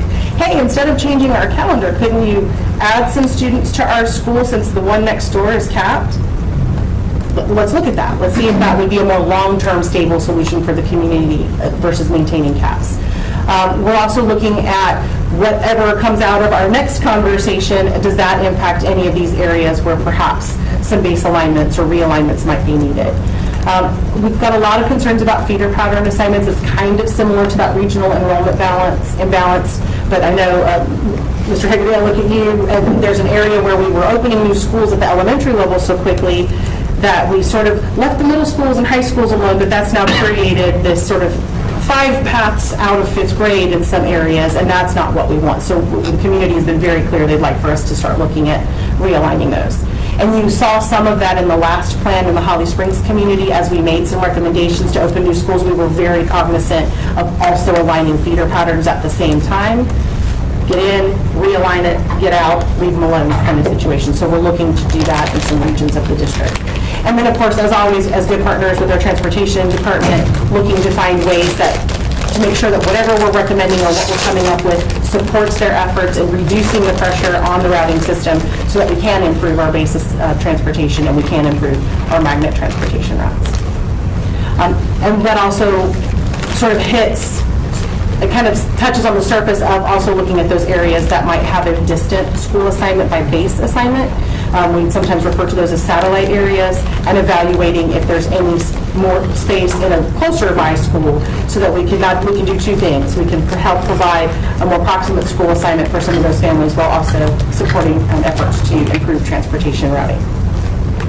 And that's what we have for what we think should be included, which is a lot for a year when we only have 1 new school opening.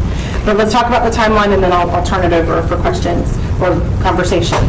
We've already hosted a lot of our in-person and virtual sessions, but we're going to continue hosting additional sessions. So here you see the layout. We did update the website over the last couple of days to make sure it reflected all the information we've already collected, specifically related to Morrisville High School in the eastern part of our county. We have launched new thought exchanges that are a little bit more general in nature, not so specific to like a new high school. And we're targeting the northern area and the central and southeastern areas of the sort of city center, if you will, to try to garner their feedback and learn a little bit more about what's important to them. So we will host virtual sessions that match those thought exchanges on May 14th and 27th. If anyone was on the website prior to this week, you might have seen different dates for those May sessions. We pushed them back a little bit to account for this shift in the calendar conversation to make sure there was plenty of time for us to know what was happening with those discussions before we hosted those assignment sessions. June 2nd, but I'm hearing that might not be possible, but June 2nd, we had planned to come to you during a work session and give you an update on the public engagement. If that's not possible and it's amenable to the board, we'll at least share it with you and get it posted to the website. That public engagement summary report, we could at the very least get that out to you so you could start reviewing that information if we won't have time for a formal presentation. And then as far as the board timeline goes, our goal would be, again, to finish up the conversations on calendar conversion, hopefully at your next board meeting on May 19th. Hopefully be able to have a touch point with you in June. If not, we'll do it, through email. Then September 1st, we would come to you with the initial draft for the 27-28 plan. As a reminder, this is a schedule we've adopted for a couple of years now that gives us a good 6 weeks between the initial draft and the revision, and that also allows us to put in that open house that has been very, very popular. Families have really appreciated us having those open houses, especially those that are going to go to the new school. And then on October 20th, we would come back to you with any revisions as well as all of the feedback we captured. We would propose that that be the time that you have your public hearing. Again, that was a change we did last year in response to community feedback. That way that gives you as a board and us as staff plenty of time to assess and review any information that's collected during the hearing before we bring you final recommendations on November 17th. And then that November 17th gives us plenty of time to support families before the Thanksgiving holiday, to be able to get them some information, and then especially those that are interested in the stability transfer, it gives them a nice window to get all of that taken care of before they leave for the winter break. And so that's, just as a reminder, the reason for this particular schedule. We're obviously flexible, but we like this one, so if you could, if we could keep it, that would be great. And with that, I turn it back over to you for any questions, thoughts, ideas. Mr. Haggerty. Thank you. Ms. Boyd, thank you. It's always a lot to squeeze into a succinct presentation, but as always, you do a very good job of it. I wanted to highlight one important area for the board, and then I had just two questions. Everyone, you saw slide 37, and even though there's not any specific school names, specific schools named, this is a really important slide. And if you look at this slide, and I'm going to give you a new number, and look at that in the context of slides 15, 16, and 17. There you go.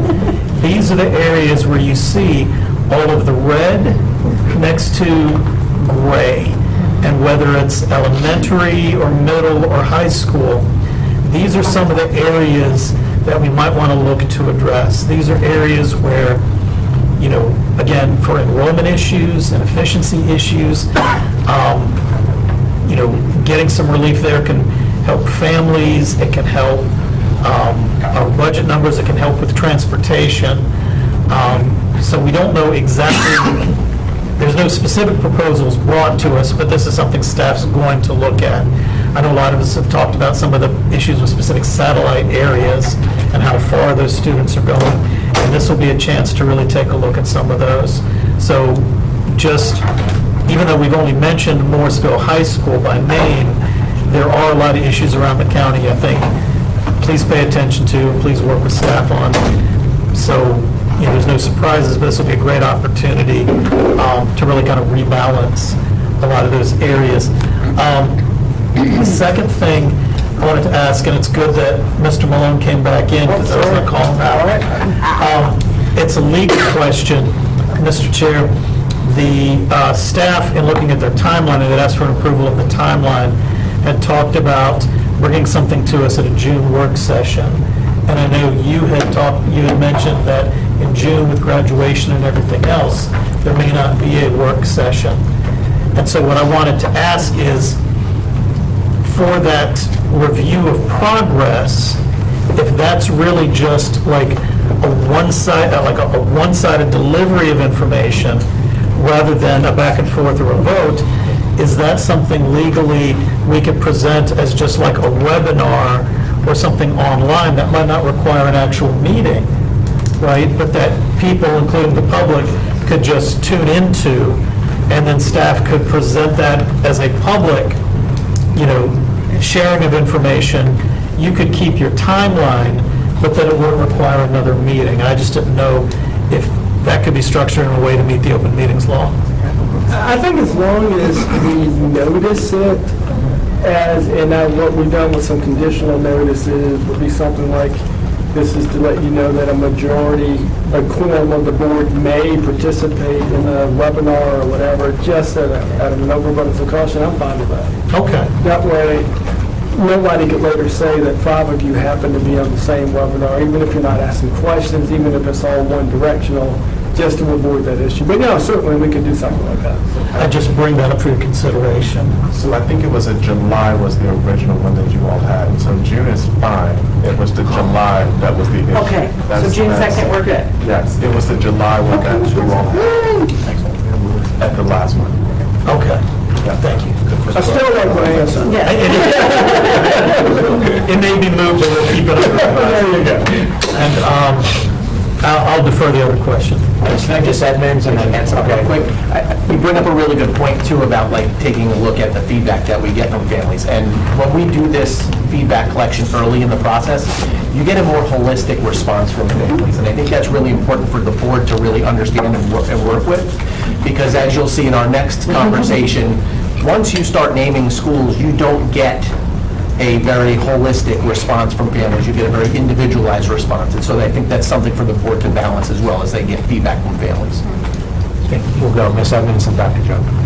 So I'm on the assignment website, your favorite website, and I see the May 14th and May 27th. I see the links, but I don't see what time those are. Okay, thank you. We'll get those updated. They'll be 6 to 7:30.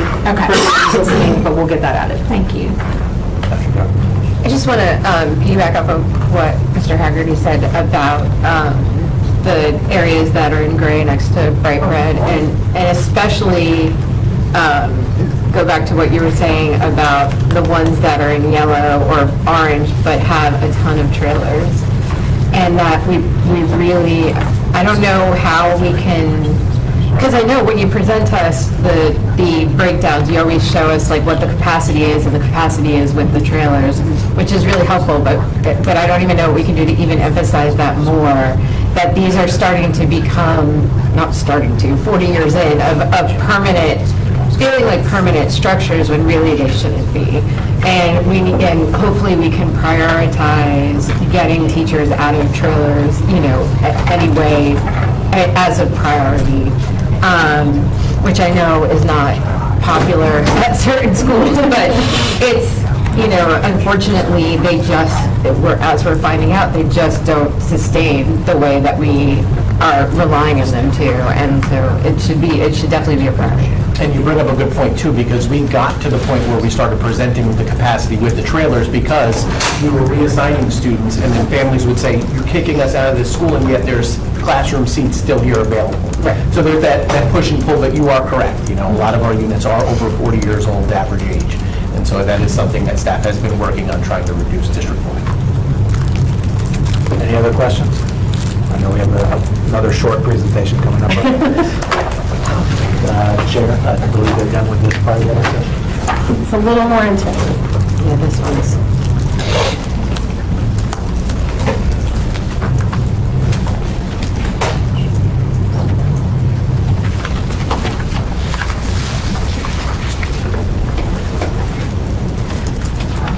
Melissa, Glenn's handing out something that we're doing in addition, so he's going to hand it to you, and then we'll have copies for the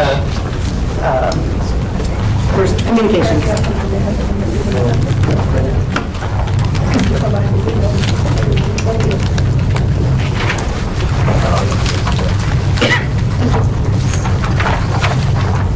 As we were preparing for today, we realized a visual would be really helpful for one of the conversations, and didn't want to miss out on the opportunity to do that. We've got Melissa, again, Jordan with us. She's our Director of Long Range Planning. I think you're starting to get familiar with her. She's been with us since November, a wonderful addition to our team. And Pam's with us to help out, as always. Are we ready?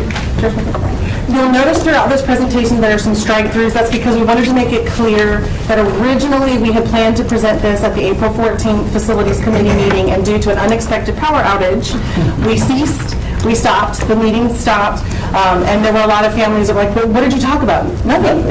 We delayed it, we postponed it. So I wanted, if anyone was looking at the April 14th presentation, to see that we did go ahead and do some technical updates, but I wanted to make it obvious that if you had them side by side, what those changes were. So it's not that we forgot to take them out, it's that we were intentional in letting people see that this is a revised presentation that was originally intended to be shared at a facilities committee meeting on April 14th.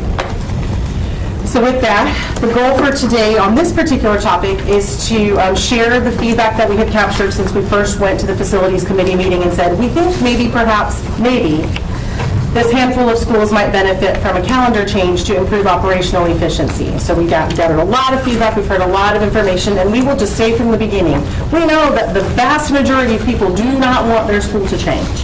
We actually had someone in an information session say, why don't you poll us? We don't have to. We know that as teachers, as as family members, you've become very accustomed to the operating calendar of your school and you like it. The challenge for us is, as we try to find ways to be more operationally efficient, what should we be thinking about and how this will impact your families before we make any final recommendations. We will then also talk about those recommendations, our next steps, and then obviously open for a time of conversation. You know I like to anchor in policy, so as a reminder, this is anchored again in policy 4150, however, it's section A1D, operational efficiency, where we're working to minimize our under-enrolled schools is really what we're talking about in this particular presentation. As far as the anchors to the strategic plan, it's our family and community engagement, our equity-focused practices, and our effective operation services and facilities. So we are now going back in time to the 26-27 school enrollment planning process, and we're right here in step 6, and we're here to make recommendations to the board based on the data and the feedback that we've collected to date. There are embedded in the assignment planning website in step 6 is the link to all the information about this, but we also know it's helpful for people to have direct links and not to have to click twice. So we're putting the direct link to the calendar conversion page here as well. So feedback received from the recent public engagement activities. So we hosted several engagement sessions for families and school staff to gain additional feedback and insight, and I know Glenn is partnering with the principals of potentially impacted schools to have additional follow-up with staff about maybe more HR type questions that shouldn't be answered in an open setting. Where are we at today? So when you first were given this information, we had a total of 231 views of our videos, but now it's 366. So the total participation hasn't changed. We sent out a total of 8,863 student invitations, so the student IDs that were used to target families because they either are in the base attendance area, assigned or not assigned, we didn't care. If you live in the base attendance area for the school, you received that invitation, or if you lived in the base attendance area for one of the elementary schools that feeds into one of the target middle schools, they received an invitation. I'm sorry, just super quick question. Email or mail? We use whatever they've signed up for through Infinite Campus. So they might have gotten an email, they might have gotten a text message, they might have gotten a phone, it's whatever they've signed up for. We cannot afford the postage. No, I understand. So we stopped snail mail a while back. And then we also gave, for this particular series of sessions, we gave the principals of the schools something they could send home in their principal messages as well, because we know sometimes they might read their message before they read ours. So we made sure that we did a multi-pronged sort of approach to getting the messages out there. So with that, we had a total of 299 individual participants show up for at least 1 minute to all of these sessions, to the combined total of the sessions. And then we saw a real big jump in the total number of views during our sort of delay period between the April 14th presentation and today. So we do know that recording these and posting them is a valuable resource for families and community members because they can look at these at an asynchronous time frame. So our total views is 366 as of April 28th. We expect that to climb. And then the total participants were 299 for an overall of, I forgot to update the 530. I promise I can do math. So that's way more than 530 total participants. That's what we had as of the 4/6 date. So 665 would be the total views and participants combined together. I apologize. So let's start, we're going to do this regional approach because that's how we did the information sessions. In the northeastern area, so that would be the heritage campuses. What we heard in the session via the questions they posed was that they want stability. Some of them feel like things are changing at their schools every few years, and so they just want stability long-term. There were concerns about the enrollment projections we were using and whether or not they were fully incorporating all of the information, particularly from areas like Wake Forest and Roseville. There was a preference for less disruption. Let's maybe do a boundary adjustment instead of changing the school calendar. Could we approve more transfers into the school? We'll kind of approach all of these. There was the year-round preference, which I opened with. We know that a lot of families really have become accustomed to and like, and even feel like it might even support their students learning better. There's the potential for overcrowding. There was a concern that if we went to the single track too quickly, that perhaps there'd be more students enrolled than could fit. And then there was a potential for unintended outcomes, really just what happens if families leave as a result of this, maybe teachers would leave as a result of this, perhaps school programs would shift and change. So just what are those potential unintended outcomes that might happen when you change how a school is functioning? We did set up the thought exchange in a way that would separate out the parents and community members from the staff. So we'll start with the parents and community member responses. We had a total of 204 participants post 319 thoughts with a little over, or just under 6,000 total ratings of those thoughts. 62% identified as being a member of Heritage Elementary, and 83% said that they were part of Heritage Middle. As a reminder, that's a multi-select, so if they had students on both campuses, they could have selected both, which is why it would add up to more than 100. And then as far as the distribution, not surprisingly, 97% said that they were from the northeastern part of the county.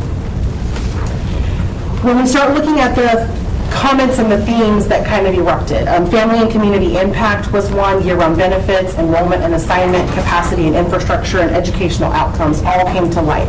As a reminder, on our website, there is a link to the interactive version of this, so a person could actually click on that bar and then see all the thoughts and comments that are associated with that bar. So anyone who really wants to dig into this, you could use that interactive report for that.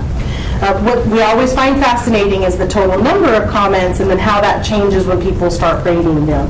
So when we looked at how this shifts, the educational outcomes, which originally was, I'll just quickly let me see the difference there, was on the far right, the lowest total number actually ended up with the highest overall rating. And I will say that if the rating is over a 4, that means that as a community, there's probably general consensus around the idea. When it starts to slip closer to 3.5, that's where you can kind of feel like there might be a this side, that side kind of situation. So there seems to be some consensus of the participants that all of these areas were important because all of them had a rating of at least 4 or higher. Some highlighted, these are the exact 3 top thoughts that had the highest ratings throughout this particular section of the thought exchange. And so you'll see, hey, these are top schools. Why would we change something that's working? We've got some concerns about what we're seeing when we go to our economic norms in our community and what you're showing about space availability for students. And just what we've seen a lot about year-round calendar. I will say we've seen this comment go on both sides. For working families, we've had some say that the year-round calendar is helpful because it allows them to plan for shorter breaks in incremental spaces. We've also heard from some that say it might be cost prohibitive because summer trackouts or summer camps tend to be a little less expensive per week than those trackouts that are happening during the year-round cycle. And so we'll hear that same comment on the other side. But in this particular community, these were the highest rated thoughts. When we looked at the staff presentation, or staff information, we had 66 staff participate, or individuals who said that they were staff. They posted 72 thoughts with 991 ratings. And this is a good proportion of the total number of staff across 2 campuses. Relatively even split, roughly 60% said that they were either at the elementary school or the middle school. And then 86% said that they live in the northeastern area, which is kind of cool to know that our teachers actually live in the area where they work. But then there's a little bit more of a distribution because obviously not all can live as close to school as others can. The topics and the themes, we made sure we balanced them so that we could have a sort of a look across the bow. So the same themes emerged, but year-round benefits came up as a much more highly by number and frequency of thoughts, and family and community impact. Interestingly, when they switched, educational outcomes became the first and most highest rated thought. When we got down to capacity and infrastructure, there was less agreement. It's not bad, it's just under 4, so I would say that there's consensus among the staff across all of these themes.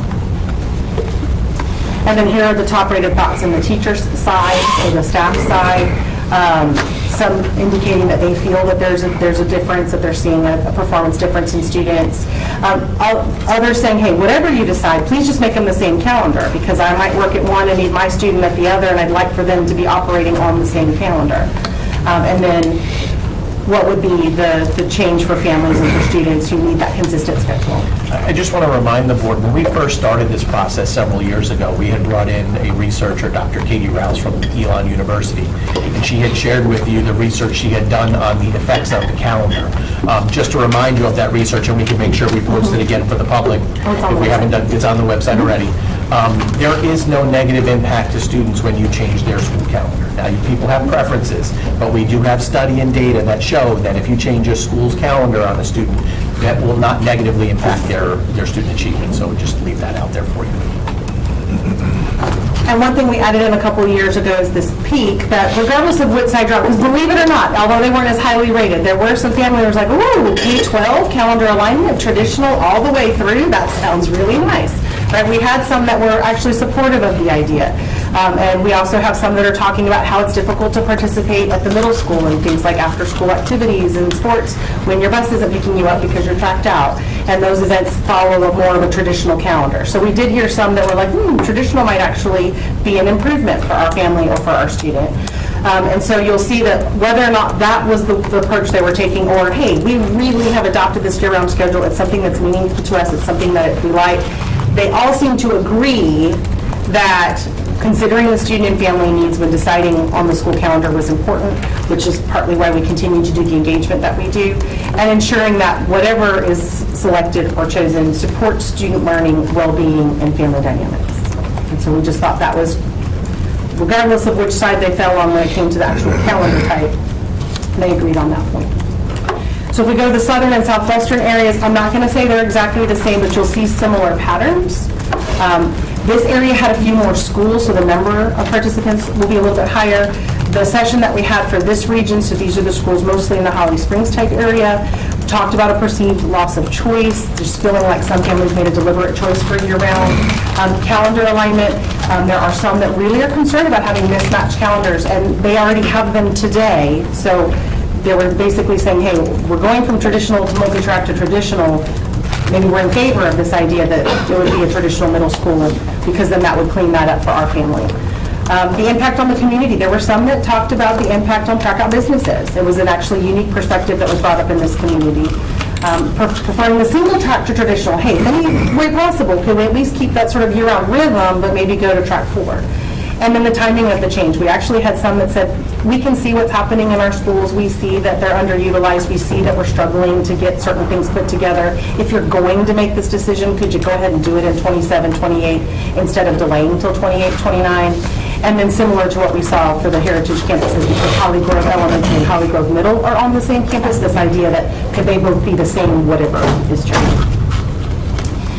For the thought exchange for this particular area, again, focusing on the parent and community member feedback, we had 480 participants and 536 thoughts with over 12,000 ratings.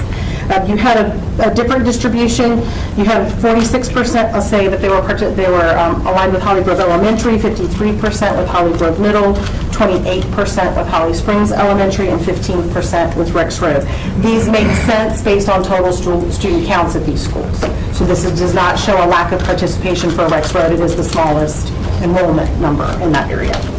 Not surprisingly, the vast majority said they live in the southwestern area. And then the themes that came out for this area, again, focusing on the parent and community side, were family impact, year-round benefits, and you noticed a big drop in those other. It was like we were having a real hard time coming up with other themes because it was really focusing on how does this impact our family and what are the benefits of the year-round calendar. When they started rating thoughts, however, this one wasn't quite as over the floor line, right? This is because you've had more of the, we can see the benefits of the traditional. We can see how this might help our student. We kind of get it. Or we can see that the track 4 in a couple of the track 4 areas, because there are some schools in this region that we were talking about maybe a track 4 change. But there is relatively consistent rating across all of them, and so that's just something to think through. The top comments that came out of the parent and community side were that their child benefits from the breaks and loves the schedule. Whatever they'd like for the Holly Grove Elementary and Holly Grove Middle to stay on the same schedule, meaning we want, whatever you decide, just make them the same.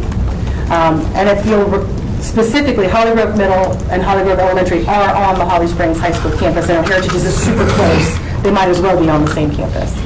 And that, hey, public schools need more funding. And so when we look at the staff side of it, again, the number of participants makes sense because there's 4 schools involved instead of 2. So we had 125 participants, 147 thoughts, just under 3,000 ratings. Again, a similar distribution across the schools in terms of schools they identified with. And here you see a little bit of a split, 71% saying that they're living in the southwestern area and a few more saying that are in the southern Wake area, maybe closer to Fuquay. But again, it is good to see that many of our staff say that they live near their school. Here then you see how their themes fell out. The staff and teacher considerations became the much higher comment capture on this one. And then when we balanced it out with the ratings, the year-round benefits really become important. Again, even amongst the staff group, you start to see a trailing effect where a couple of these don't quite get above 3.5, so that means there's a little bit of a one side or the other on this particular topic. So it's not as consensus-oriented, if you will. The top-rated thoughts from the teachers, we're talking again about the benefits and the concept of a summer slide, that the term some have used. Some people saying, hey, all track 4 works great because then at least all the staff are on the same calendar. We can handle some of those equity issues when it comes to class scheduling and resource support. And then year-round beats traditional every time. So similarly, if you had some that were supporting the traditional schedule and some that were supporting the year-round schedule, either way, they had some common ground, very similar to what we saw in the Heritage area or the Northeastern area, and that's that considering the impact on the families and the community when deciding the school calendar, and make sure that whatever changes are made are in the best interest of students' education and well-being, and that is crucial. The northwestern area was then the sort of, it spanned a little bit from Morrisville up into northwest Raleigh. That was the Briar Creeks, the Carpenters, the Morrisville, Sycamore Creek, and I'm missing one. Sycamore, Briar Creek, Carpenter. Pleasant Grove. Pleasant Grove, thank you. So in this area, when we had that information session, slightly different topics, crowding concerns. There were kind of, hey, well, if we do reduce the tracks, does our school become too crowded? Hey, our area has been growing for a while and having new schools added for a while. We've had a lot of reassignments. Can we stop with change? Enrollment projections, just saying, hey, there is still future development in this region. Are you accounting for that? Again, just wanting to know the sources for that information, and we can address that as needed. Preference for year-round. Impact on future siblings. I will say this community is really big on making sure that there's a plan for the next group of kids that are coming in after. If there's an older student in school today, what's going to happen to that younger sibling? So we want to talk about that with the stability rules. And then just, again, reminding us that there have been regular adjustments in this area, and we keep that in mind when recommendations are being made. For the parents and the guardians in this particular area, there were 274 participants with 280 thoughts, just over 5,000 ratings. We had a relatively even distribution. We did see a very low participation rate at Briar Creek. We checked in with the principal. The messages went out. So we'll continue to engage that community as much as we can. Most of them said they were in the northwestern Wake or northern Wake area. 24% saying they were in western Wake. That all tracks with the enrollment areas for the schools that we're talking about. The calendar consistency and family impact clearly came up as the highest number of thoughts, with learning retention, community growth and capacity, and teacher and staff well-being being addressed, but with maybe fewer thoughts. When they started rating them, the teacher and staff well-being actually became the highest rated set of thoughts. So that was, and this is from the parent community side. So that's an interesting just perspective that's a little bit different, and that's why it's so important that we do these regionally, right? As much as we want to talk about things as a district, sometimes it is important to get that regional view. You'll see a lot of consensus around the teacher, staff, and well-being and the learning retention. It slips a little bit with the community growth and capacity, and then the calendar consistency and family impact, just a little bit less consensus. But by all means, all of these are 3.5 or higher, so I wouldn't say that they're terribly divided as a community on any of these areas. The highest rated thoughts you see here talk about the summer camps being full and expensive, and that the year-round gives working parents more childcare options, unique perspective. Considering the benefits of the year-round learning and the family scheduling, we've seen that across all 3 areas. and that the kids love the year-round, and it helps with finding camps and coverage during shorter breaks. So just some of the logistical family calendar issues that we've built our life around this type of schedule, so changing is just something that we don't want to enter into lightly. When we look at the staff in this region, 102 participants, 95 thoughts, just over 1,500 ratings, a similar distribution across the schools, and again, a similar, where I live kind of outlook.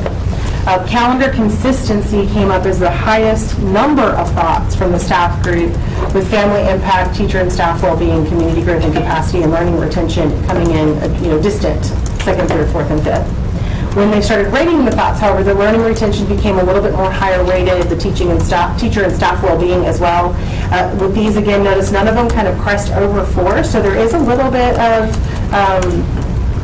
divergence in this group, but still everything has a relative importance. I'm not going to say that they're not in consensus, but there is some divergence of opinion probably in these categories. And then, of course, you have your top 3 thoughts for the staff in this region. There's some considerations about, we will address that second one in a one-to-one kind of staff meeting, but there are some concerns about the PACE cycle schedule. So just as a reminder, our staff that are assigned to a multi-track year-round calendar or even a track 4 calendar get paid in 12 installments, and everybody else gets paid in 10 installments. So that would just be a shift. They still get the same amount of money, it's just fewer checks, and they have to think a little bit more about saving for that month, but they don't get that, especially that first one, 1st July. That'll be a big shift for anybody if they go traditional. If they go track 4, that will impact them if they go traditional. And then again, your common ground across all the groups. Both sides agree on the importance of stability for families and students, so that is a unique hallmark for this one, and I think it's because of the rate at which reassignments have happened. Whether through a traditional or year-round calendar, we're maintaining a consistent schedule that aligns with family needs and minimizes disruptions is crucial. So that is a slightly different common ground for this group than maybe for the other 2. So here's where we are with all of our information. Our calendar has been popular. We had over 1,000 additional views between our April 14th intended conversation and today. So we do know it's working. People are going there and using the resources that are there, which is, so we're going to continue to put effort into making sure that that's functional, it's easy to read, it's easy to access information. And then you can see with our online forums, all the participants and thoughts that we captured there. So all of what we've shared with you is available on our website to include those interactive reports. Okay, good. So, any questions on the first half of the presentation? Thank you, Vice Chair. There's a lot to absorb, and as you start reading one thing, your mind starts going, well, what is going to be the impact on this school or that school? I want to, in case I missed it, so what's the timeline on some of these in terms of board action? Or is it still under development, or do you have an estimate for when you might bring something? They're going to be reviewed. Are you going to? Our plan, that's in here, but our plan was to follow the schedule that we had set so that by May 19th, you'd be ready to receive some final recommendations at the work session and take a vote. Because we do know for families, knowing in May, and really for staff, knowing in May, especially if it's going to be a 27-28 implementation, is really, really critical to making sure they can be financially prepared for each. Okay, I just wanted to be clear on what we were doing when and when it would. Yeah, so today we're going to give you an initial set of recommendations that you kind of had a chance to look at because they were loaded into the facilities committee meeting. But we want to give you those, sit on those. We'll have an additional information session with the community and then bring you final recommendations if there are any adjustments needed at May 19th for you to consider. Just to follow up, and so then in terms of board feedback, what do you want when today? Today. Okay. All right. But we haven't got to recommendations yet, so there's nothing to get I think questions about what's coming, wait, this is about comments, Ms. Kaufman. Yes, thank you. One question I have for this portion, and I don't think it is in the second portion, but if it is, just remind me. Sure. How much staff, when you're talking about the options between switching between tracks and traditional, how much staff is in the year-round versus the traditional? That comes up in the next section. It does, okay. I was looking for, go ahead. All right, we're ready. All right, so the recommendations.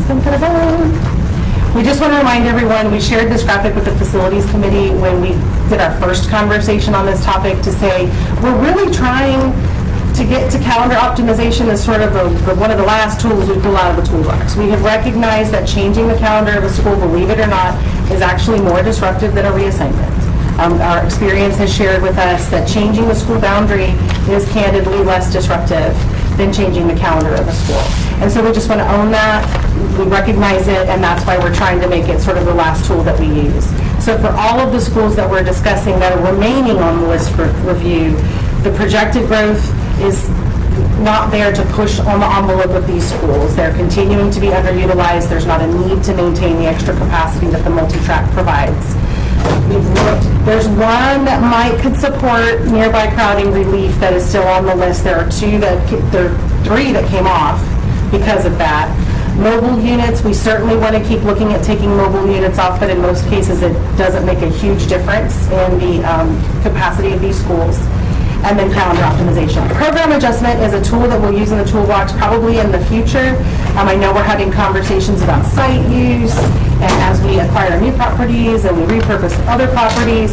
So that's not today's conversation, but that is something that's in our toolbox, is when is it time to look at a site and say it needs to be repurposed.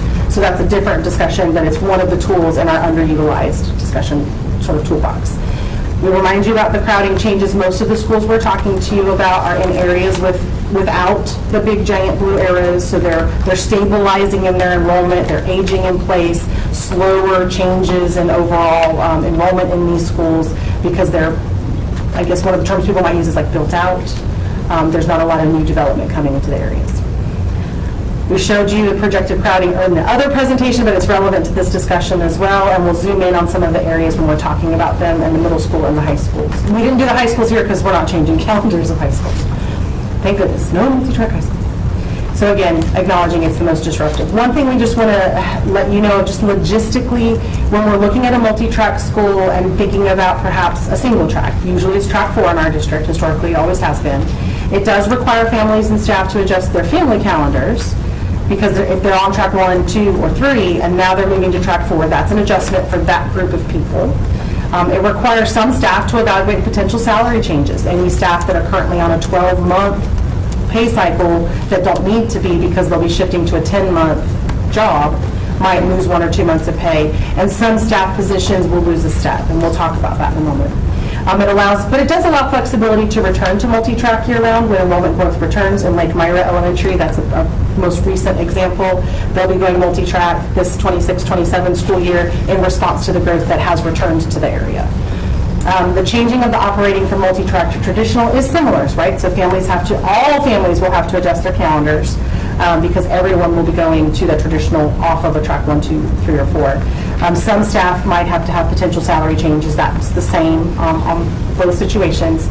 And in this case, because all of our high schools are traditional, it does allow for K-12 calendar alignment for families. That was something we didn't have in our original presentation, and we just wanted to share that. And that is something that a lot of families have asked for, is consistent calendar alignment. Originally, when we brought this to the Facilities Committee, we were looking at this entire list of schools, and we will talk about each one of them, but there's a handful of these that we're no longer recommending. We think that there are other solutions we could use that are less disruptive than a calendar change. And here, Ms. Caulfield, is where we start to address the staffing changes. So on slide 58, we will give you some more financial details once we have our conversation today and know where you're kind of thinking. But what we got from the budget office is that at the elementary level, it's anywhere from a reduction of 11 and a half to 14 and a half months overall across these very specific positions, largely because they go from 11 or 12 month to 10 month. Or in some cases, because we over-allot at the multi-track level to account for the fact that the resources have to be distributed across multiple tracks. And so reducing that over-allotment. So it's a specialized allotment. With the middle schools, the range is a little bit broader for the 2 schools we're looking at. It's anywhere from 22 and a half to 35 and a half months of staffing that is reduced. It's not none of these are whole positions. The interesting point, you'll see one of those says +8. That is not a typo because of the way that we allot counselors for traditional versus multi-track is a little bit different.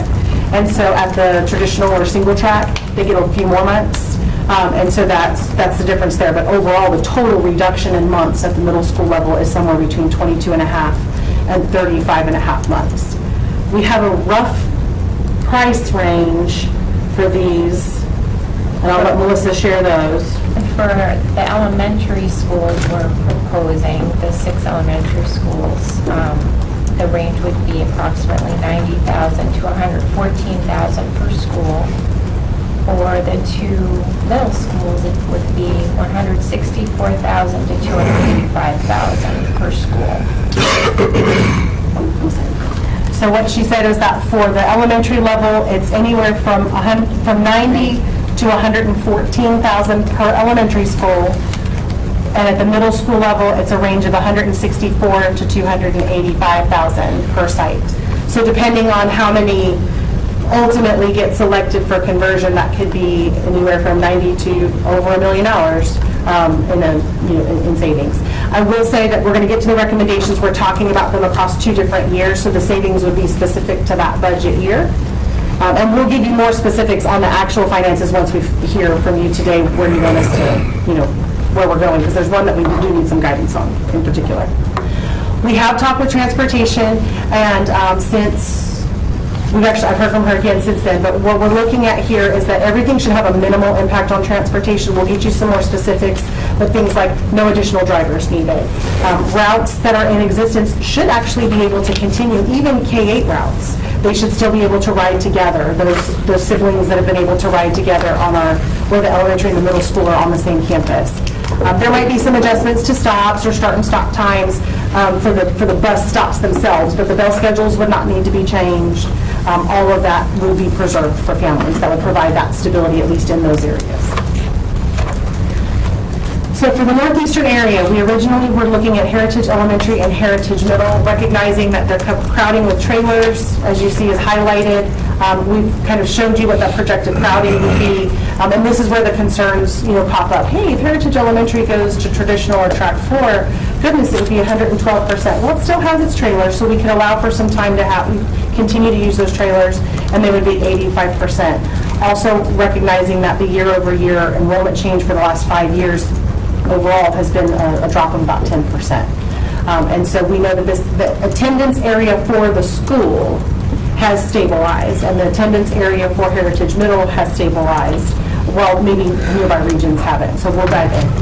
I won't spend a lot of time on these slides. I think y'all have read through these, but just reminder that Jones Dairy Elementary is another elementary school in the region that does feed a large portion of its students by base assignment into Heritage, and they need to remain on multi-track because of the level of crowding that they have. So just our thoughts about Jones Dairy going from a multi-track elementary to a track 4 middle to a traditional high school could be very disruptive for families if they have students on both campuses, because they might have to be on track 1, 2, or 3 at Jones Dairy and then have that middle school sibling on track 4. We wouldn't be able to guarantee that alignment. So that's just something to think about with the Jones Dairy impact. Here's where you see, and this is what makes this area a little bit different than maybe some of the other areas we're going to look at today, is that there is growth in the region. Right, and this information comes from all of our municipal partners. They share with us that it's not in the attendance area for the elementary school or the middle school where their boundaries are correctly drawn. These are in boundaries for other schools, which is why you'll see we have some options for this region. At the elementary level, you'll see that there are some schools that are starting to get kind of full. Richland Creek, Wake Forest Elementary is doing a really good job with its magnet program and drawing in students. Roseville Elementary is getting a little bit crowded. Sanford Creek is getting to 93%, but they are operating all 4 tracks, so we could go ahead and expand and open up track 2. Jones Dairy is similar. And then you see Heritage Elementary and North Forest Pines and Wakefield that all have some available capacity. So the elementary level in this area is just something for us to think about, because there is growth kind of happening north and east of the school. So would it make sense to have a split campus, which is what the community said they don't want, but what we're doing. So just to give you an idea of what those look like on a chart form, this is basically that same map, but in chart form. There is some space in the elementary schools in the region to absorb some of that growth, but it's something to be thoughtful about when the growth is coming in the next 10 years. Remember, those arrows that we're showing you are 10-year growth arrows, so not all of them are coming tomorrow, and it's some of them could be 7 or 8 years out before all that development is complete. The middle school is a different picture. All of the middle schools in the area have sufficient capacity to absorb the growth that's coming, as well as to manage the enrollment that they have today. And they have very few trailers on their campus. In fact, we're already reducing some at Wake Forest Middle, and this accounts for that. Roseville Middle was recently converted to traditional calendar and is still under 80% utilized. So we have sufficient middle school capacity in the region. And here you can see that play out in the numbers, not just the dots.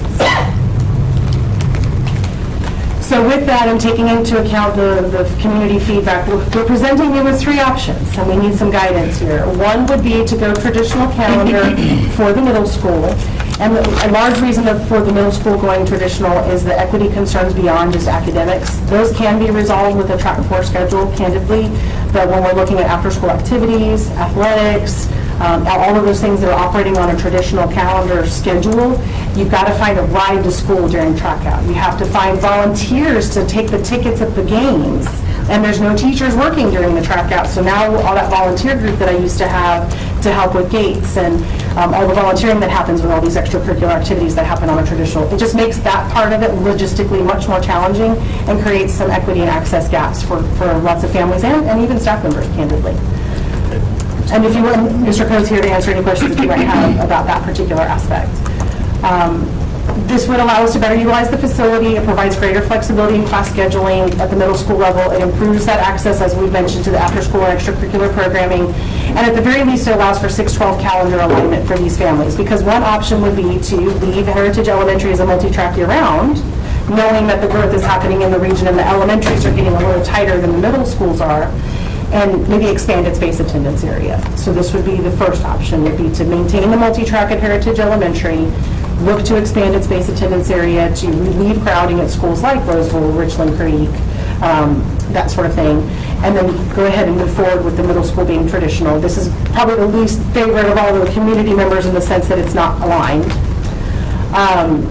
One would be to have Heritage Middle go traditional and then convert Heritage Elementary to a single track 4. So when the growth comes, we could expand to the multi-track, which we know we're not going to need to do at the middle school level. It still creates a calendar misalignment, but it's not as bad.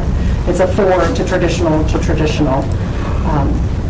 And then the last would be to go ahead and do the whole campus approach and have both of them convert to traditional and use the other area elementary schools to redistribute the crowding that's coming in the region and to expand their tracks. Because North Forest Pines is operating on a track 4 soon, right? So it could expand its tracks if needed in the future. And there are a handful of schools in the area that are not operating track 2. So there are some ways we could manage the elementary growth without having to use a Heritage Elementary if we need to. There's a lot of flexibility here.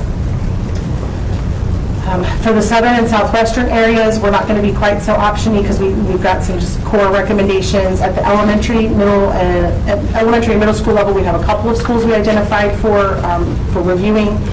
At Holly Grove Elementary and Holly Grove Middle, they're both located on the same campus.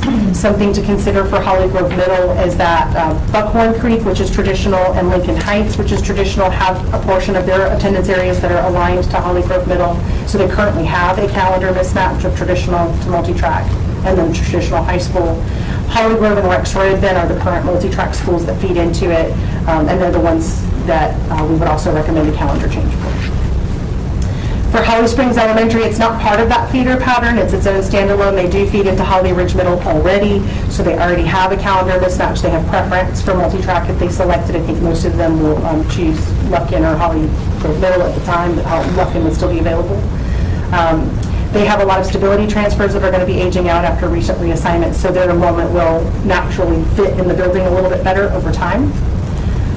Rex Road is our newest school in that region. It did open just this year, 25-26 is multi-track. We've learned from that experience, which is why we're recommending Hilltop open on track 4 only. And so for Rex, there's just, because of the slow growth model that we're using in this region, the developments have slowed a little bit. There's not a need for all of the multi-track at this time, so we would recommend that we'll talk about the recommendations for that one, but that's just something that makes this one a little bit different. So looking at the area, you can see most of the growth is north of these schools, not right around the schools. And so what we're thinking is that if you look at the elementary level, there is sufficient capacity at the elementary level to handle all of the elementary students in the region. And you can see that same information here in numbers. And then at the middle school level, it's a little bit different picture than the north. There are some schools in this area that are a little bit crowded. The proximity of Apex Friendship Middle to Holly Grove, particularly a portion of its attendance area that's south of 64, would be a good candidate to come to Holly Grove over time, but as long as it's multi-track, that doesn't make sense because the school is a traditional calendar school. So it's just something to think about in the long-range planning for this area.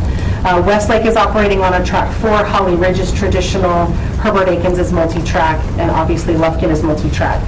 The other yellow dot that I don't see the name for is Apex Middle, and then of course Apex Friendship Middle, that's over 110%. So the thinking here is that there is sufficient middle school capacity if we just redistribute a little bit to manage it, even if Holly Grove were to go to single track or traditional. So here you can see that play out in the numbers.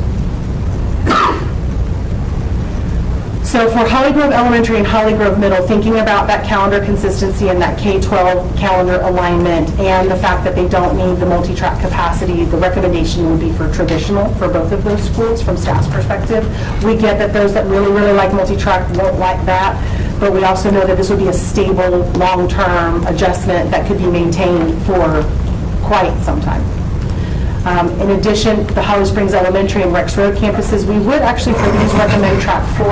Holly Springs Elementary is somewhat proximate to the new Viridia development, so it could potentially need to go back to multi-track if we had to use it to support the growth in that area. And Rex Road is sort of our last frontier. It's the last school we have heading out to that edge of the county, so any growth and development that would happen in that portion of the county would grow into this space. It might need to go multi-track again sometime in the future. We wouldn't want to have to build another school. When we look at the Northwest area, we were originally looking at all 5 of these elementary schools, Briar Creek, Carpenter, Morrisville, Pleasant Road, and Sycamore Creek. Based on some considerations we'll talk through, Briar Creek and Carpenter are, if you look back at this slide, they're the ones that would most not fit if they were to go single track or traditional right away. Like, we would have some issues, we have to wait a little bit or maybe even do some reassignments to get them small enough to fit into their buildings. Morrisville is also in that sort of same group, so the question was, is this too soon? Is it a little too early? For Pleasant Grove and Sycamore, it's a little bit different. Sycamore is interesting. It looks like it's overcrowded, but it's because of its current 4th and 5th grade cohort. That's part of the stability transfers from the opening of Barton Pond and all of that. So as they age out, the school is progressively, you'll see it has a 21% drop in enrollment over the last several years. So looking at this area, Briar Creek is currently not operating a track 2. It does have 6 mobile classrooms. There's not a lot of enrollment growth projected from new development, but we're seeing a lot of new growth in the area just based on people coming for affordable housing near the school. It does feed into Leesville Middle and Pine Hollow Middle. We would have to reduce the attendance boundary in order to get it to sizably fit if it were a single track or traditional. Carpenter is very much the same. However, they feed into Alston Ridge Middle, which is a multi-track there on middle school. And Parkside Middle is not opening in this region for quite some time, so it might just be too soon to make a calendar adjustment for this school. Morrisville Elementary, is the same. It feeds to Alston Ridge Middle.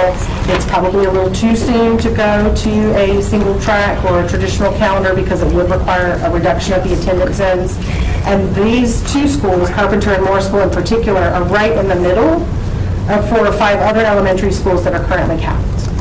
So a boundary adjustment would actually be a feasible solution for the crowding and underutilized concerns in the area.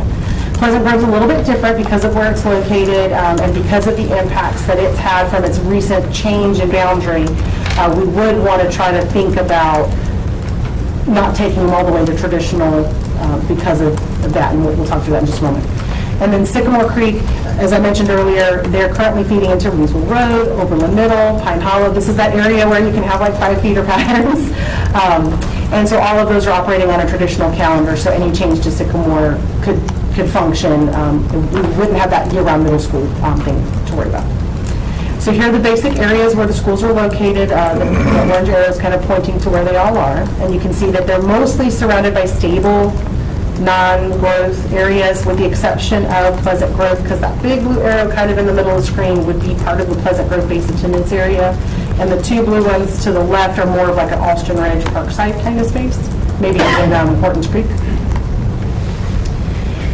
And you see here, there is sufficient capacity in the region in general. It's just not all in the right places. And we've seen a lot of, remember when we gave the forecast presentation, we've seen a lot of in-migration changes in this part of the county that are slowing enrollment growth.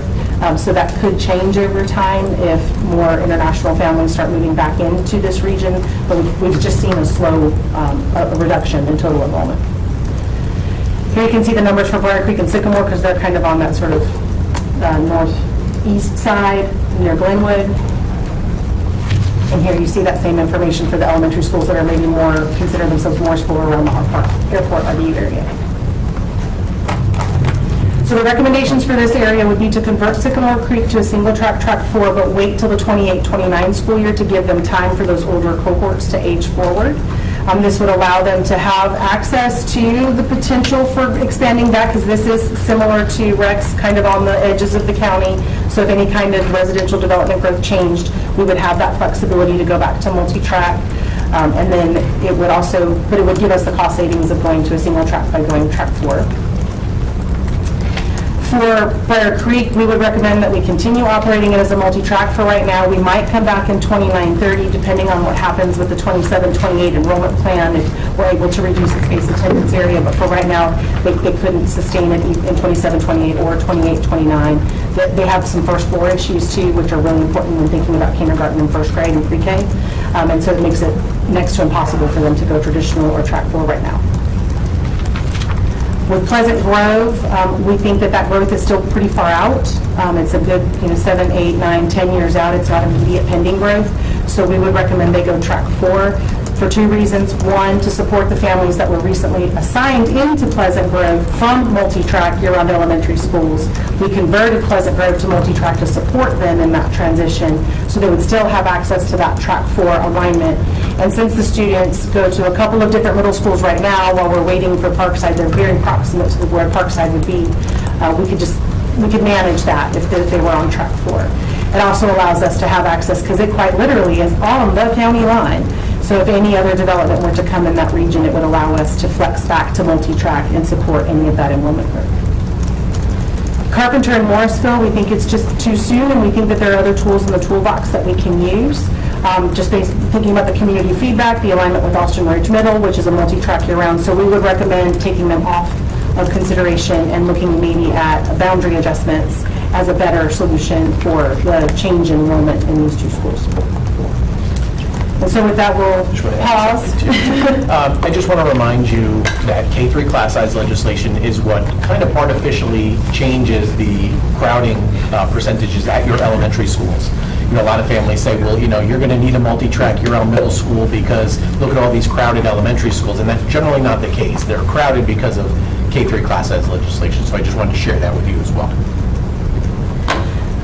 I'm going to say the stability rules was our first pass at them, and I'm not sure that they're worded in a way that makes sense to anybody other than me. So we'll keep working on them. But the idea would be if I'm a base student at any of the elementary or middle schools that are actually recommended for a calendar conversion, you just stay where you are. But if you'd like to stay on year-round and there's some year-round option near you that you'd like to apply to, we would give you priority for that. It's similar to what we did when Roseville Middle was changed. Anybody who wanted to stay on the year-round calendar at the middle school level who was already in it, they got priority to go ahead and continue in the year-round. Priority doesn't mean guarantee, but it doesn't. Based on space availability and all of that, of course. And then, of course, that would be without transportation. Then, of course, that would mean the rising kindergarten and 6th grade siblings could follow the same suit as them. So that's what this is intended to say. Then there's another group of students at our year-round schools that are there by calendar application. The board, many, many years ago, sort of developed this idea that families could apply and get some transportation to a calendar option. And some of these schools still have those students. So we would say that those students, because of transportation, would default be assigned back to their base so they could have a choice, but they would be part of that stability transfer period that we normally do for the enrollment plan.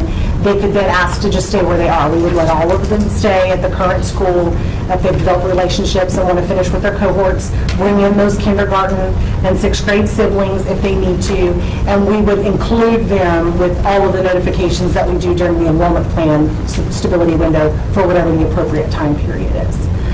We also would give these families priority for calendar continuity. Perhaps they wanted to stay on year-round, and rather than get the stability transfer, we would extend those same priorities for them if they wanted to stay on year-round at a different school. So again, it's very clunky. I'm going to keep working on how to write this up in a way that makes sense to everybody. It might be easier as FAQs, I'll be honest. But the idea is give everybody as much stability as possible in the school assignment and/or try to help them keep the calendar that they've come accustomed to, especially if they're going to traditional. They're going to track for, that they're keeping multi-track, they're keeping a year-round schedule, but if they're going to traditional. And I will say, I think I went a little quickly through some of the recommendations. Do I have a summary slide here? I don't. There are a couple I want to point out that we're actually recommending for as early as 27, 28.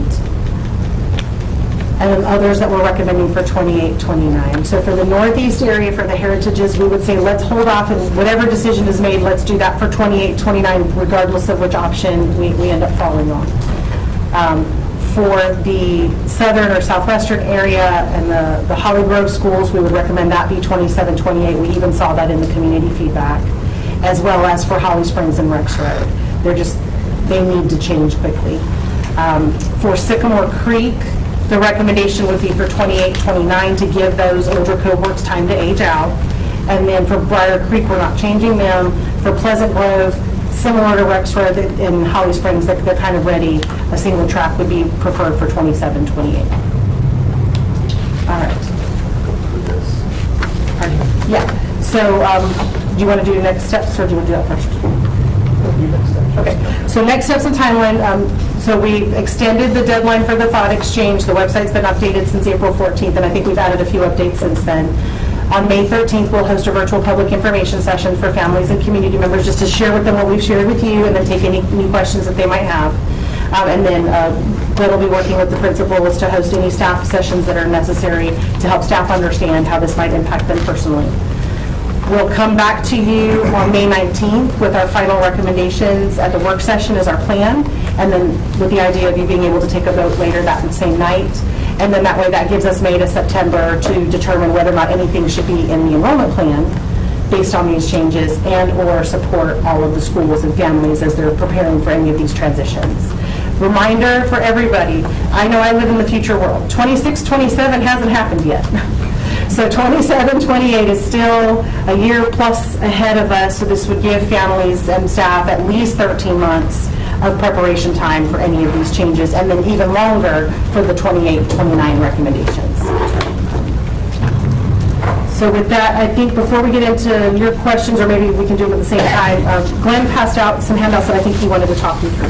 So I just wanted to give you a visual of what the feeder patterns look like. So when you look at the charts that we provided, started with Heritage Middle and Holly Grove Middle, and we basically just talked about those two particular middle schools because, as many of us have seen a lot of the emails that we've gotten from parents, we wanted to address some of the concerns that they brought up in some of their emails.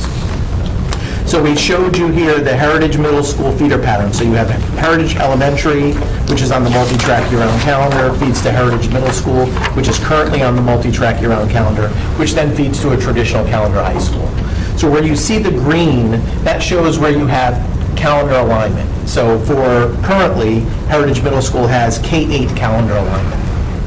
Holly Grove Middle School has 4 elementaries that feed to it, as Susan spoke to, Buckhorn Creek, which is on traditional, Holly Grove Elementary, Lincoln Heights, and Rex Road. And 2 of the schools have misalignment at the middle school. So they start on year-round, they start on traditional, they go to year-round on middle school, and then they go to traditional for high school. Whereas the other 2 have K-8 alignment. So then what I wanted you to see was the recommendation that came from staff. So remember we talked about the best feedback we get is before we start making recommendations publicly. A lot of the feedback you heard from families was provide us stability as much as possible, right? And so when you look at the recommended calendar alignment configurations, this is what Susan just walked you through and the recommendations from staff. You can see that Heritage Elementary would now have K-12 calendar alignment. And I'll pause there. We're still going through the 3 options. We just took the most severe option. Yep. And then Jones Dairy, which would need to remain on the multi-track as part of our recommendation due to the growth in the area, they would, instead of having K-8 alignment, they would move to 6-12 alignment. Very similar to what we did for families when we had Rollsville Middle School and Pine Hollow Middle School when we converted those schools. Those families at Sycamore Creek and Briar Creek lost their K-8 alignment, but they gained 6-12 alignment. Then looking at Holly Grove Middle School, you now have 3 schools that will have K-12 alignment, with only one school, Rex Road, having 6-12 alignment, okay? Then the last page that I provided is what we heard from families and saying, well, let's make us track 4. And I just wanted to give you that visual where you see you'll still have some misalignment with your feeder patterns. It's actually very similar to what you're seeing in the current alignment. However, Jones Dairy will now go, they'll lose alignment altogether. They will not have elementary K-8 alignment anymore. They will go from a multi-track year-round elementary to a track 4 middle school to a traditional high school, which is very disruptive for families. So I just wanted to give you that visual as you consider some of the feedback you've heard from families. And if you have any questions about this, feel free to just let us know.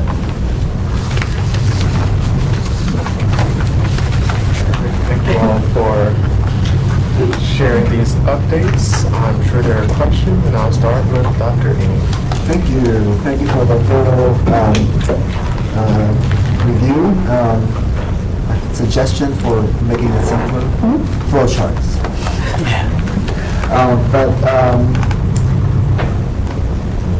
My question is, if hypothetically, if there was growth again in an area, what's better to go from a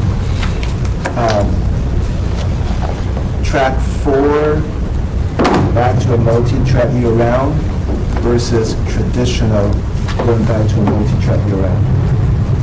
Yeah, we had, I would say track 4 only because they're on that architecture, and the family's gotten used to the track outs. It's still a lift.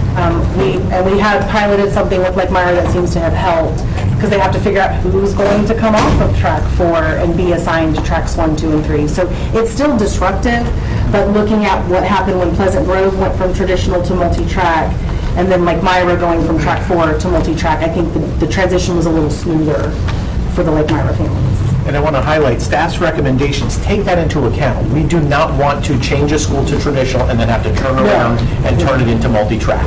So we're very conservative in our recommendations. So any recommendations you see from staff say, hey, we know that there's potential growth in that area, but we think we can handle it in other ways. Or, you know, if we think that there's an issue or concern, we're conservatively saying, let's keep it at track 4 instead of going to traditional. And can you clarify in my mind the difficulty for the what-if scenario for Jones Dairy, goes from multi-track to track 4 to traditional? Can you just... Because the number of students that'll be in an elementary, let's say grade 5, you'll have, and all of the students in the elementary school are likely to have a sibling at some point in time that will also be at the middle school. And so when the sibling goes to the middle school and the only option is track 4, and the family's been on track 1, 2, or 3 the whole time leading up to it, the ability of the elementary principal to move all of those families over to track 4 as the middle school ages forward, it's just not a realistic expectation.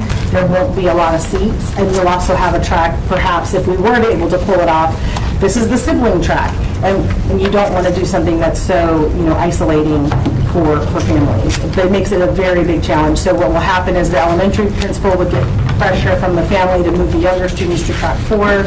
You probably wouldn't be able to accommodate all the requests, and you'd have a family who could be on track 1 and 4, or 2 and 4, or 3 and 4, and then progressing on to traditional at some point in time when they get to high school. It's just, it's not, practically in application, it can be very, very bad for families.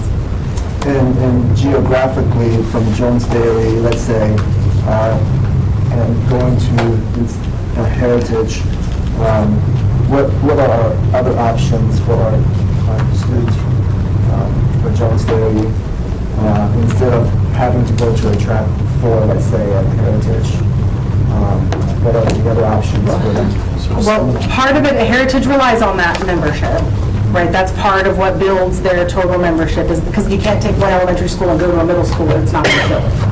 right? You need 2, if not 3 elementary schools feeding a middle school in those cases. But here are your schools in the region that have capacity. Roseville, Wake Forest, and Wakefield are all on traditional, but it would further under-enroll Heritage if you were to do that. But there are traditional options. Right. Okay. So if there was a misalignment, they could seek an alternative, correct? They could ask for it through transfer, certainly. To tradition. Certainly for traditional, yes. Mr. Vice Chair, Mr. Harry, you have a Dr. So I'm just wondering, when you do the evaluation, I see it in the northeastern area, but also there's a second school, like Heritage Elementary School. You're doing the evaluation with trailers, but without trailers, they would be well under 100%, which leads me to 2 questions, which is why are they using trailers to begin with now, and why are we doing an evaluation of not just the building, since they don't currently need trailers, according to the numbers? I will say, similar to all of us who have houses with extra rooms, when you have trailers and they're functioning, you use them, right? So principals just find ways to help them spread out, right? Maybe I don't have to have 2 intervention specialists in one classroom, they can each have their own room. Maybe I can have a dedicated room for PE when it rains. Maybe I can have PLCs have a permanent setup versus having to set up, tear down every time they go into the media center after school. So a lot of times they'll just creatively use the space that they have because it's available. But if the AC is not working, then they won't use it, right? Or if it's too far away or something like that. But that's usually what happens, is they find a way to help make things a little bit easier to, maybe my teachers don't have to track in and track out.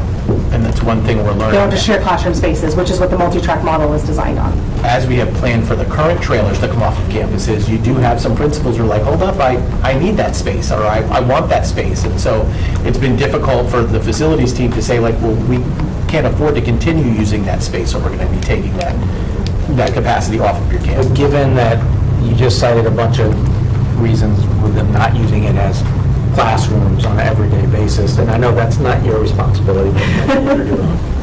I don't understand why we would evaluate it as if it's 93% full in the building, because as a board, we've talked about getting away from trailers. So I'm just wondering why we wouldn't just evaluate Heritage Elementary School, or any of them under 100% without trailers, as you can fit all these kids in a building. The complicating factor for this particular set of schools is that they're on the same campus. Okay. And we've learned from our experience, even with like the opening of Bowling Road, that when 2 schools are located on the same campus, the board seems to prefer that they operate on the same calendar. So we didn't want to intentionally create a mismatch without having conversation with the community first. Got it. Thank you. Thank you. And you can see the reduction too. They're continuing to have a reduced enrollment. So, just like reassignment, calendar changes always prompt, very emotional responses from the community. Understandably. And it's been tricky, in this role in my district, you have a Raleigh half and a West Cary and Morrisville half. Year-round schools have been a fact of life on the Raleigh half for decades. And out there, they're very, very popular. On the Cary and Morrisville side, where you have many more people moving into the area, they don't know what a year-round school is, and we hear a lot of, demands for traditional, and they've been unpopular. It's the same district, they're less than a couple miles from each other, but it's night and day reactions. So I know navigating public opinion on this can be really tough. The two schools in the northwest area that you recommended changes for, Sycamore Creek and Pleasant Grove, I appreciate that the Sycamore Creek changes aren't proposed until 28-29. Because, I do see new growth out there, within walking distance of the school. I don't know how other demographic changes will impact the area. I know that year-round at Sycamore Creek is very, very popular, but I also know that when we converted Pine Hollow to a traditional calendar, a lot of other parents want that calendar stability as well. So I think this proposal for 28-29 will give sufficient time to get community feedback. If you have to change it, I think changing it to track 4 is going to be the preferred choice of parents and staff out there rather than strictly a traditional. But I'll wait to hear more back from the community about that. With Pleasant Grove, you all know this is a special situation, and the families that go to that school have been through, the school now, have been through a lot of change and a lot of transition with reassignments and everything.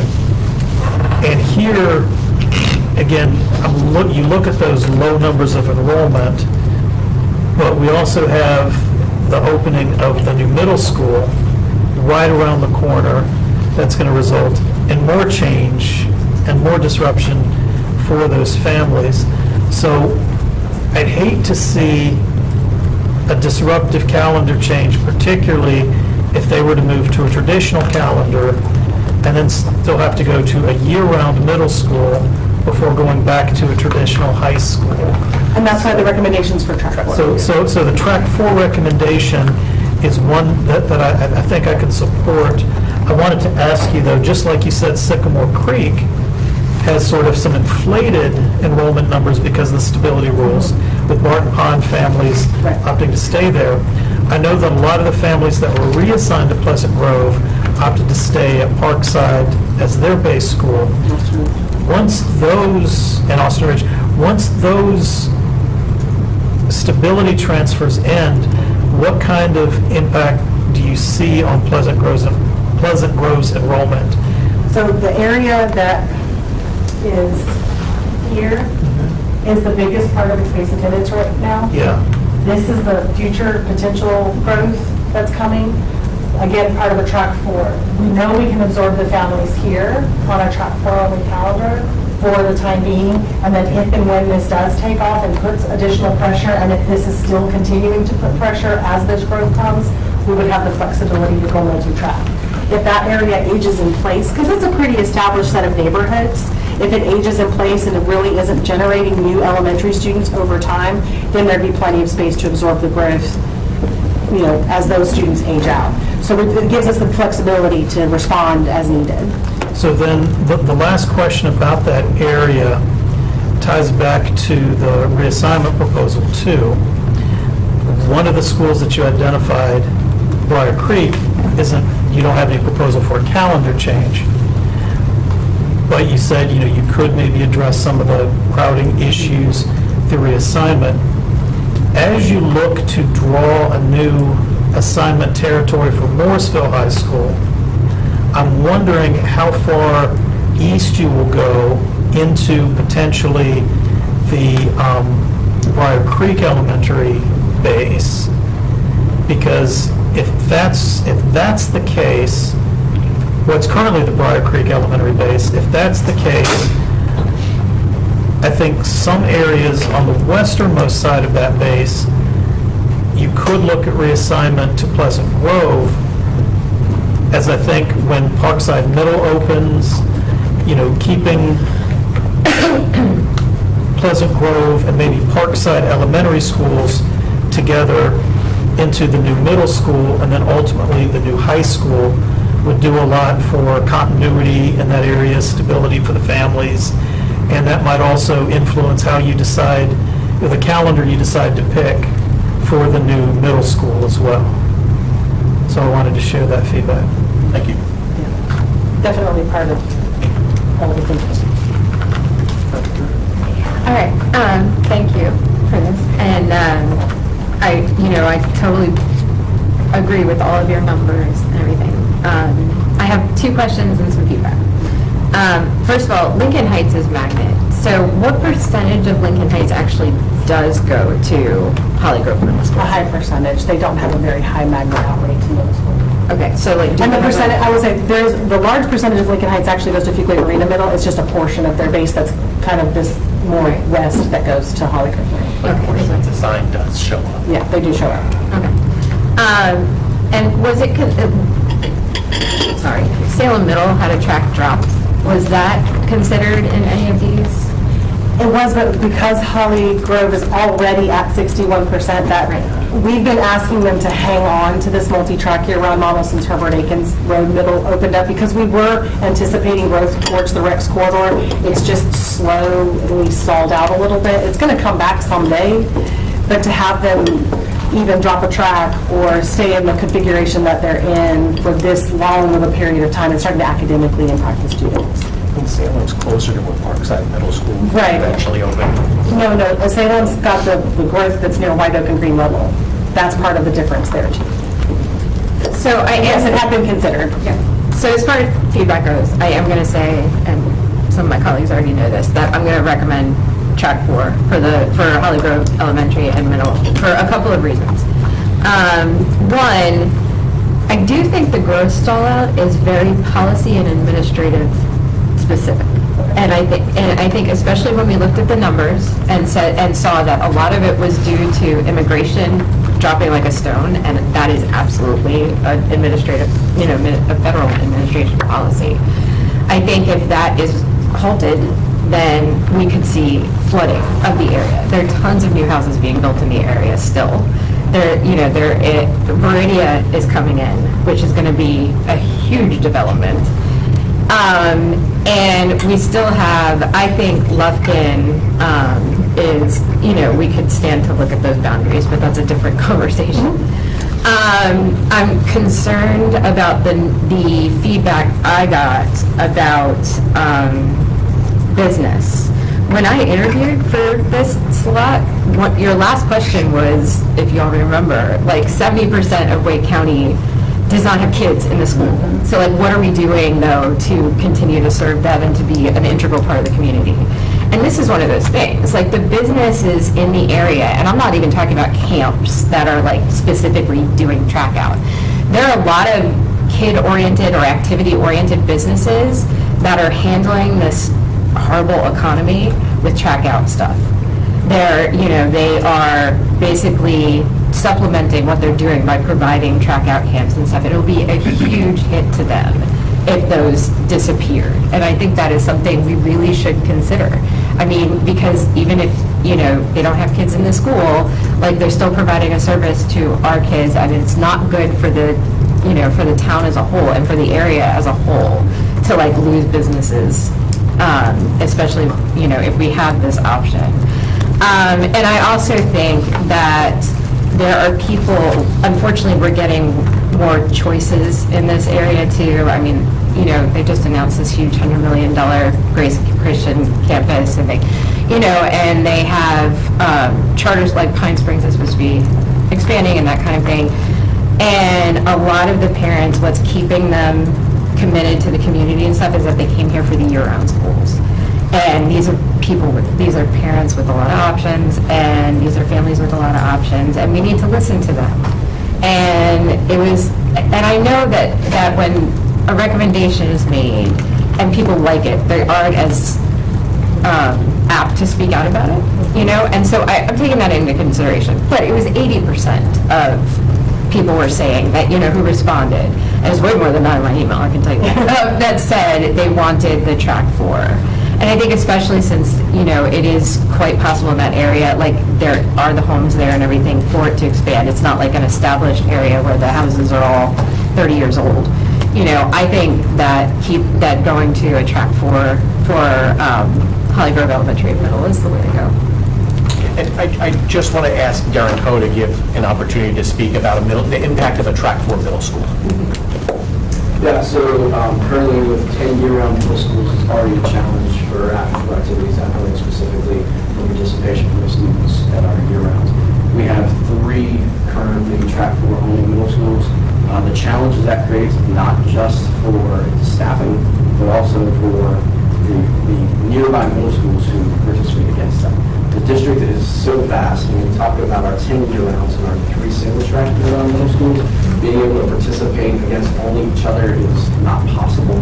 Just because travel patterns across the district, 45 minutes to close to an hour, and travel to those on similar calendars to participate, and playing games at 4 to 4:30 and other after-school activities, students sometimes can't get back to campus at all if they can't participate. And if they do, and we're trying to host a game with athletic departments and after-school activities that are funded almost solely by ticket sales and ticket revenue, people aren't coming to the games. So that is a challenge there. So it impacts not only the school, the track only school, but also the partnering schools in the surrounding community and their participation and attendance and context and availability of those students to engage.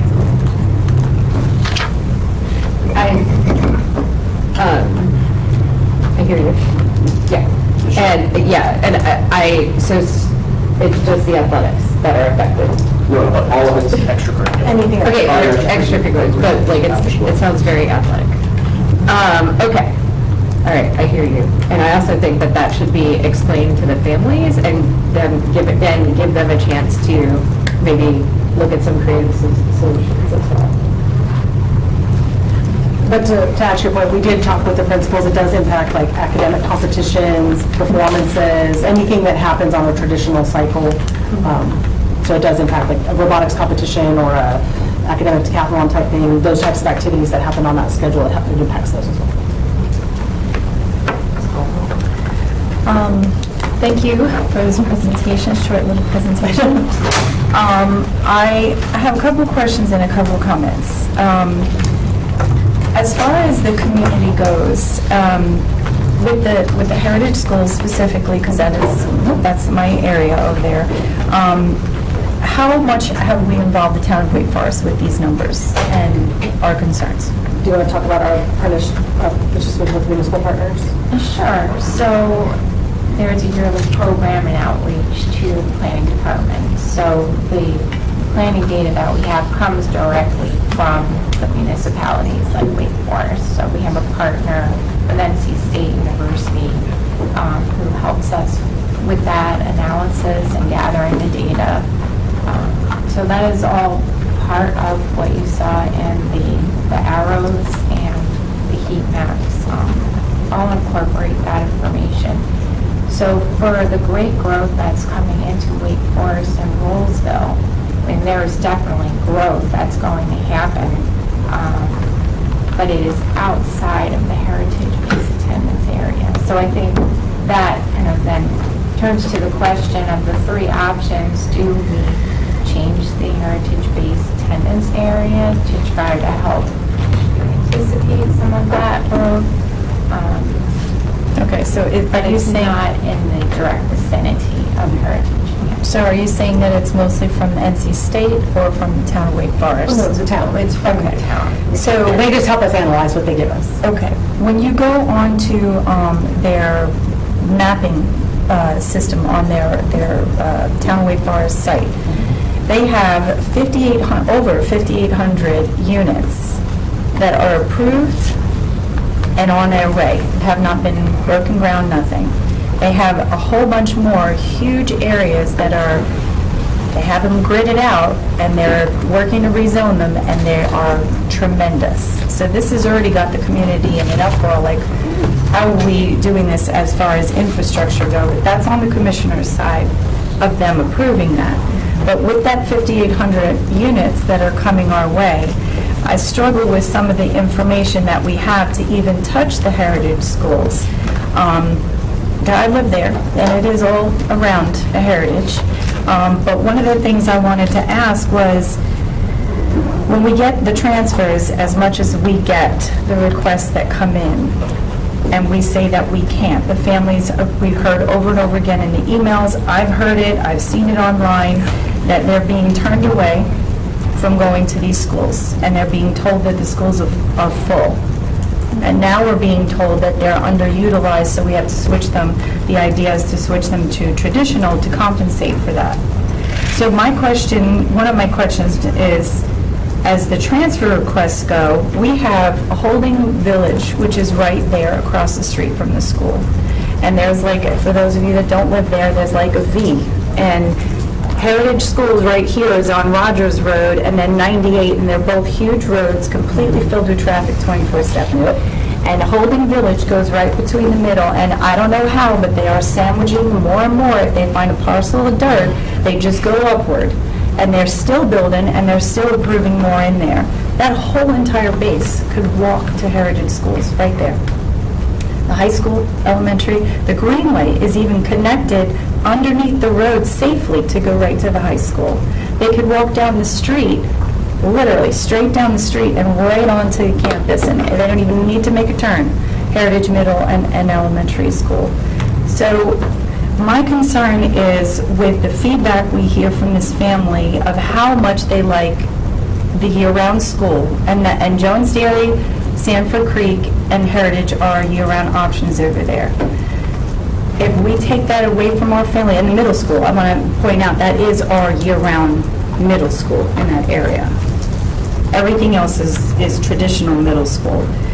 So if we want to keep this continuous for our families, and we do have tons and tons of families that are trying to come in and utilize the year-round, we could fill that school where we would not need to do that. A comment that I wanted to make off of that is we put trailers in as a temporary measure. And here we have that we're giving numbers here, 93% without the trailers. But we're willing to change this whole community. The whole community was based and built around year-round schools in that area. That everybody who bought in that area was sold that your community is here, grocery store, your schools, your banks, you don't even need to leave home. Like that's how this whole community was built, which means it brought in businesses. Not just track out camps, but everybody who is working around these families that are here, the schools that we have there, and keeping everything close into the community. And it's going to affect those businesses that opened up because of what we have right here. So if we have Jones Dairy that is so crowded, why can't some of those kids go to Heritage Middle School, Heritage Elementary School, before we change it to a traditional school? I know it's a lot of information, but I've gotten a lot of feedback. I don't want to take too much time, so I'm just trying to spill it out there and kind of make my case. And as far as the middle school,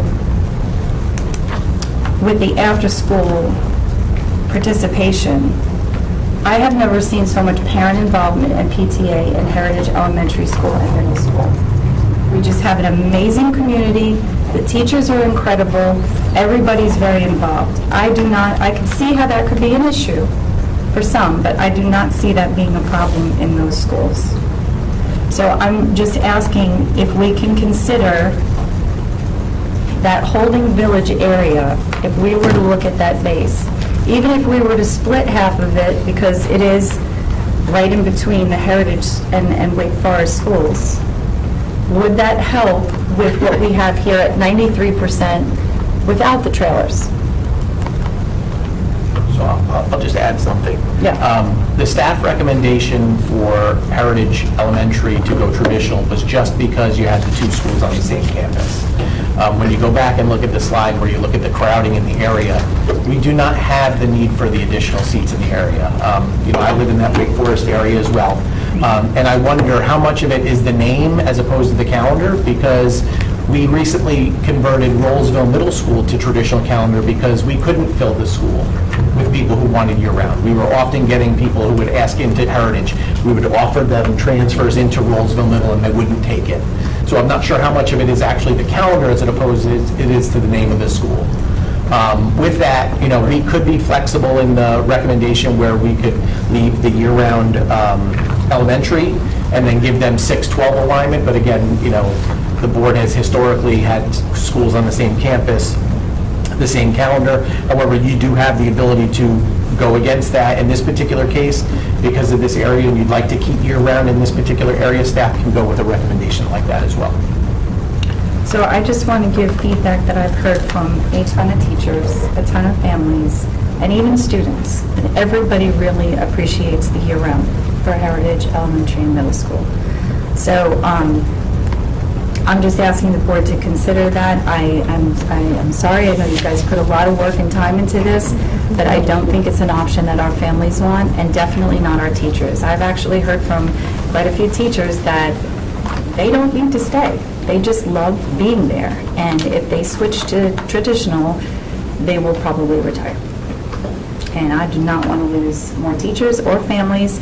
We have Franklin Academy, Bailey's, Wake Forest Charter, Wake Prep, all of those are all in 5-minute drive from these schools. And if this is one thing that is attracting our kids to Heritage Elementary and Middle School, it's kind of like a model of, okay, so what's working here? We could actually use that in some of our other schools.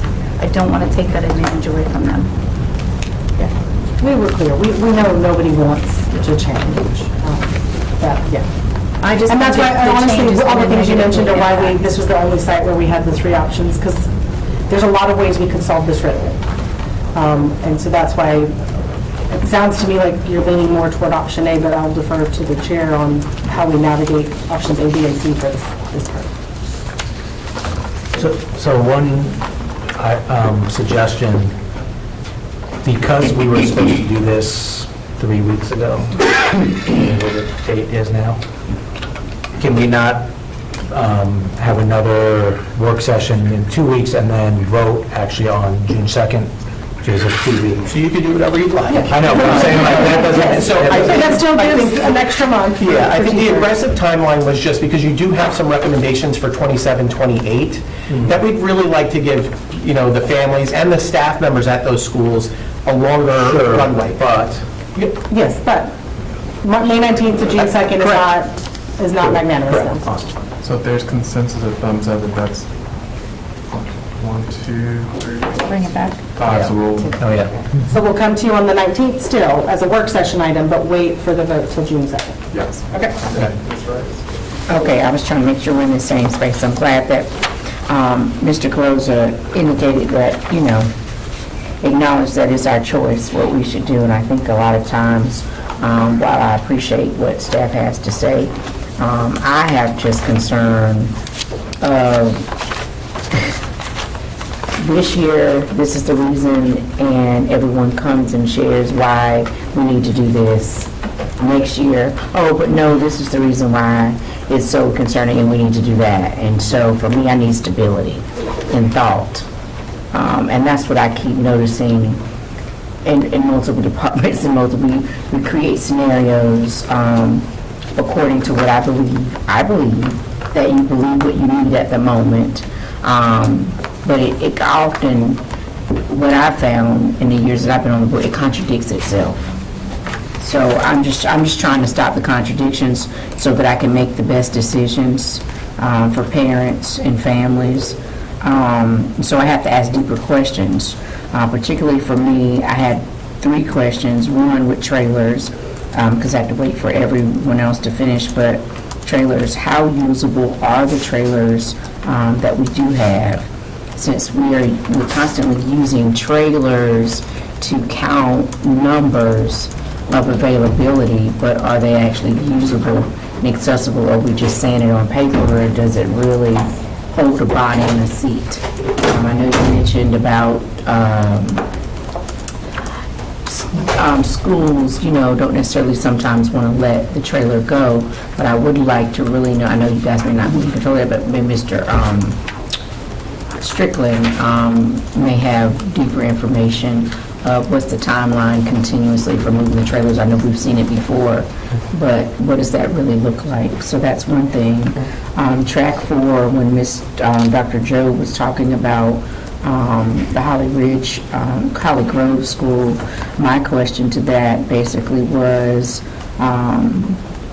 so if we do know that all this growth is bursting and booming, are we going back in a year and a half and saying, well, based on now what we have, since then we need to turn it back?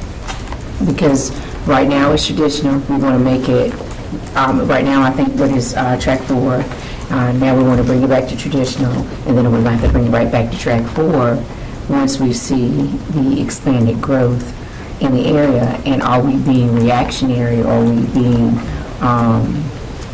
what's the word? We don't want to be reactionary, but are we being, are we doing stuff in advance? Proactive, thank you for somebody helping me, right. That's what I was looking for. Are we being proactive, or are we going to continue to be reactionary to everything that we do? I've just been around a long time. I remember when we introduced year-round schools in Wake County. So right, I've been around just as long as many of us have. Some of these changes I'm wondering, are we changing stuff that happened in 08, 09? Is that why we're changing stuff? When we did this huge burst of choice and all of that. So I'm seeing a lot of change of going back to what we were or should have been and that kind of stuff. So I'm having trouble with a lot of flip-flop that's being presented at numerous board meetings. I have a lot of challenge with what's presented to me, and I hate to sound confrontational, is definitely not my intent, but if I know for a fact that what Ms. Cofield is saying to be true, right? Have lived in the north and eastern area, for 15 years prior to. What are we doing? Like, I see a lot of reactionary behavior that we've got going on, and I just don't know what to do. I don't know what to be true or what not to be true, and then to respond to it in a integral manner as a board member. And so I need to know how many schools are in the region that we need to consider that are track 4. We said there are 4 that are track 4, right? I think I heard you mentioned 3 out of what? 3 out of 36. 3 out of 36 schools? 3 out of 36 middle schools. The after-school programming that I work with. Okay, so, all right, so what we're talking about, we have 36 schools in that region, or we talking about overall, right? So what I'm talking about in this region, or how does that work? Because the schools the schools that are over in Holly Grove aren't having a game with schools in District 4. Like, what are we doing? Like, help us understand where are we getting the presentation of this data from to convince us that we need to shift a region again when we hear the number, and can you show us that there isn't going to be any growth of that significance to change the school right back to 4 in 2 years? So if I may, you brought up data in an earlier conversation, and I want to say, I think that... And I heard your data point you made earlier, too. Yeah, I think our department does a really good job of showing you the data that we use to make these decisions, right? We get the data directly from the municipalities, right? And then we work with a third-party vendor, so it's not something that we're deciding, it's something that somebody else is deciding, and they're analyzing and saying, this is the best course of action for how you should respond to this. And then staff takes that, and we're even more conservative. So when you look at some of our recommendations, we're not recommending to change a school to a traditional calendar, that we think it could possibly go back to multi-track. We are conservatively saying you should go track 4 on that, so that gives us that flexibility, so it's not going to be unstable for families long-term. So that I can share you with that. And then from there, I can't speak for other departments, but I do think that we are looking further ahead than most. Because we have to naturally look ahead. And I think we've heard from board members very loud and clear, try to provide stability as much as possible, try to provide opportunities for families to have some consistency, and that's what this long-term plan is doing. And so that's generally the information that we'll share moving forward, but I appreciate your feedback, though. Right, and so with that being said, for me, if it matters, we have consistency, we do this, middle school like it is. I know this is getting late, but I just wanted to make this comment, and no reply necessary. But certainly, sometimes I wonder whether it was a self-fulfilling prophecy in the Northeast area to, the actions that we have done created all these charter schools and all these options up there that now we have to kind of think through, are we going to be able to stay competitive as an option for families up there if we choose to go in a different route when everybody is so, all the families are so ingrained in the year-round lifestyle, and we're choosing to go traditional, and that just, are we going to drive people further away from our our schools because they have other options. So I just don't want that to happen, and so I just want you guys to consider that. Thank you all. It's after 5:30, so I appreciate staff's hard work and information into this, and we will adjourn unless any other, are you all? I do need to talk to you just before we get into So we will adjourn our work session and we'll convene on the other side.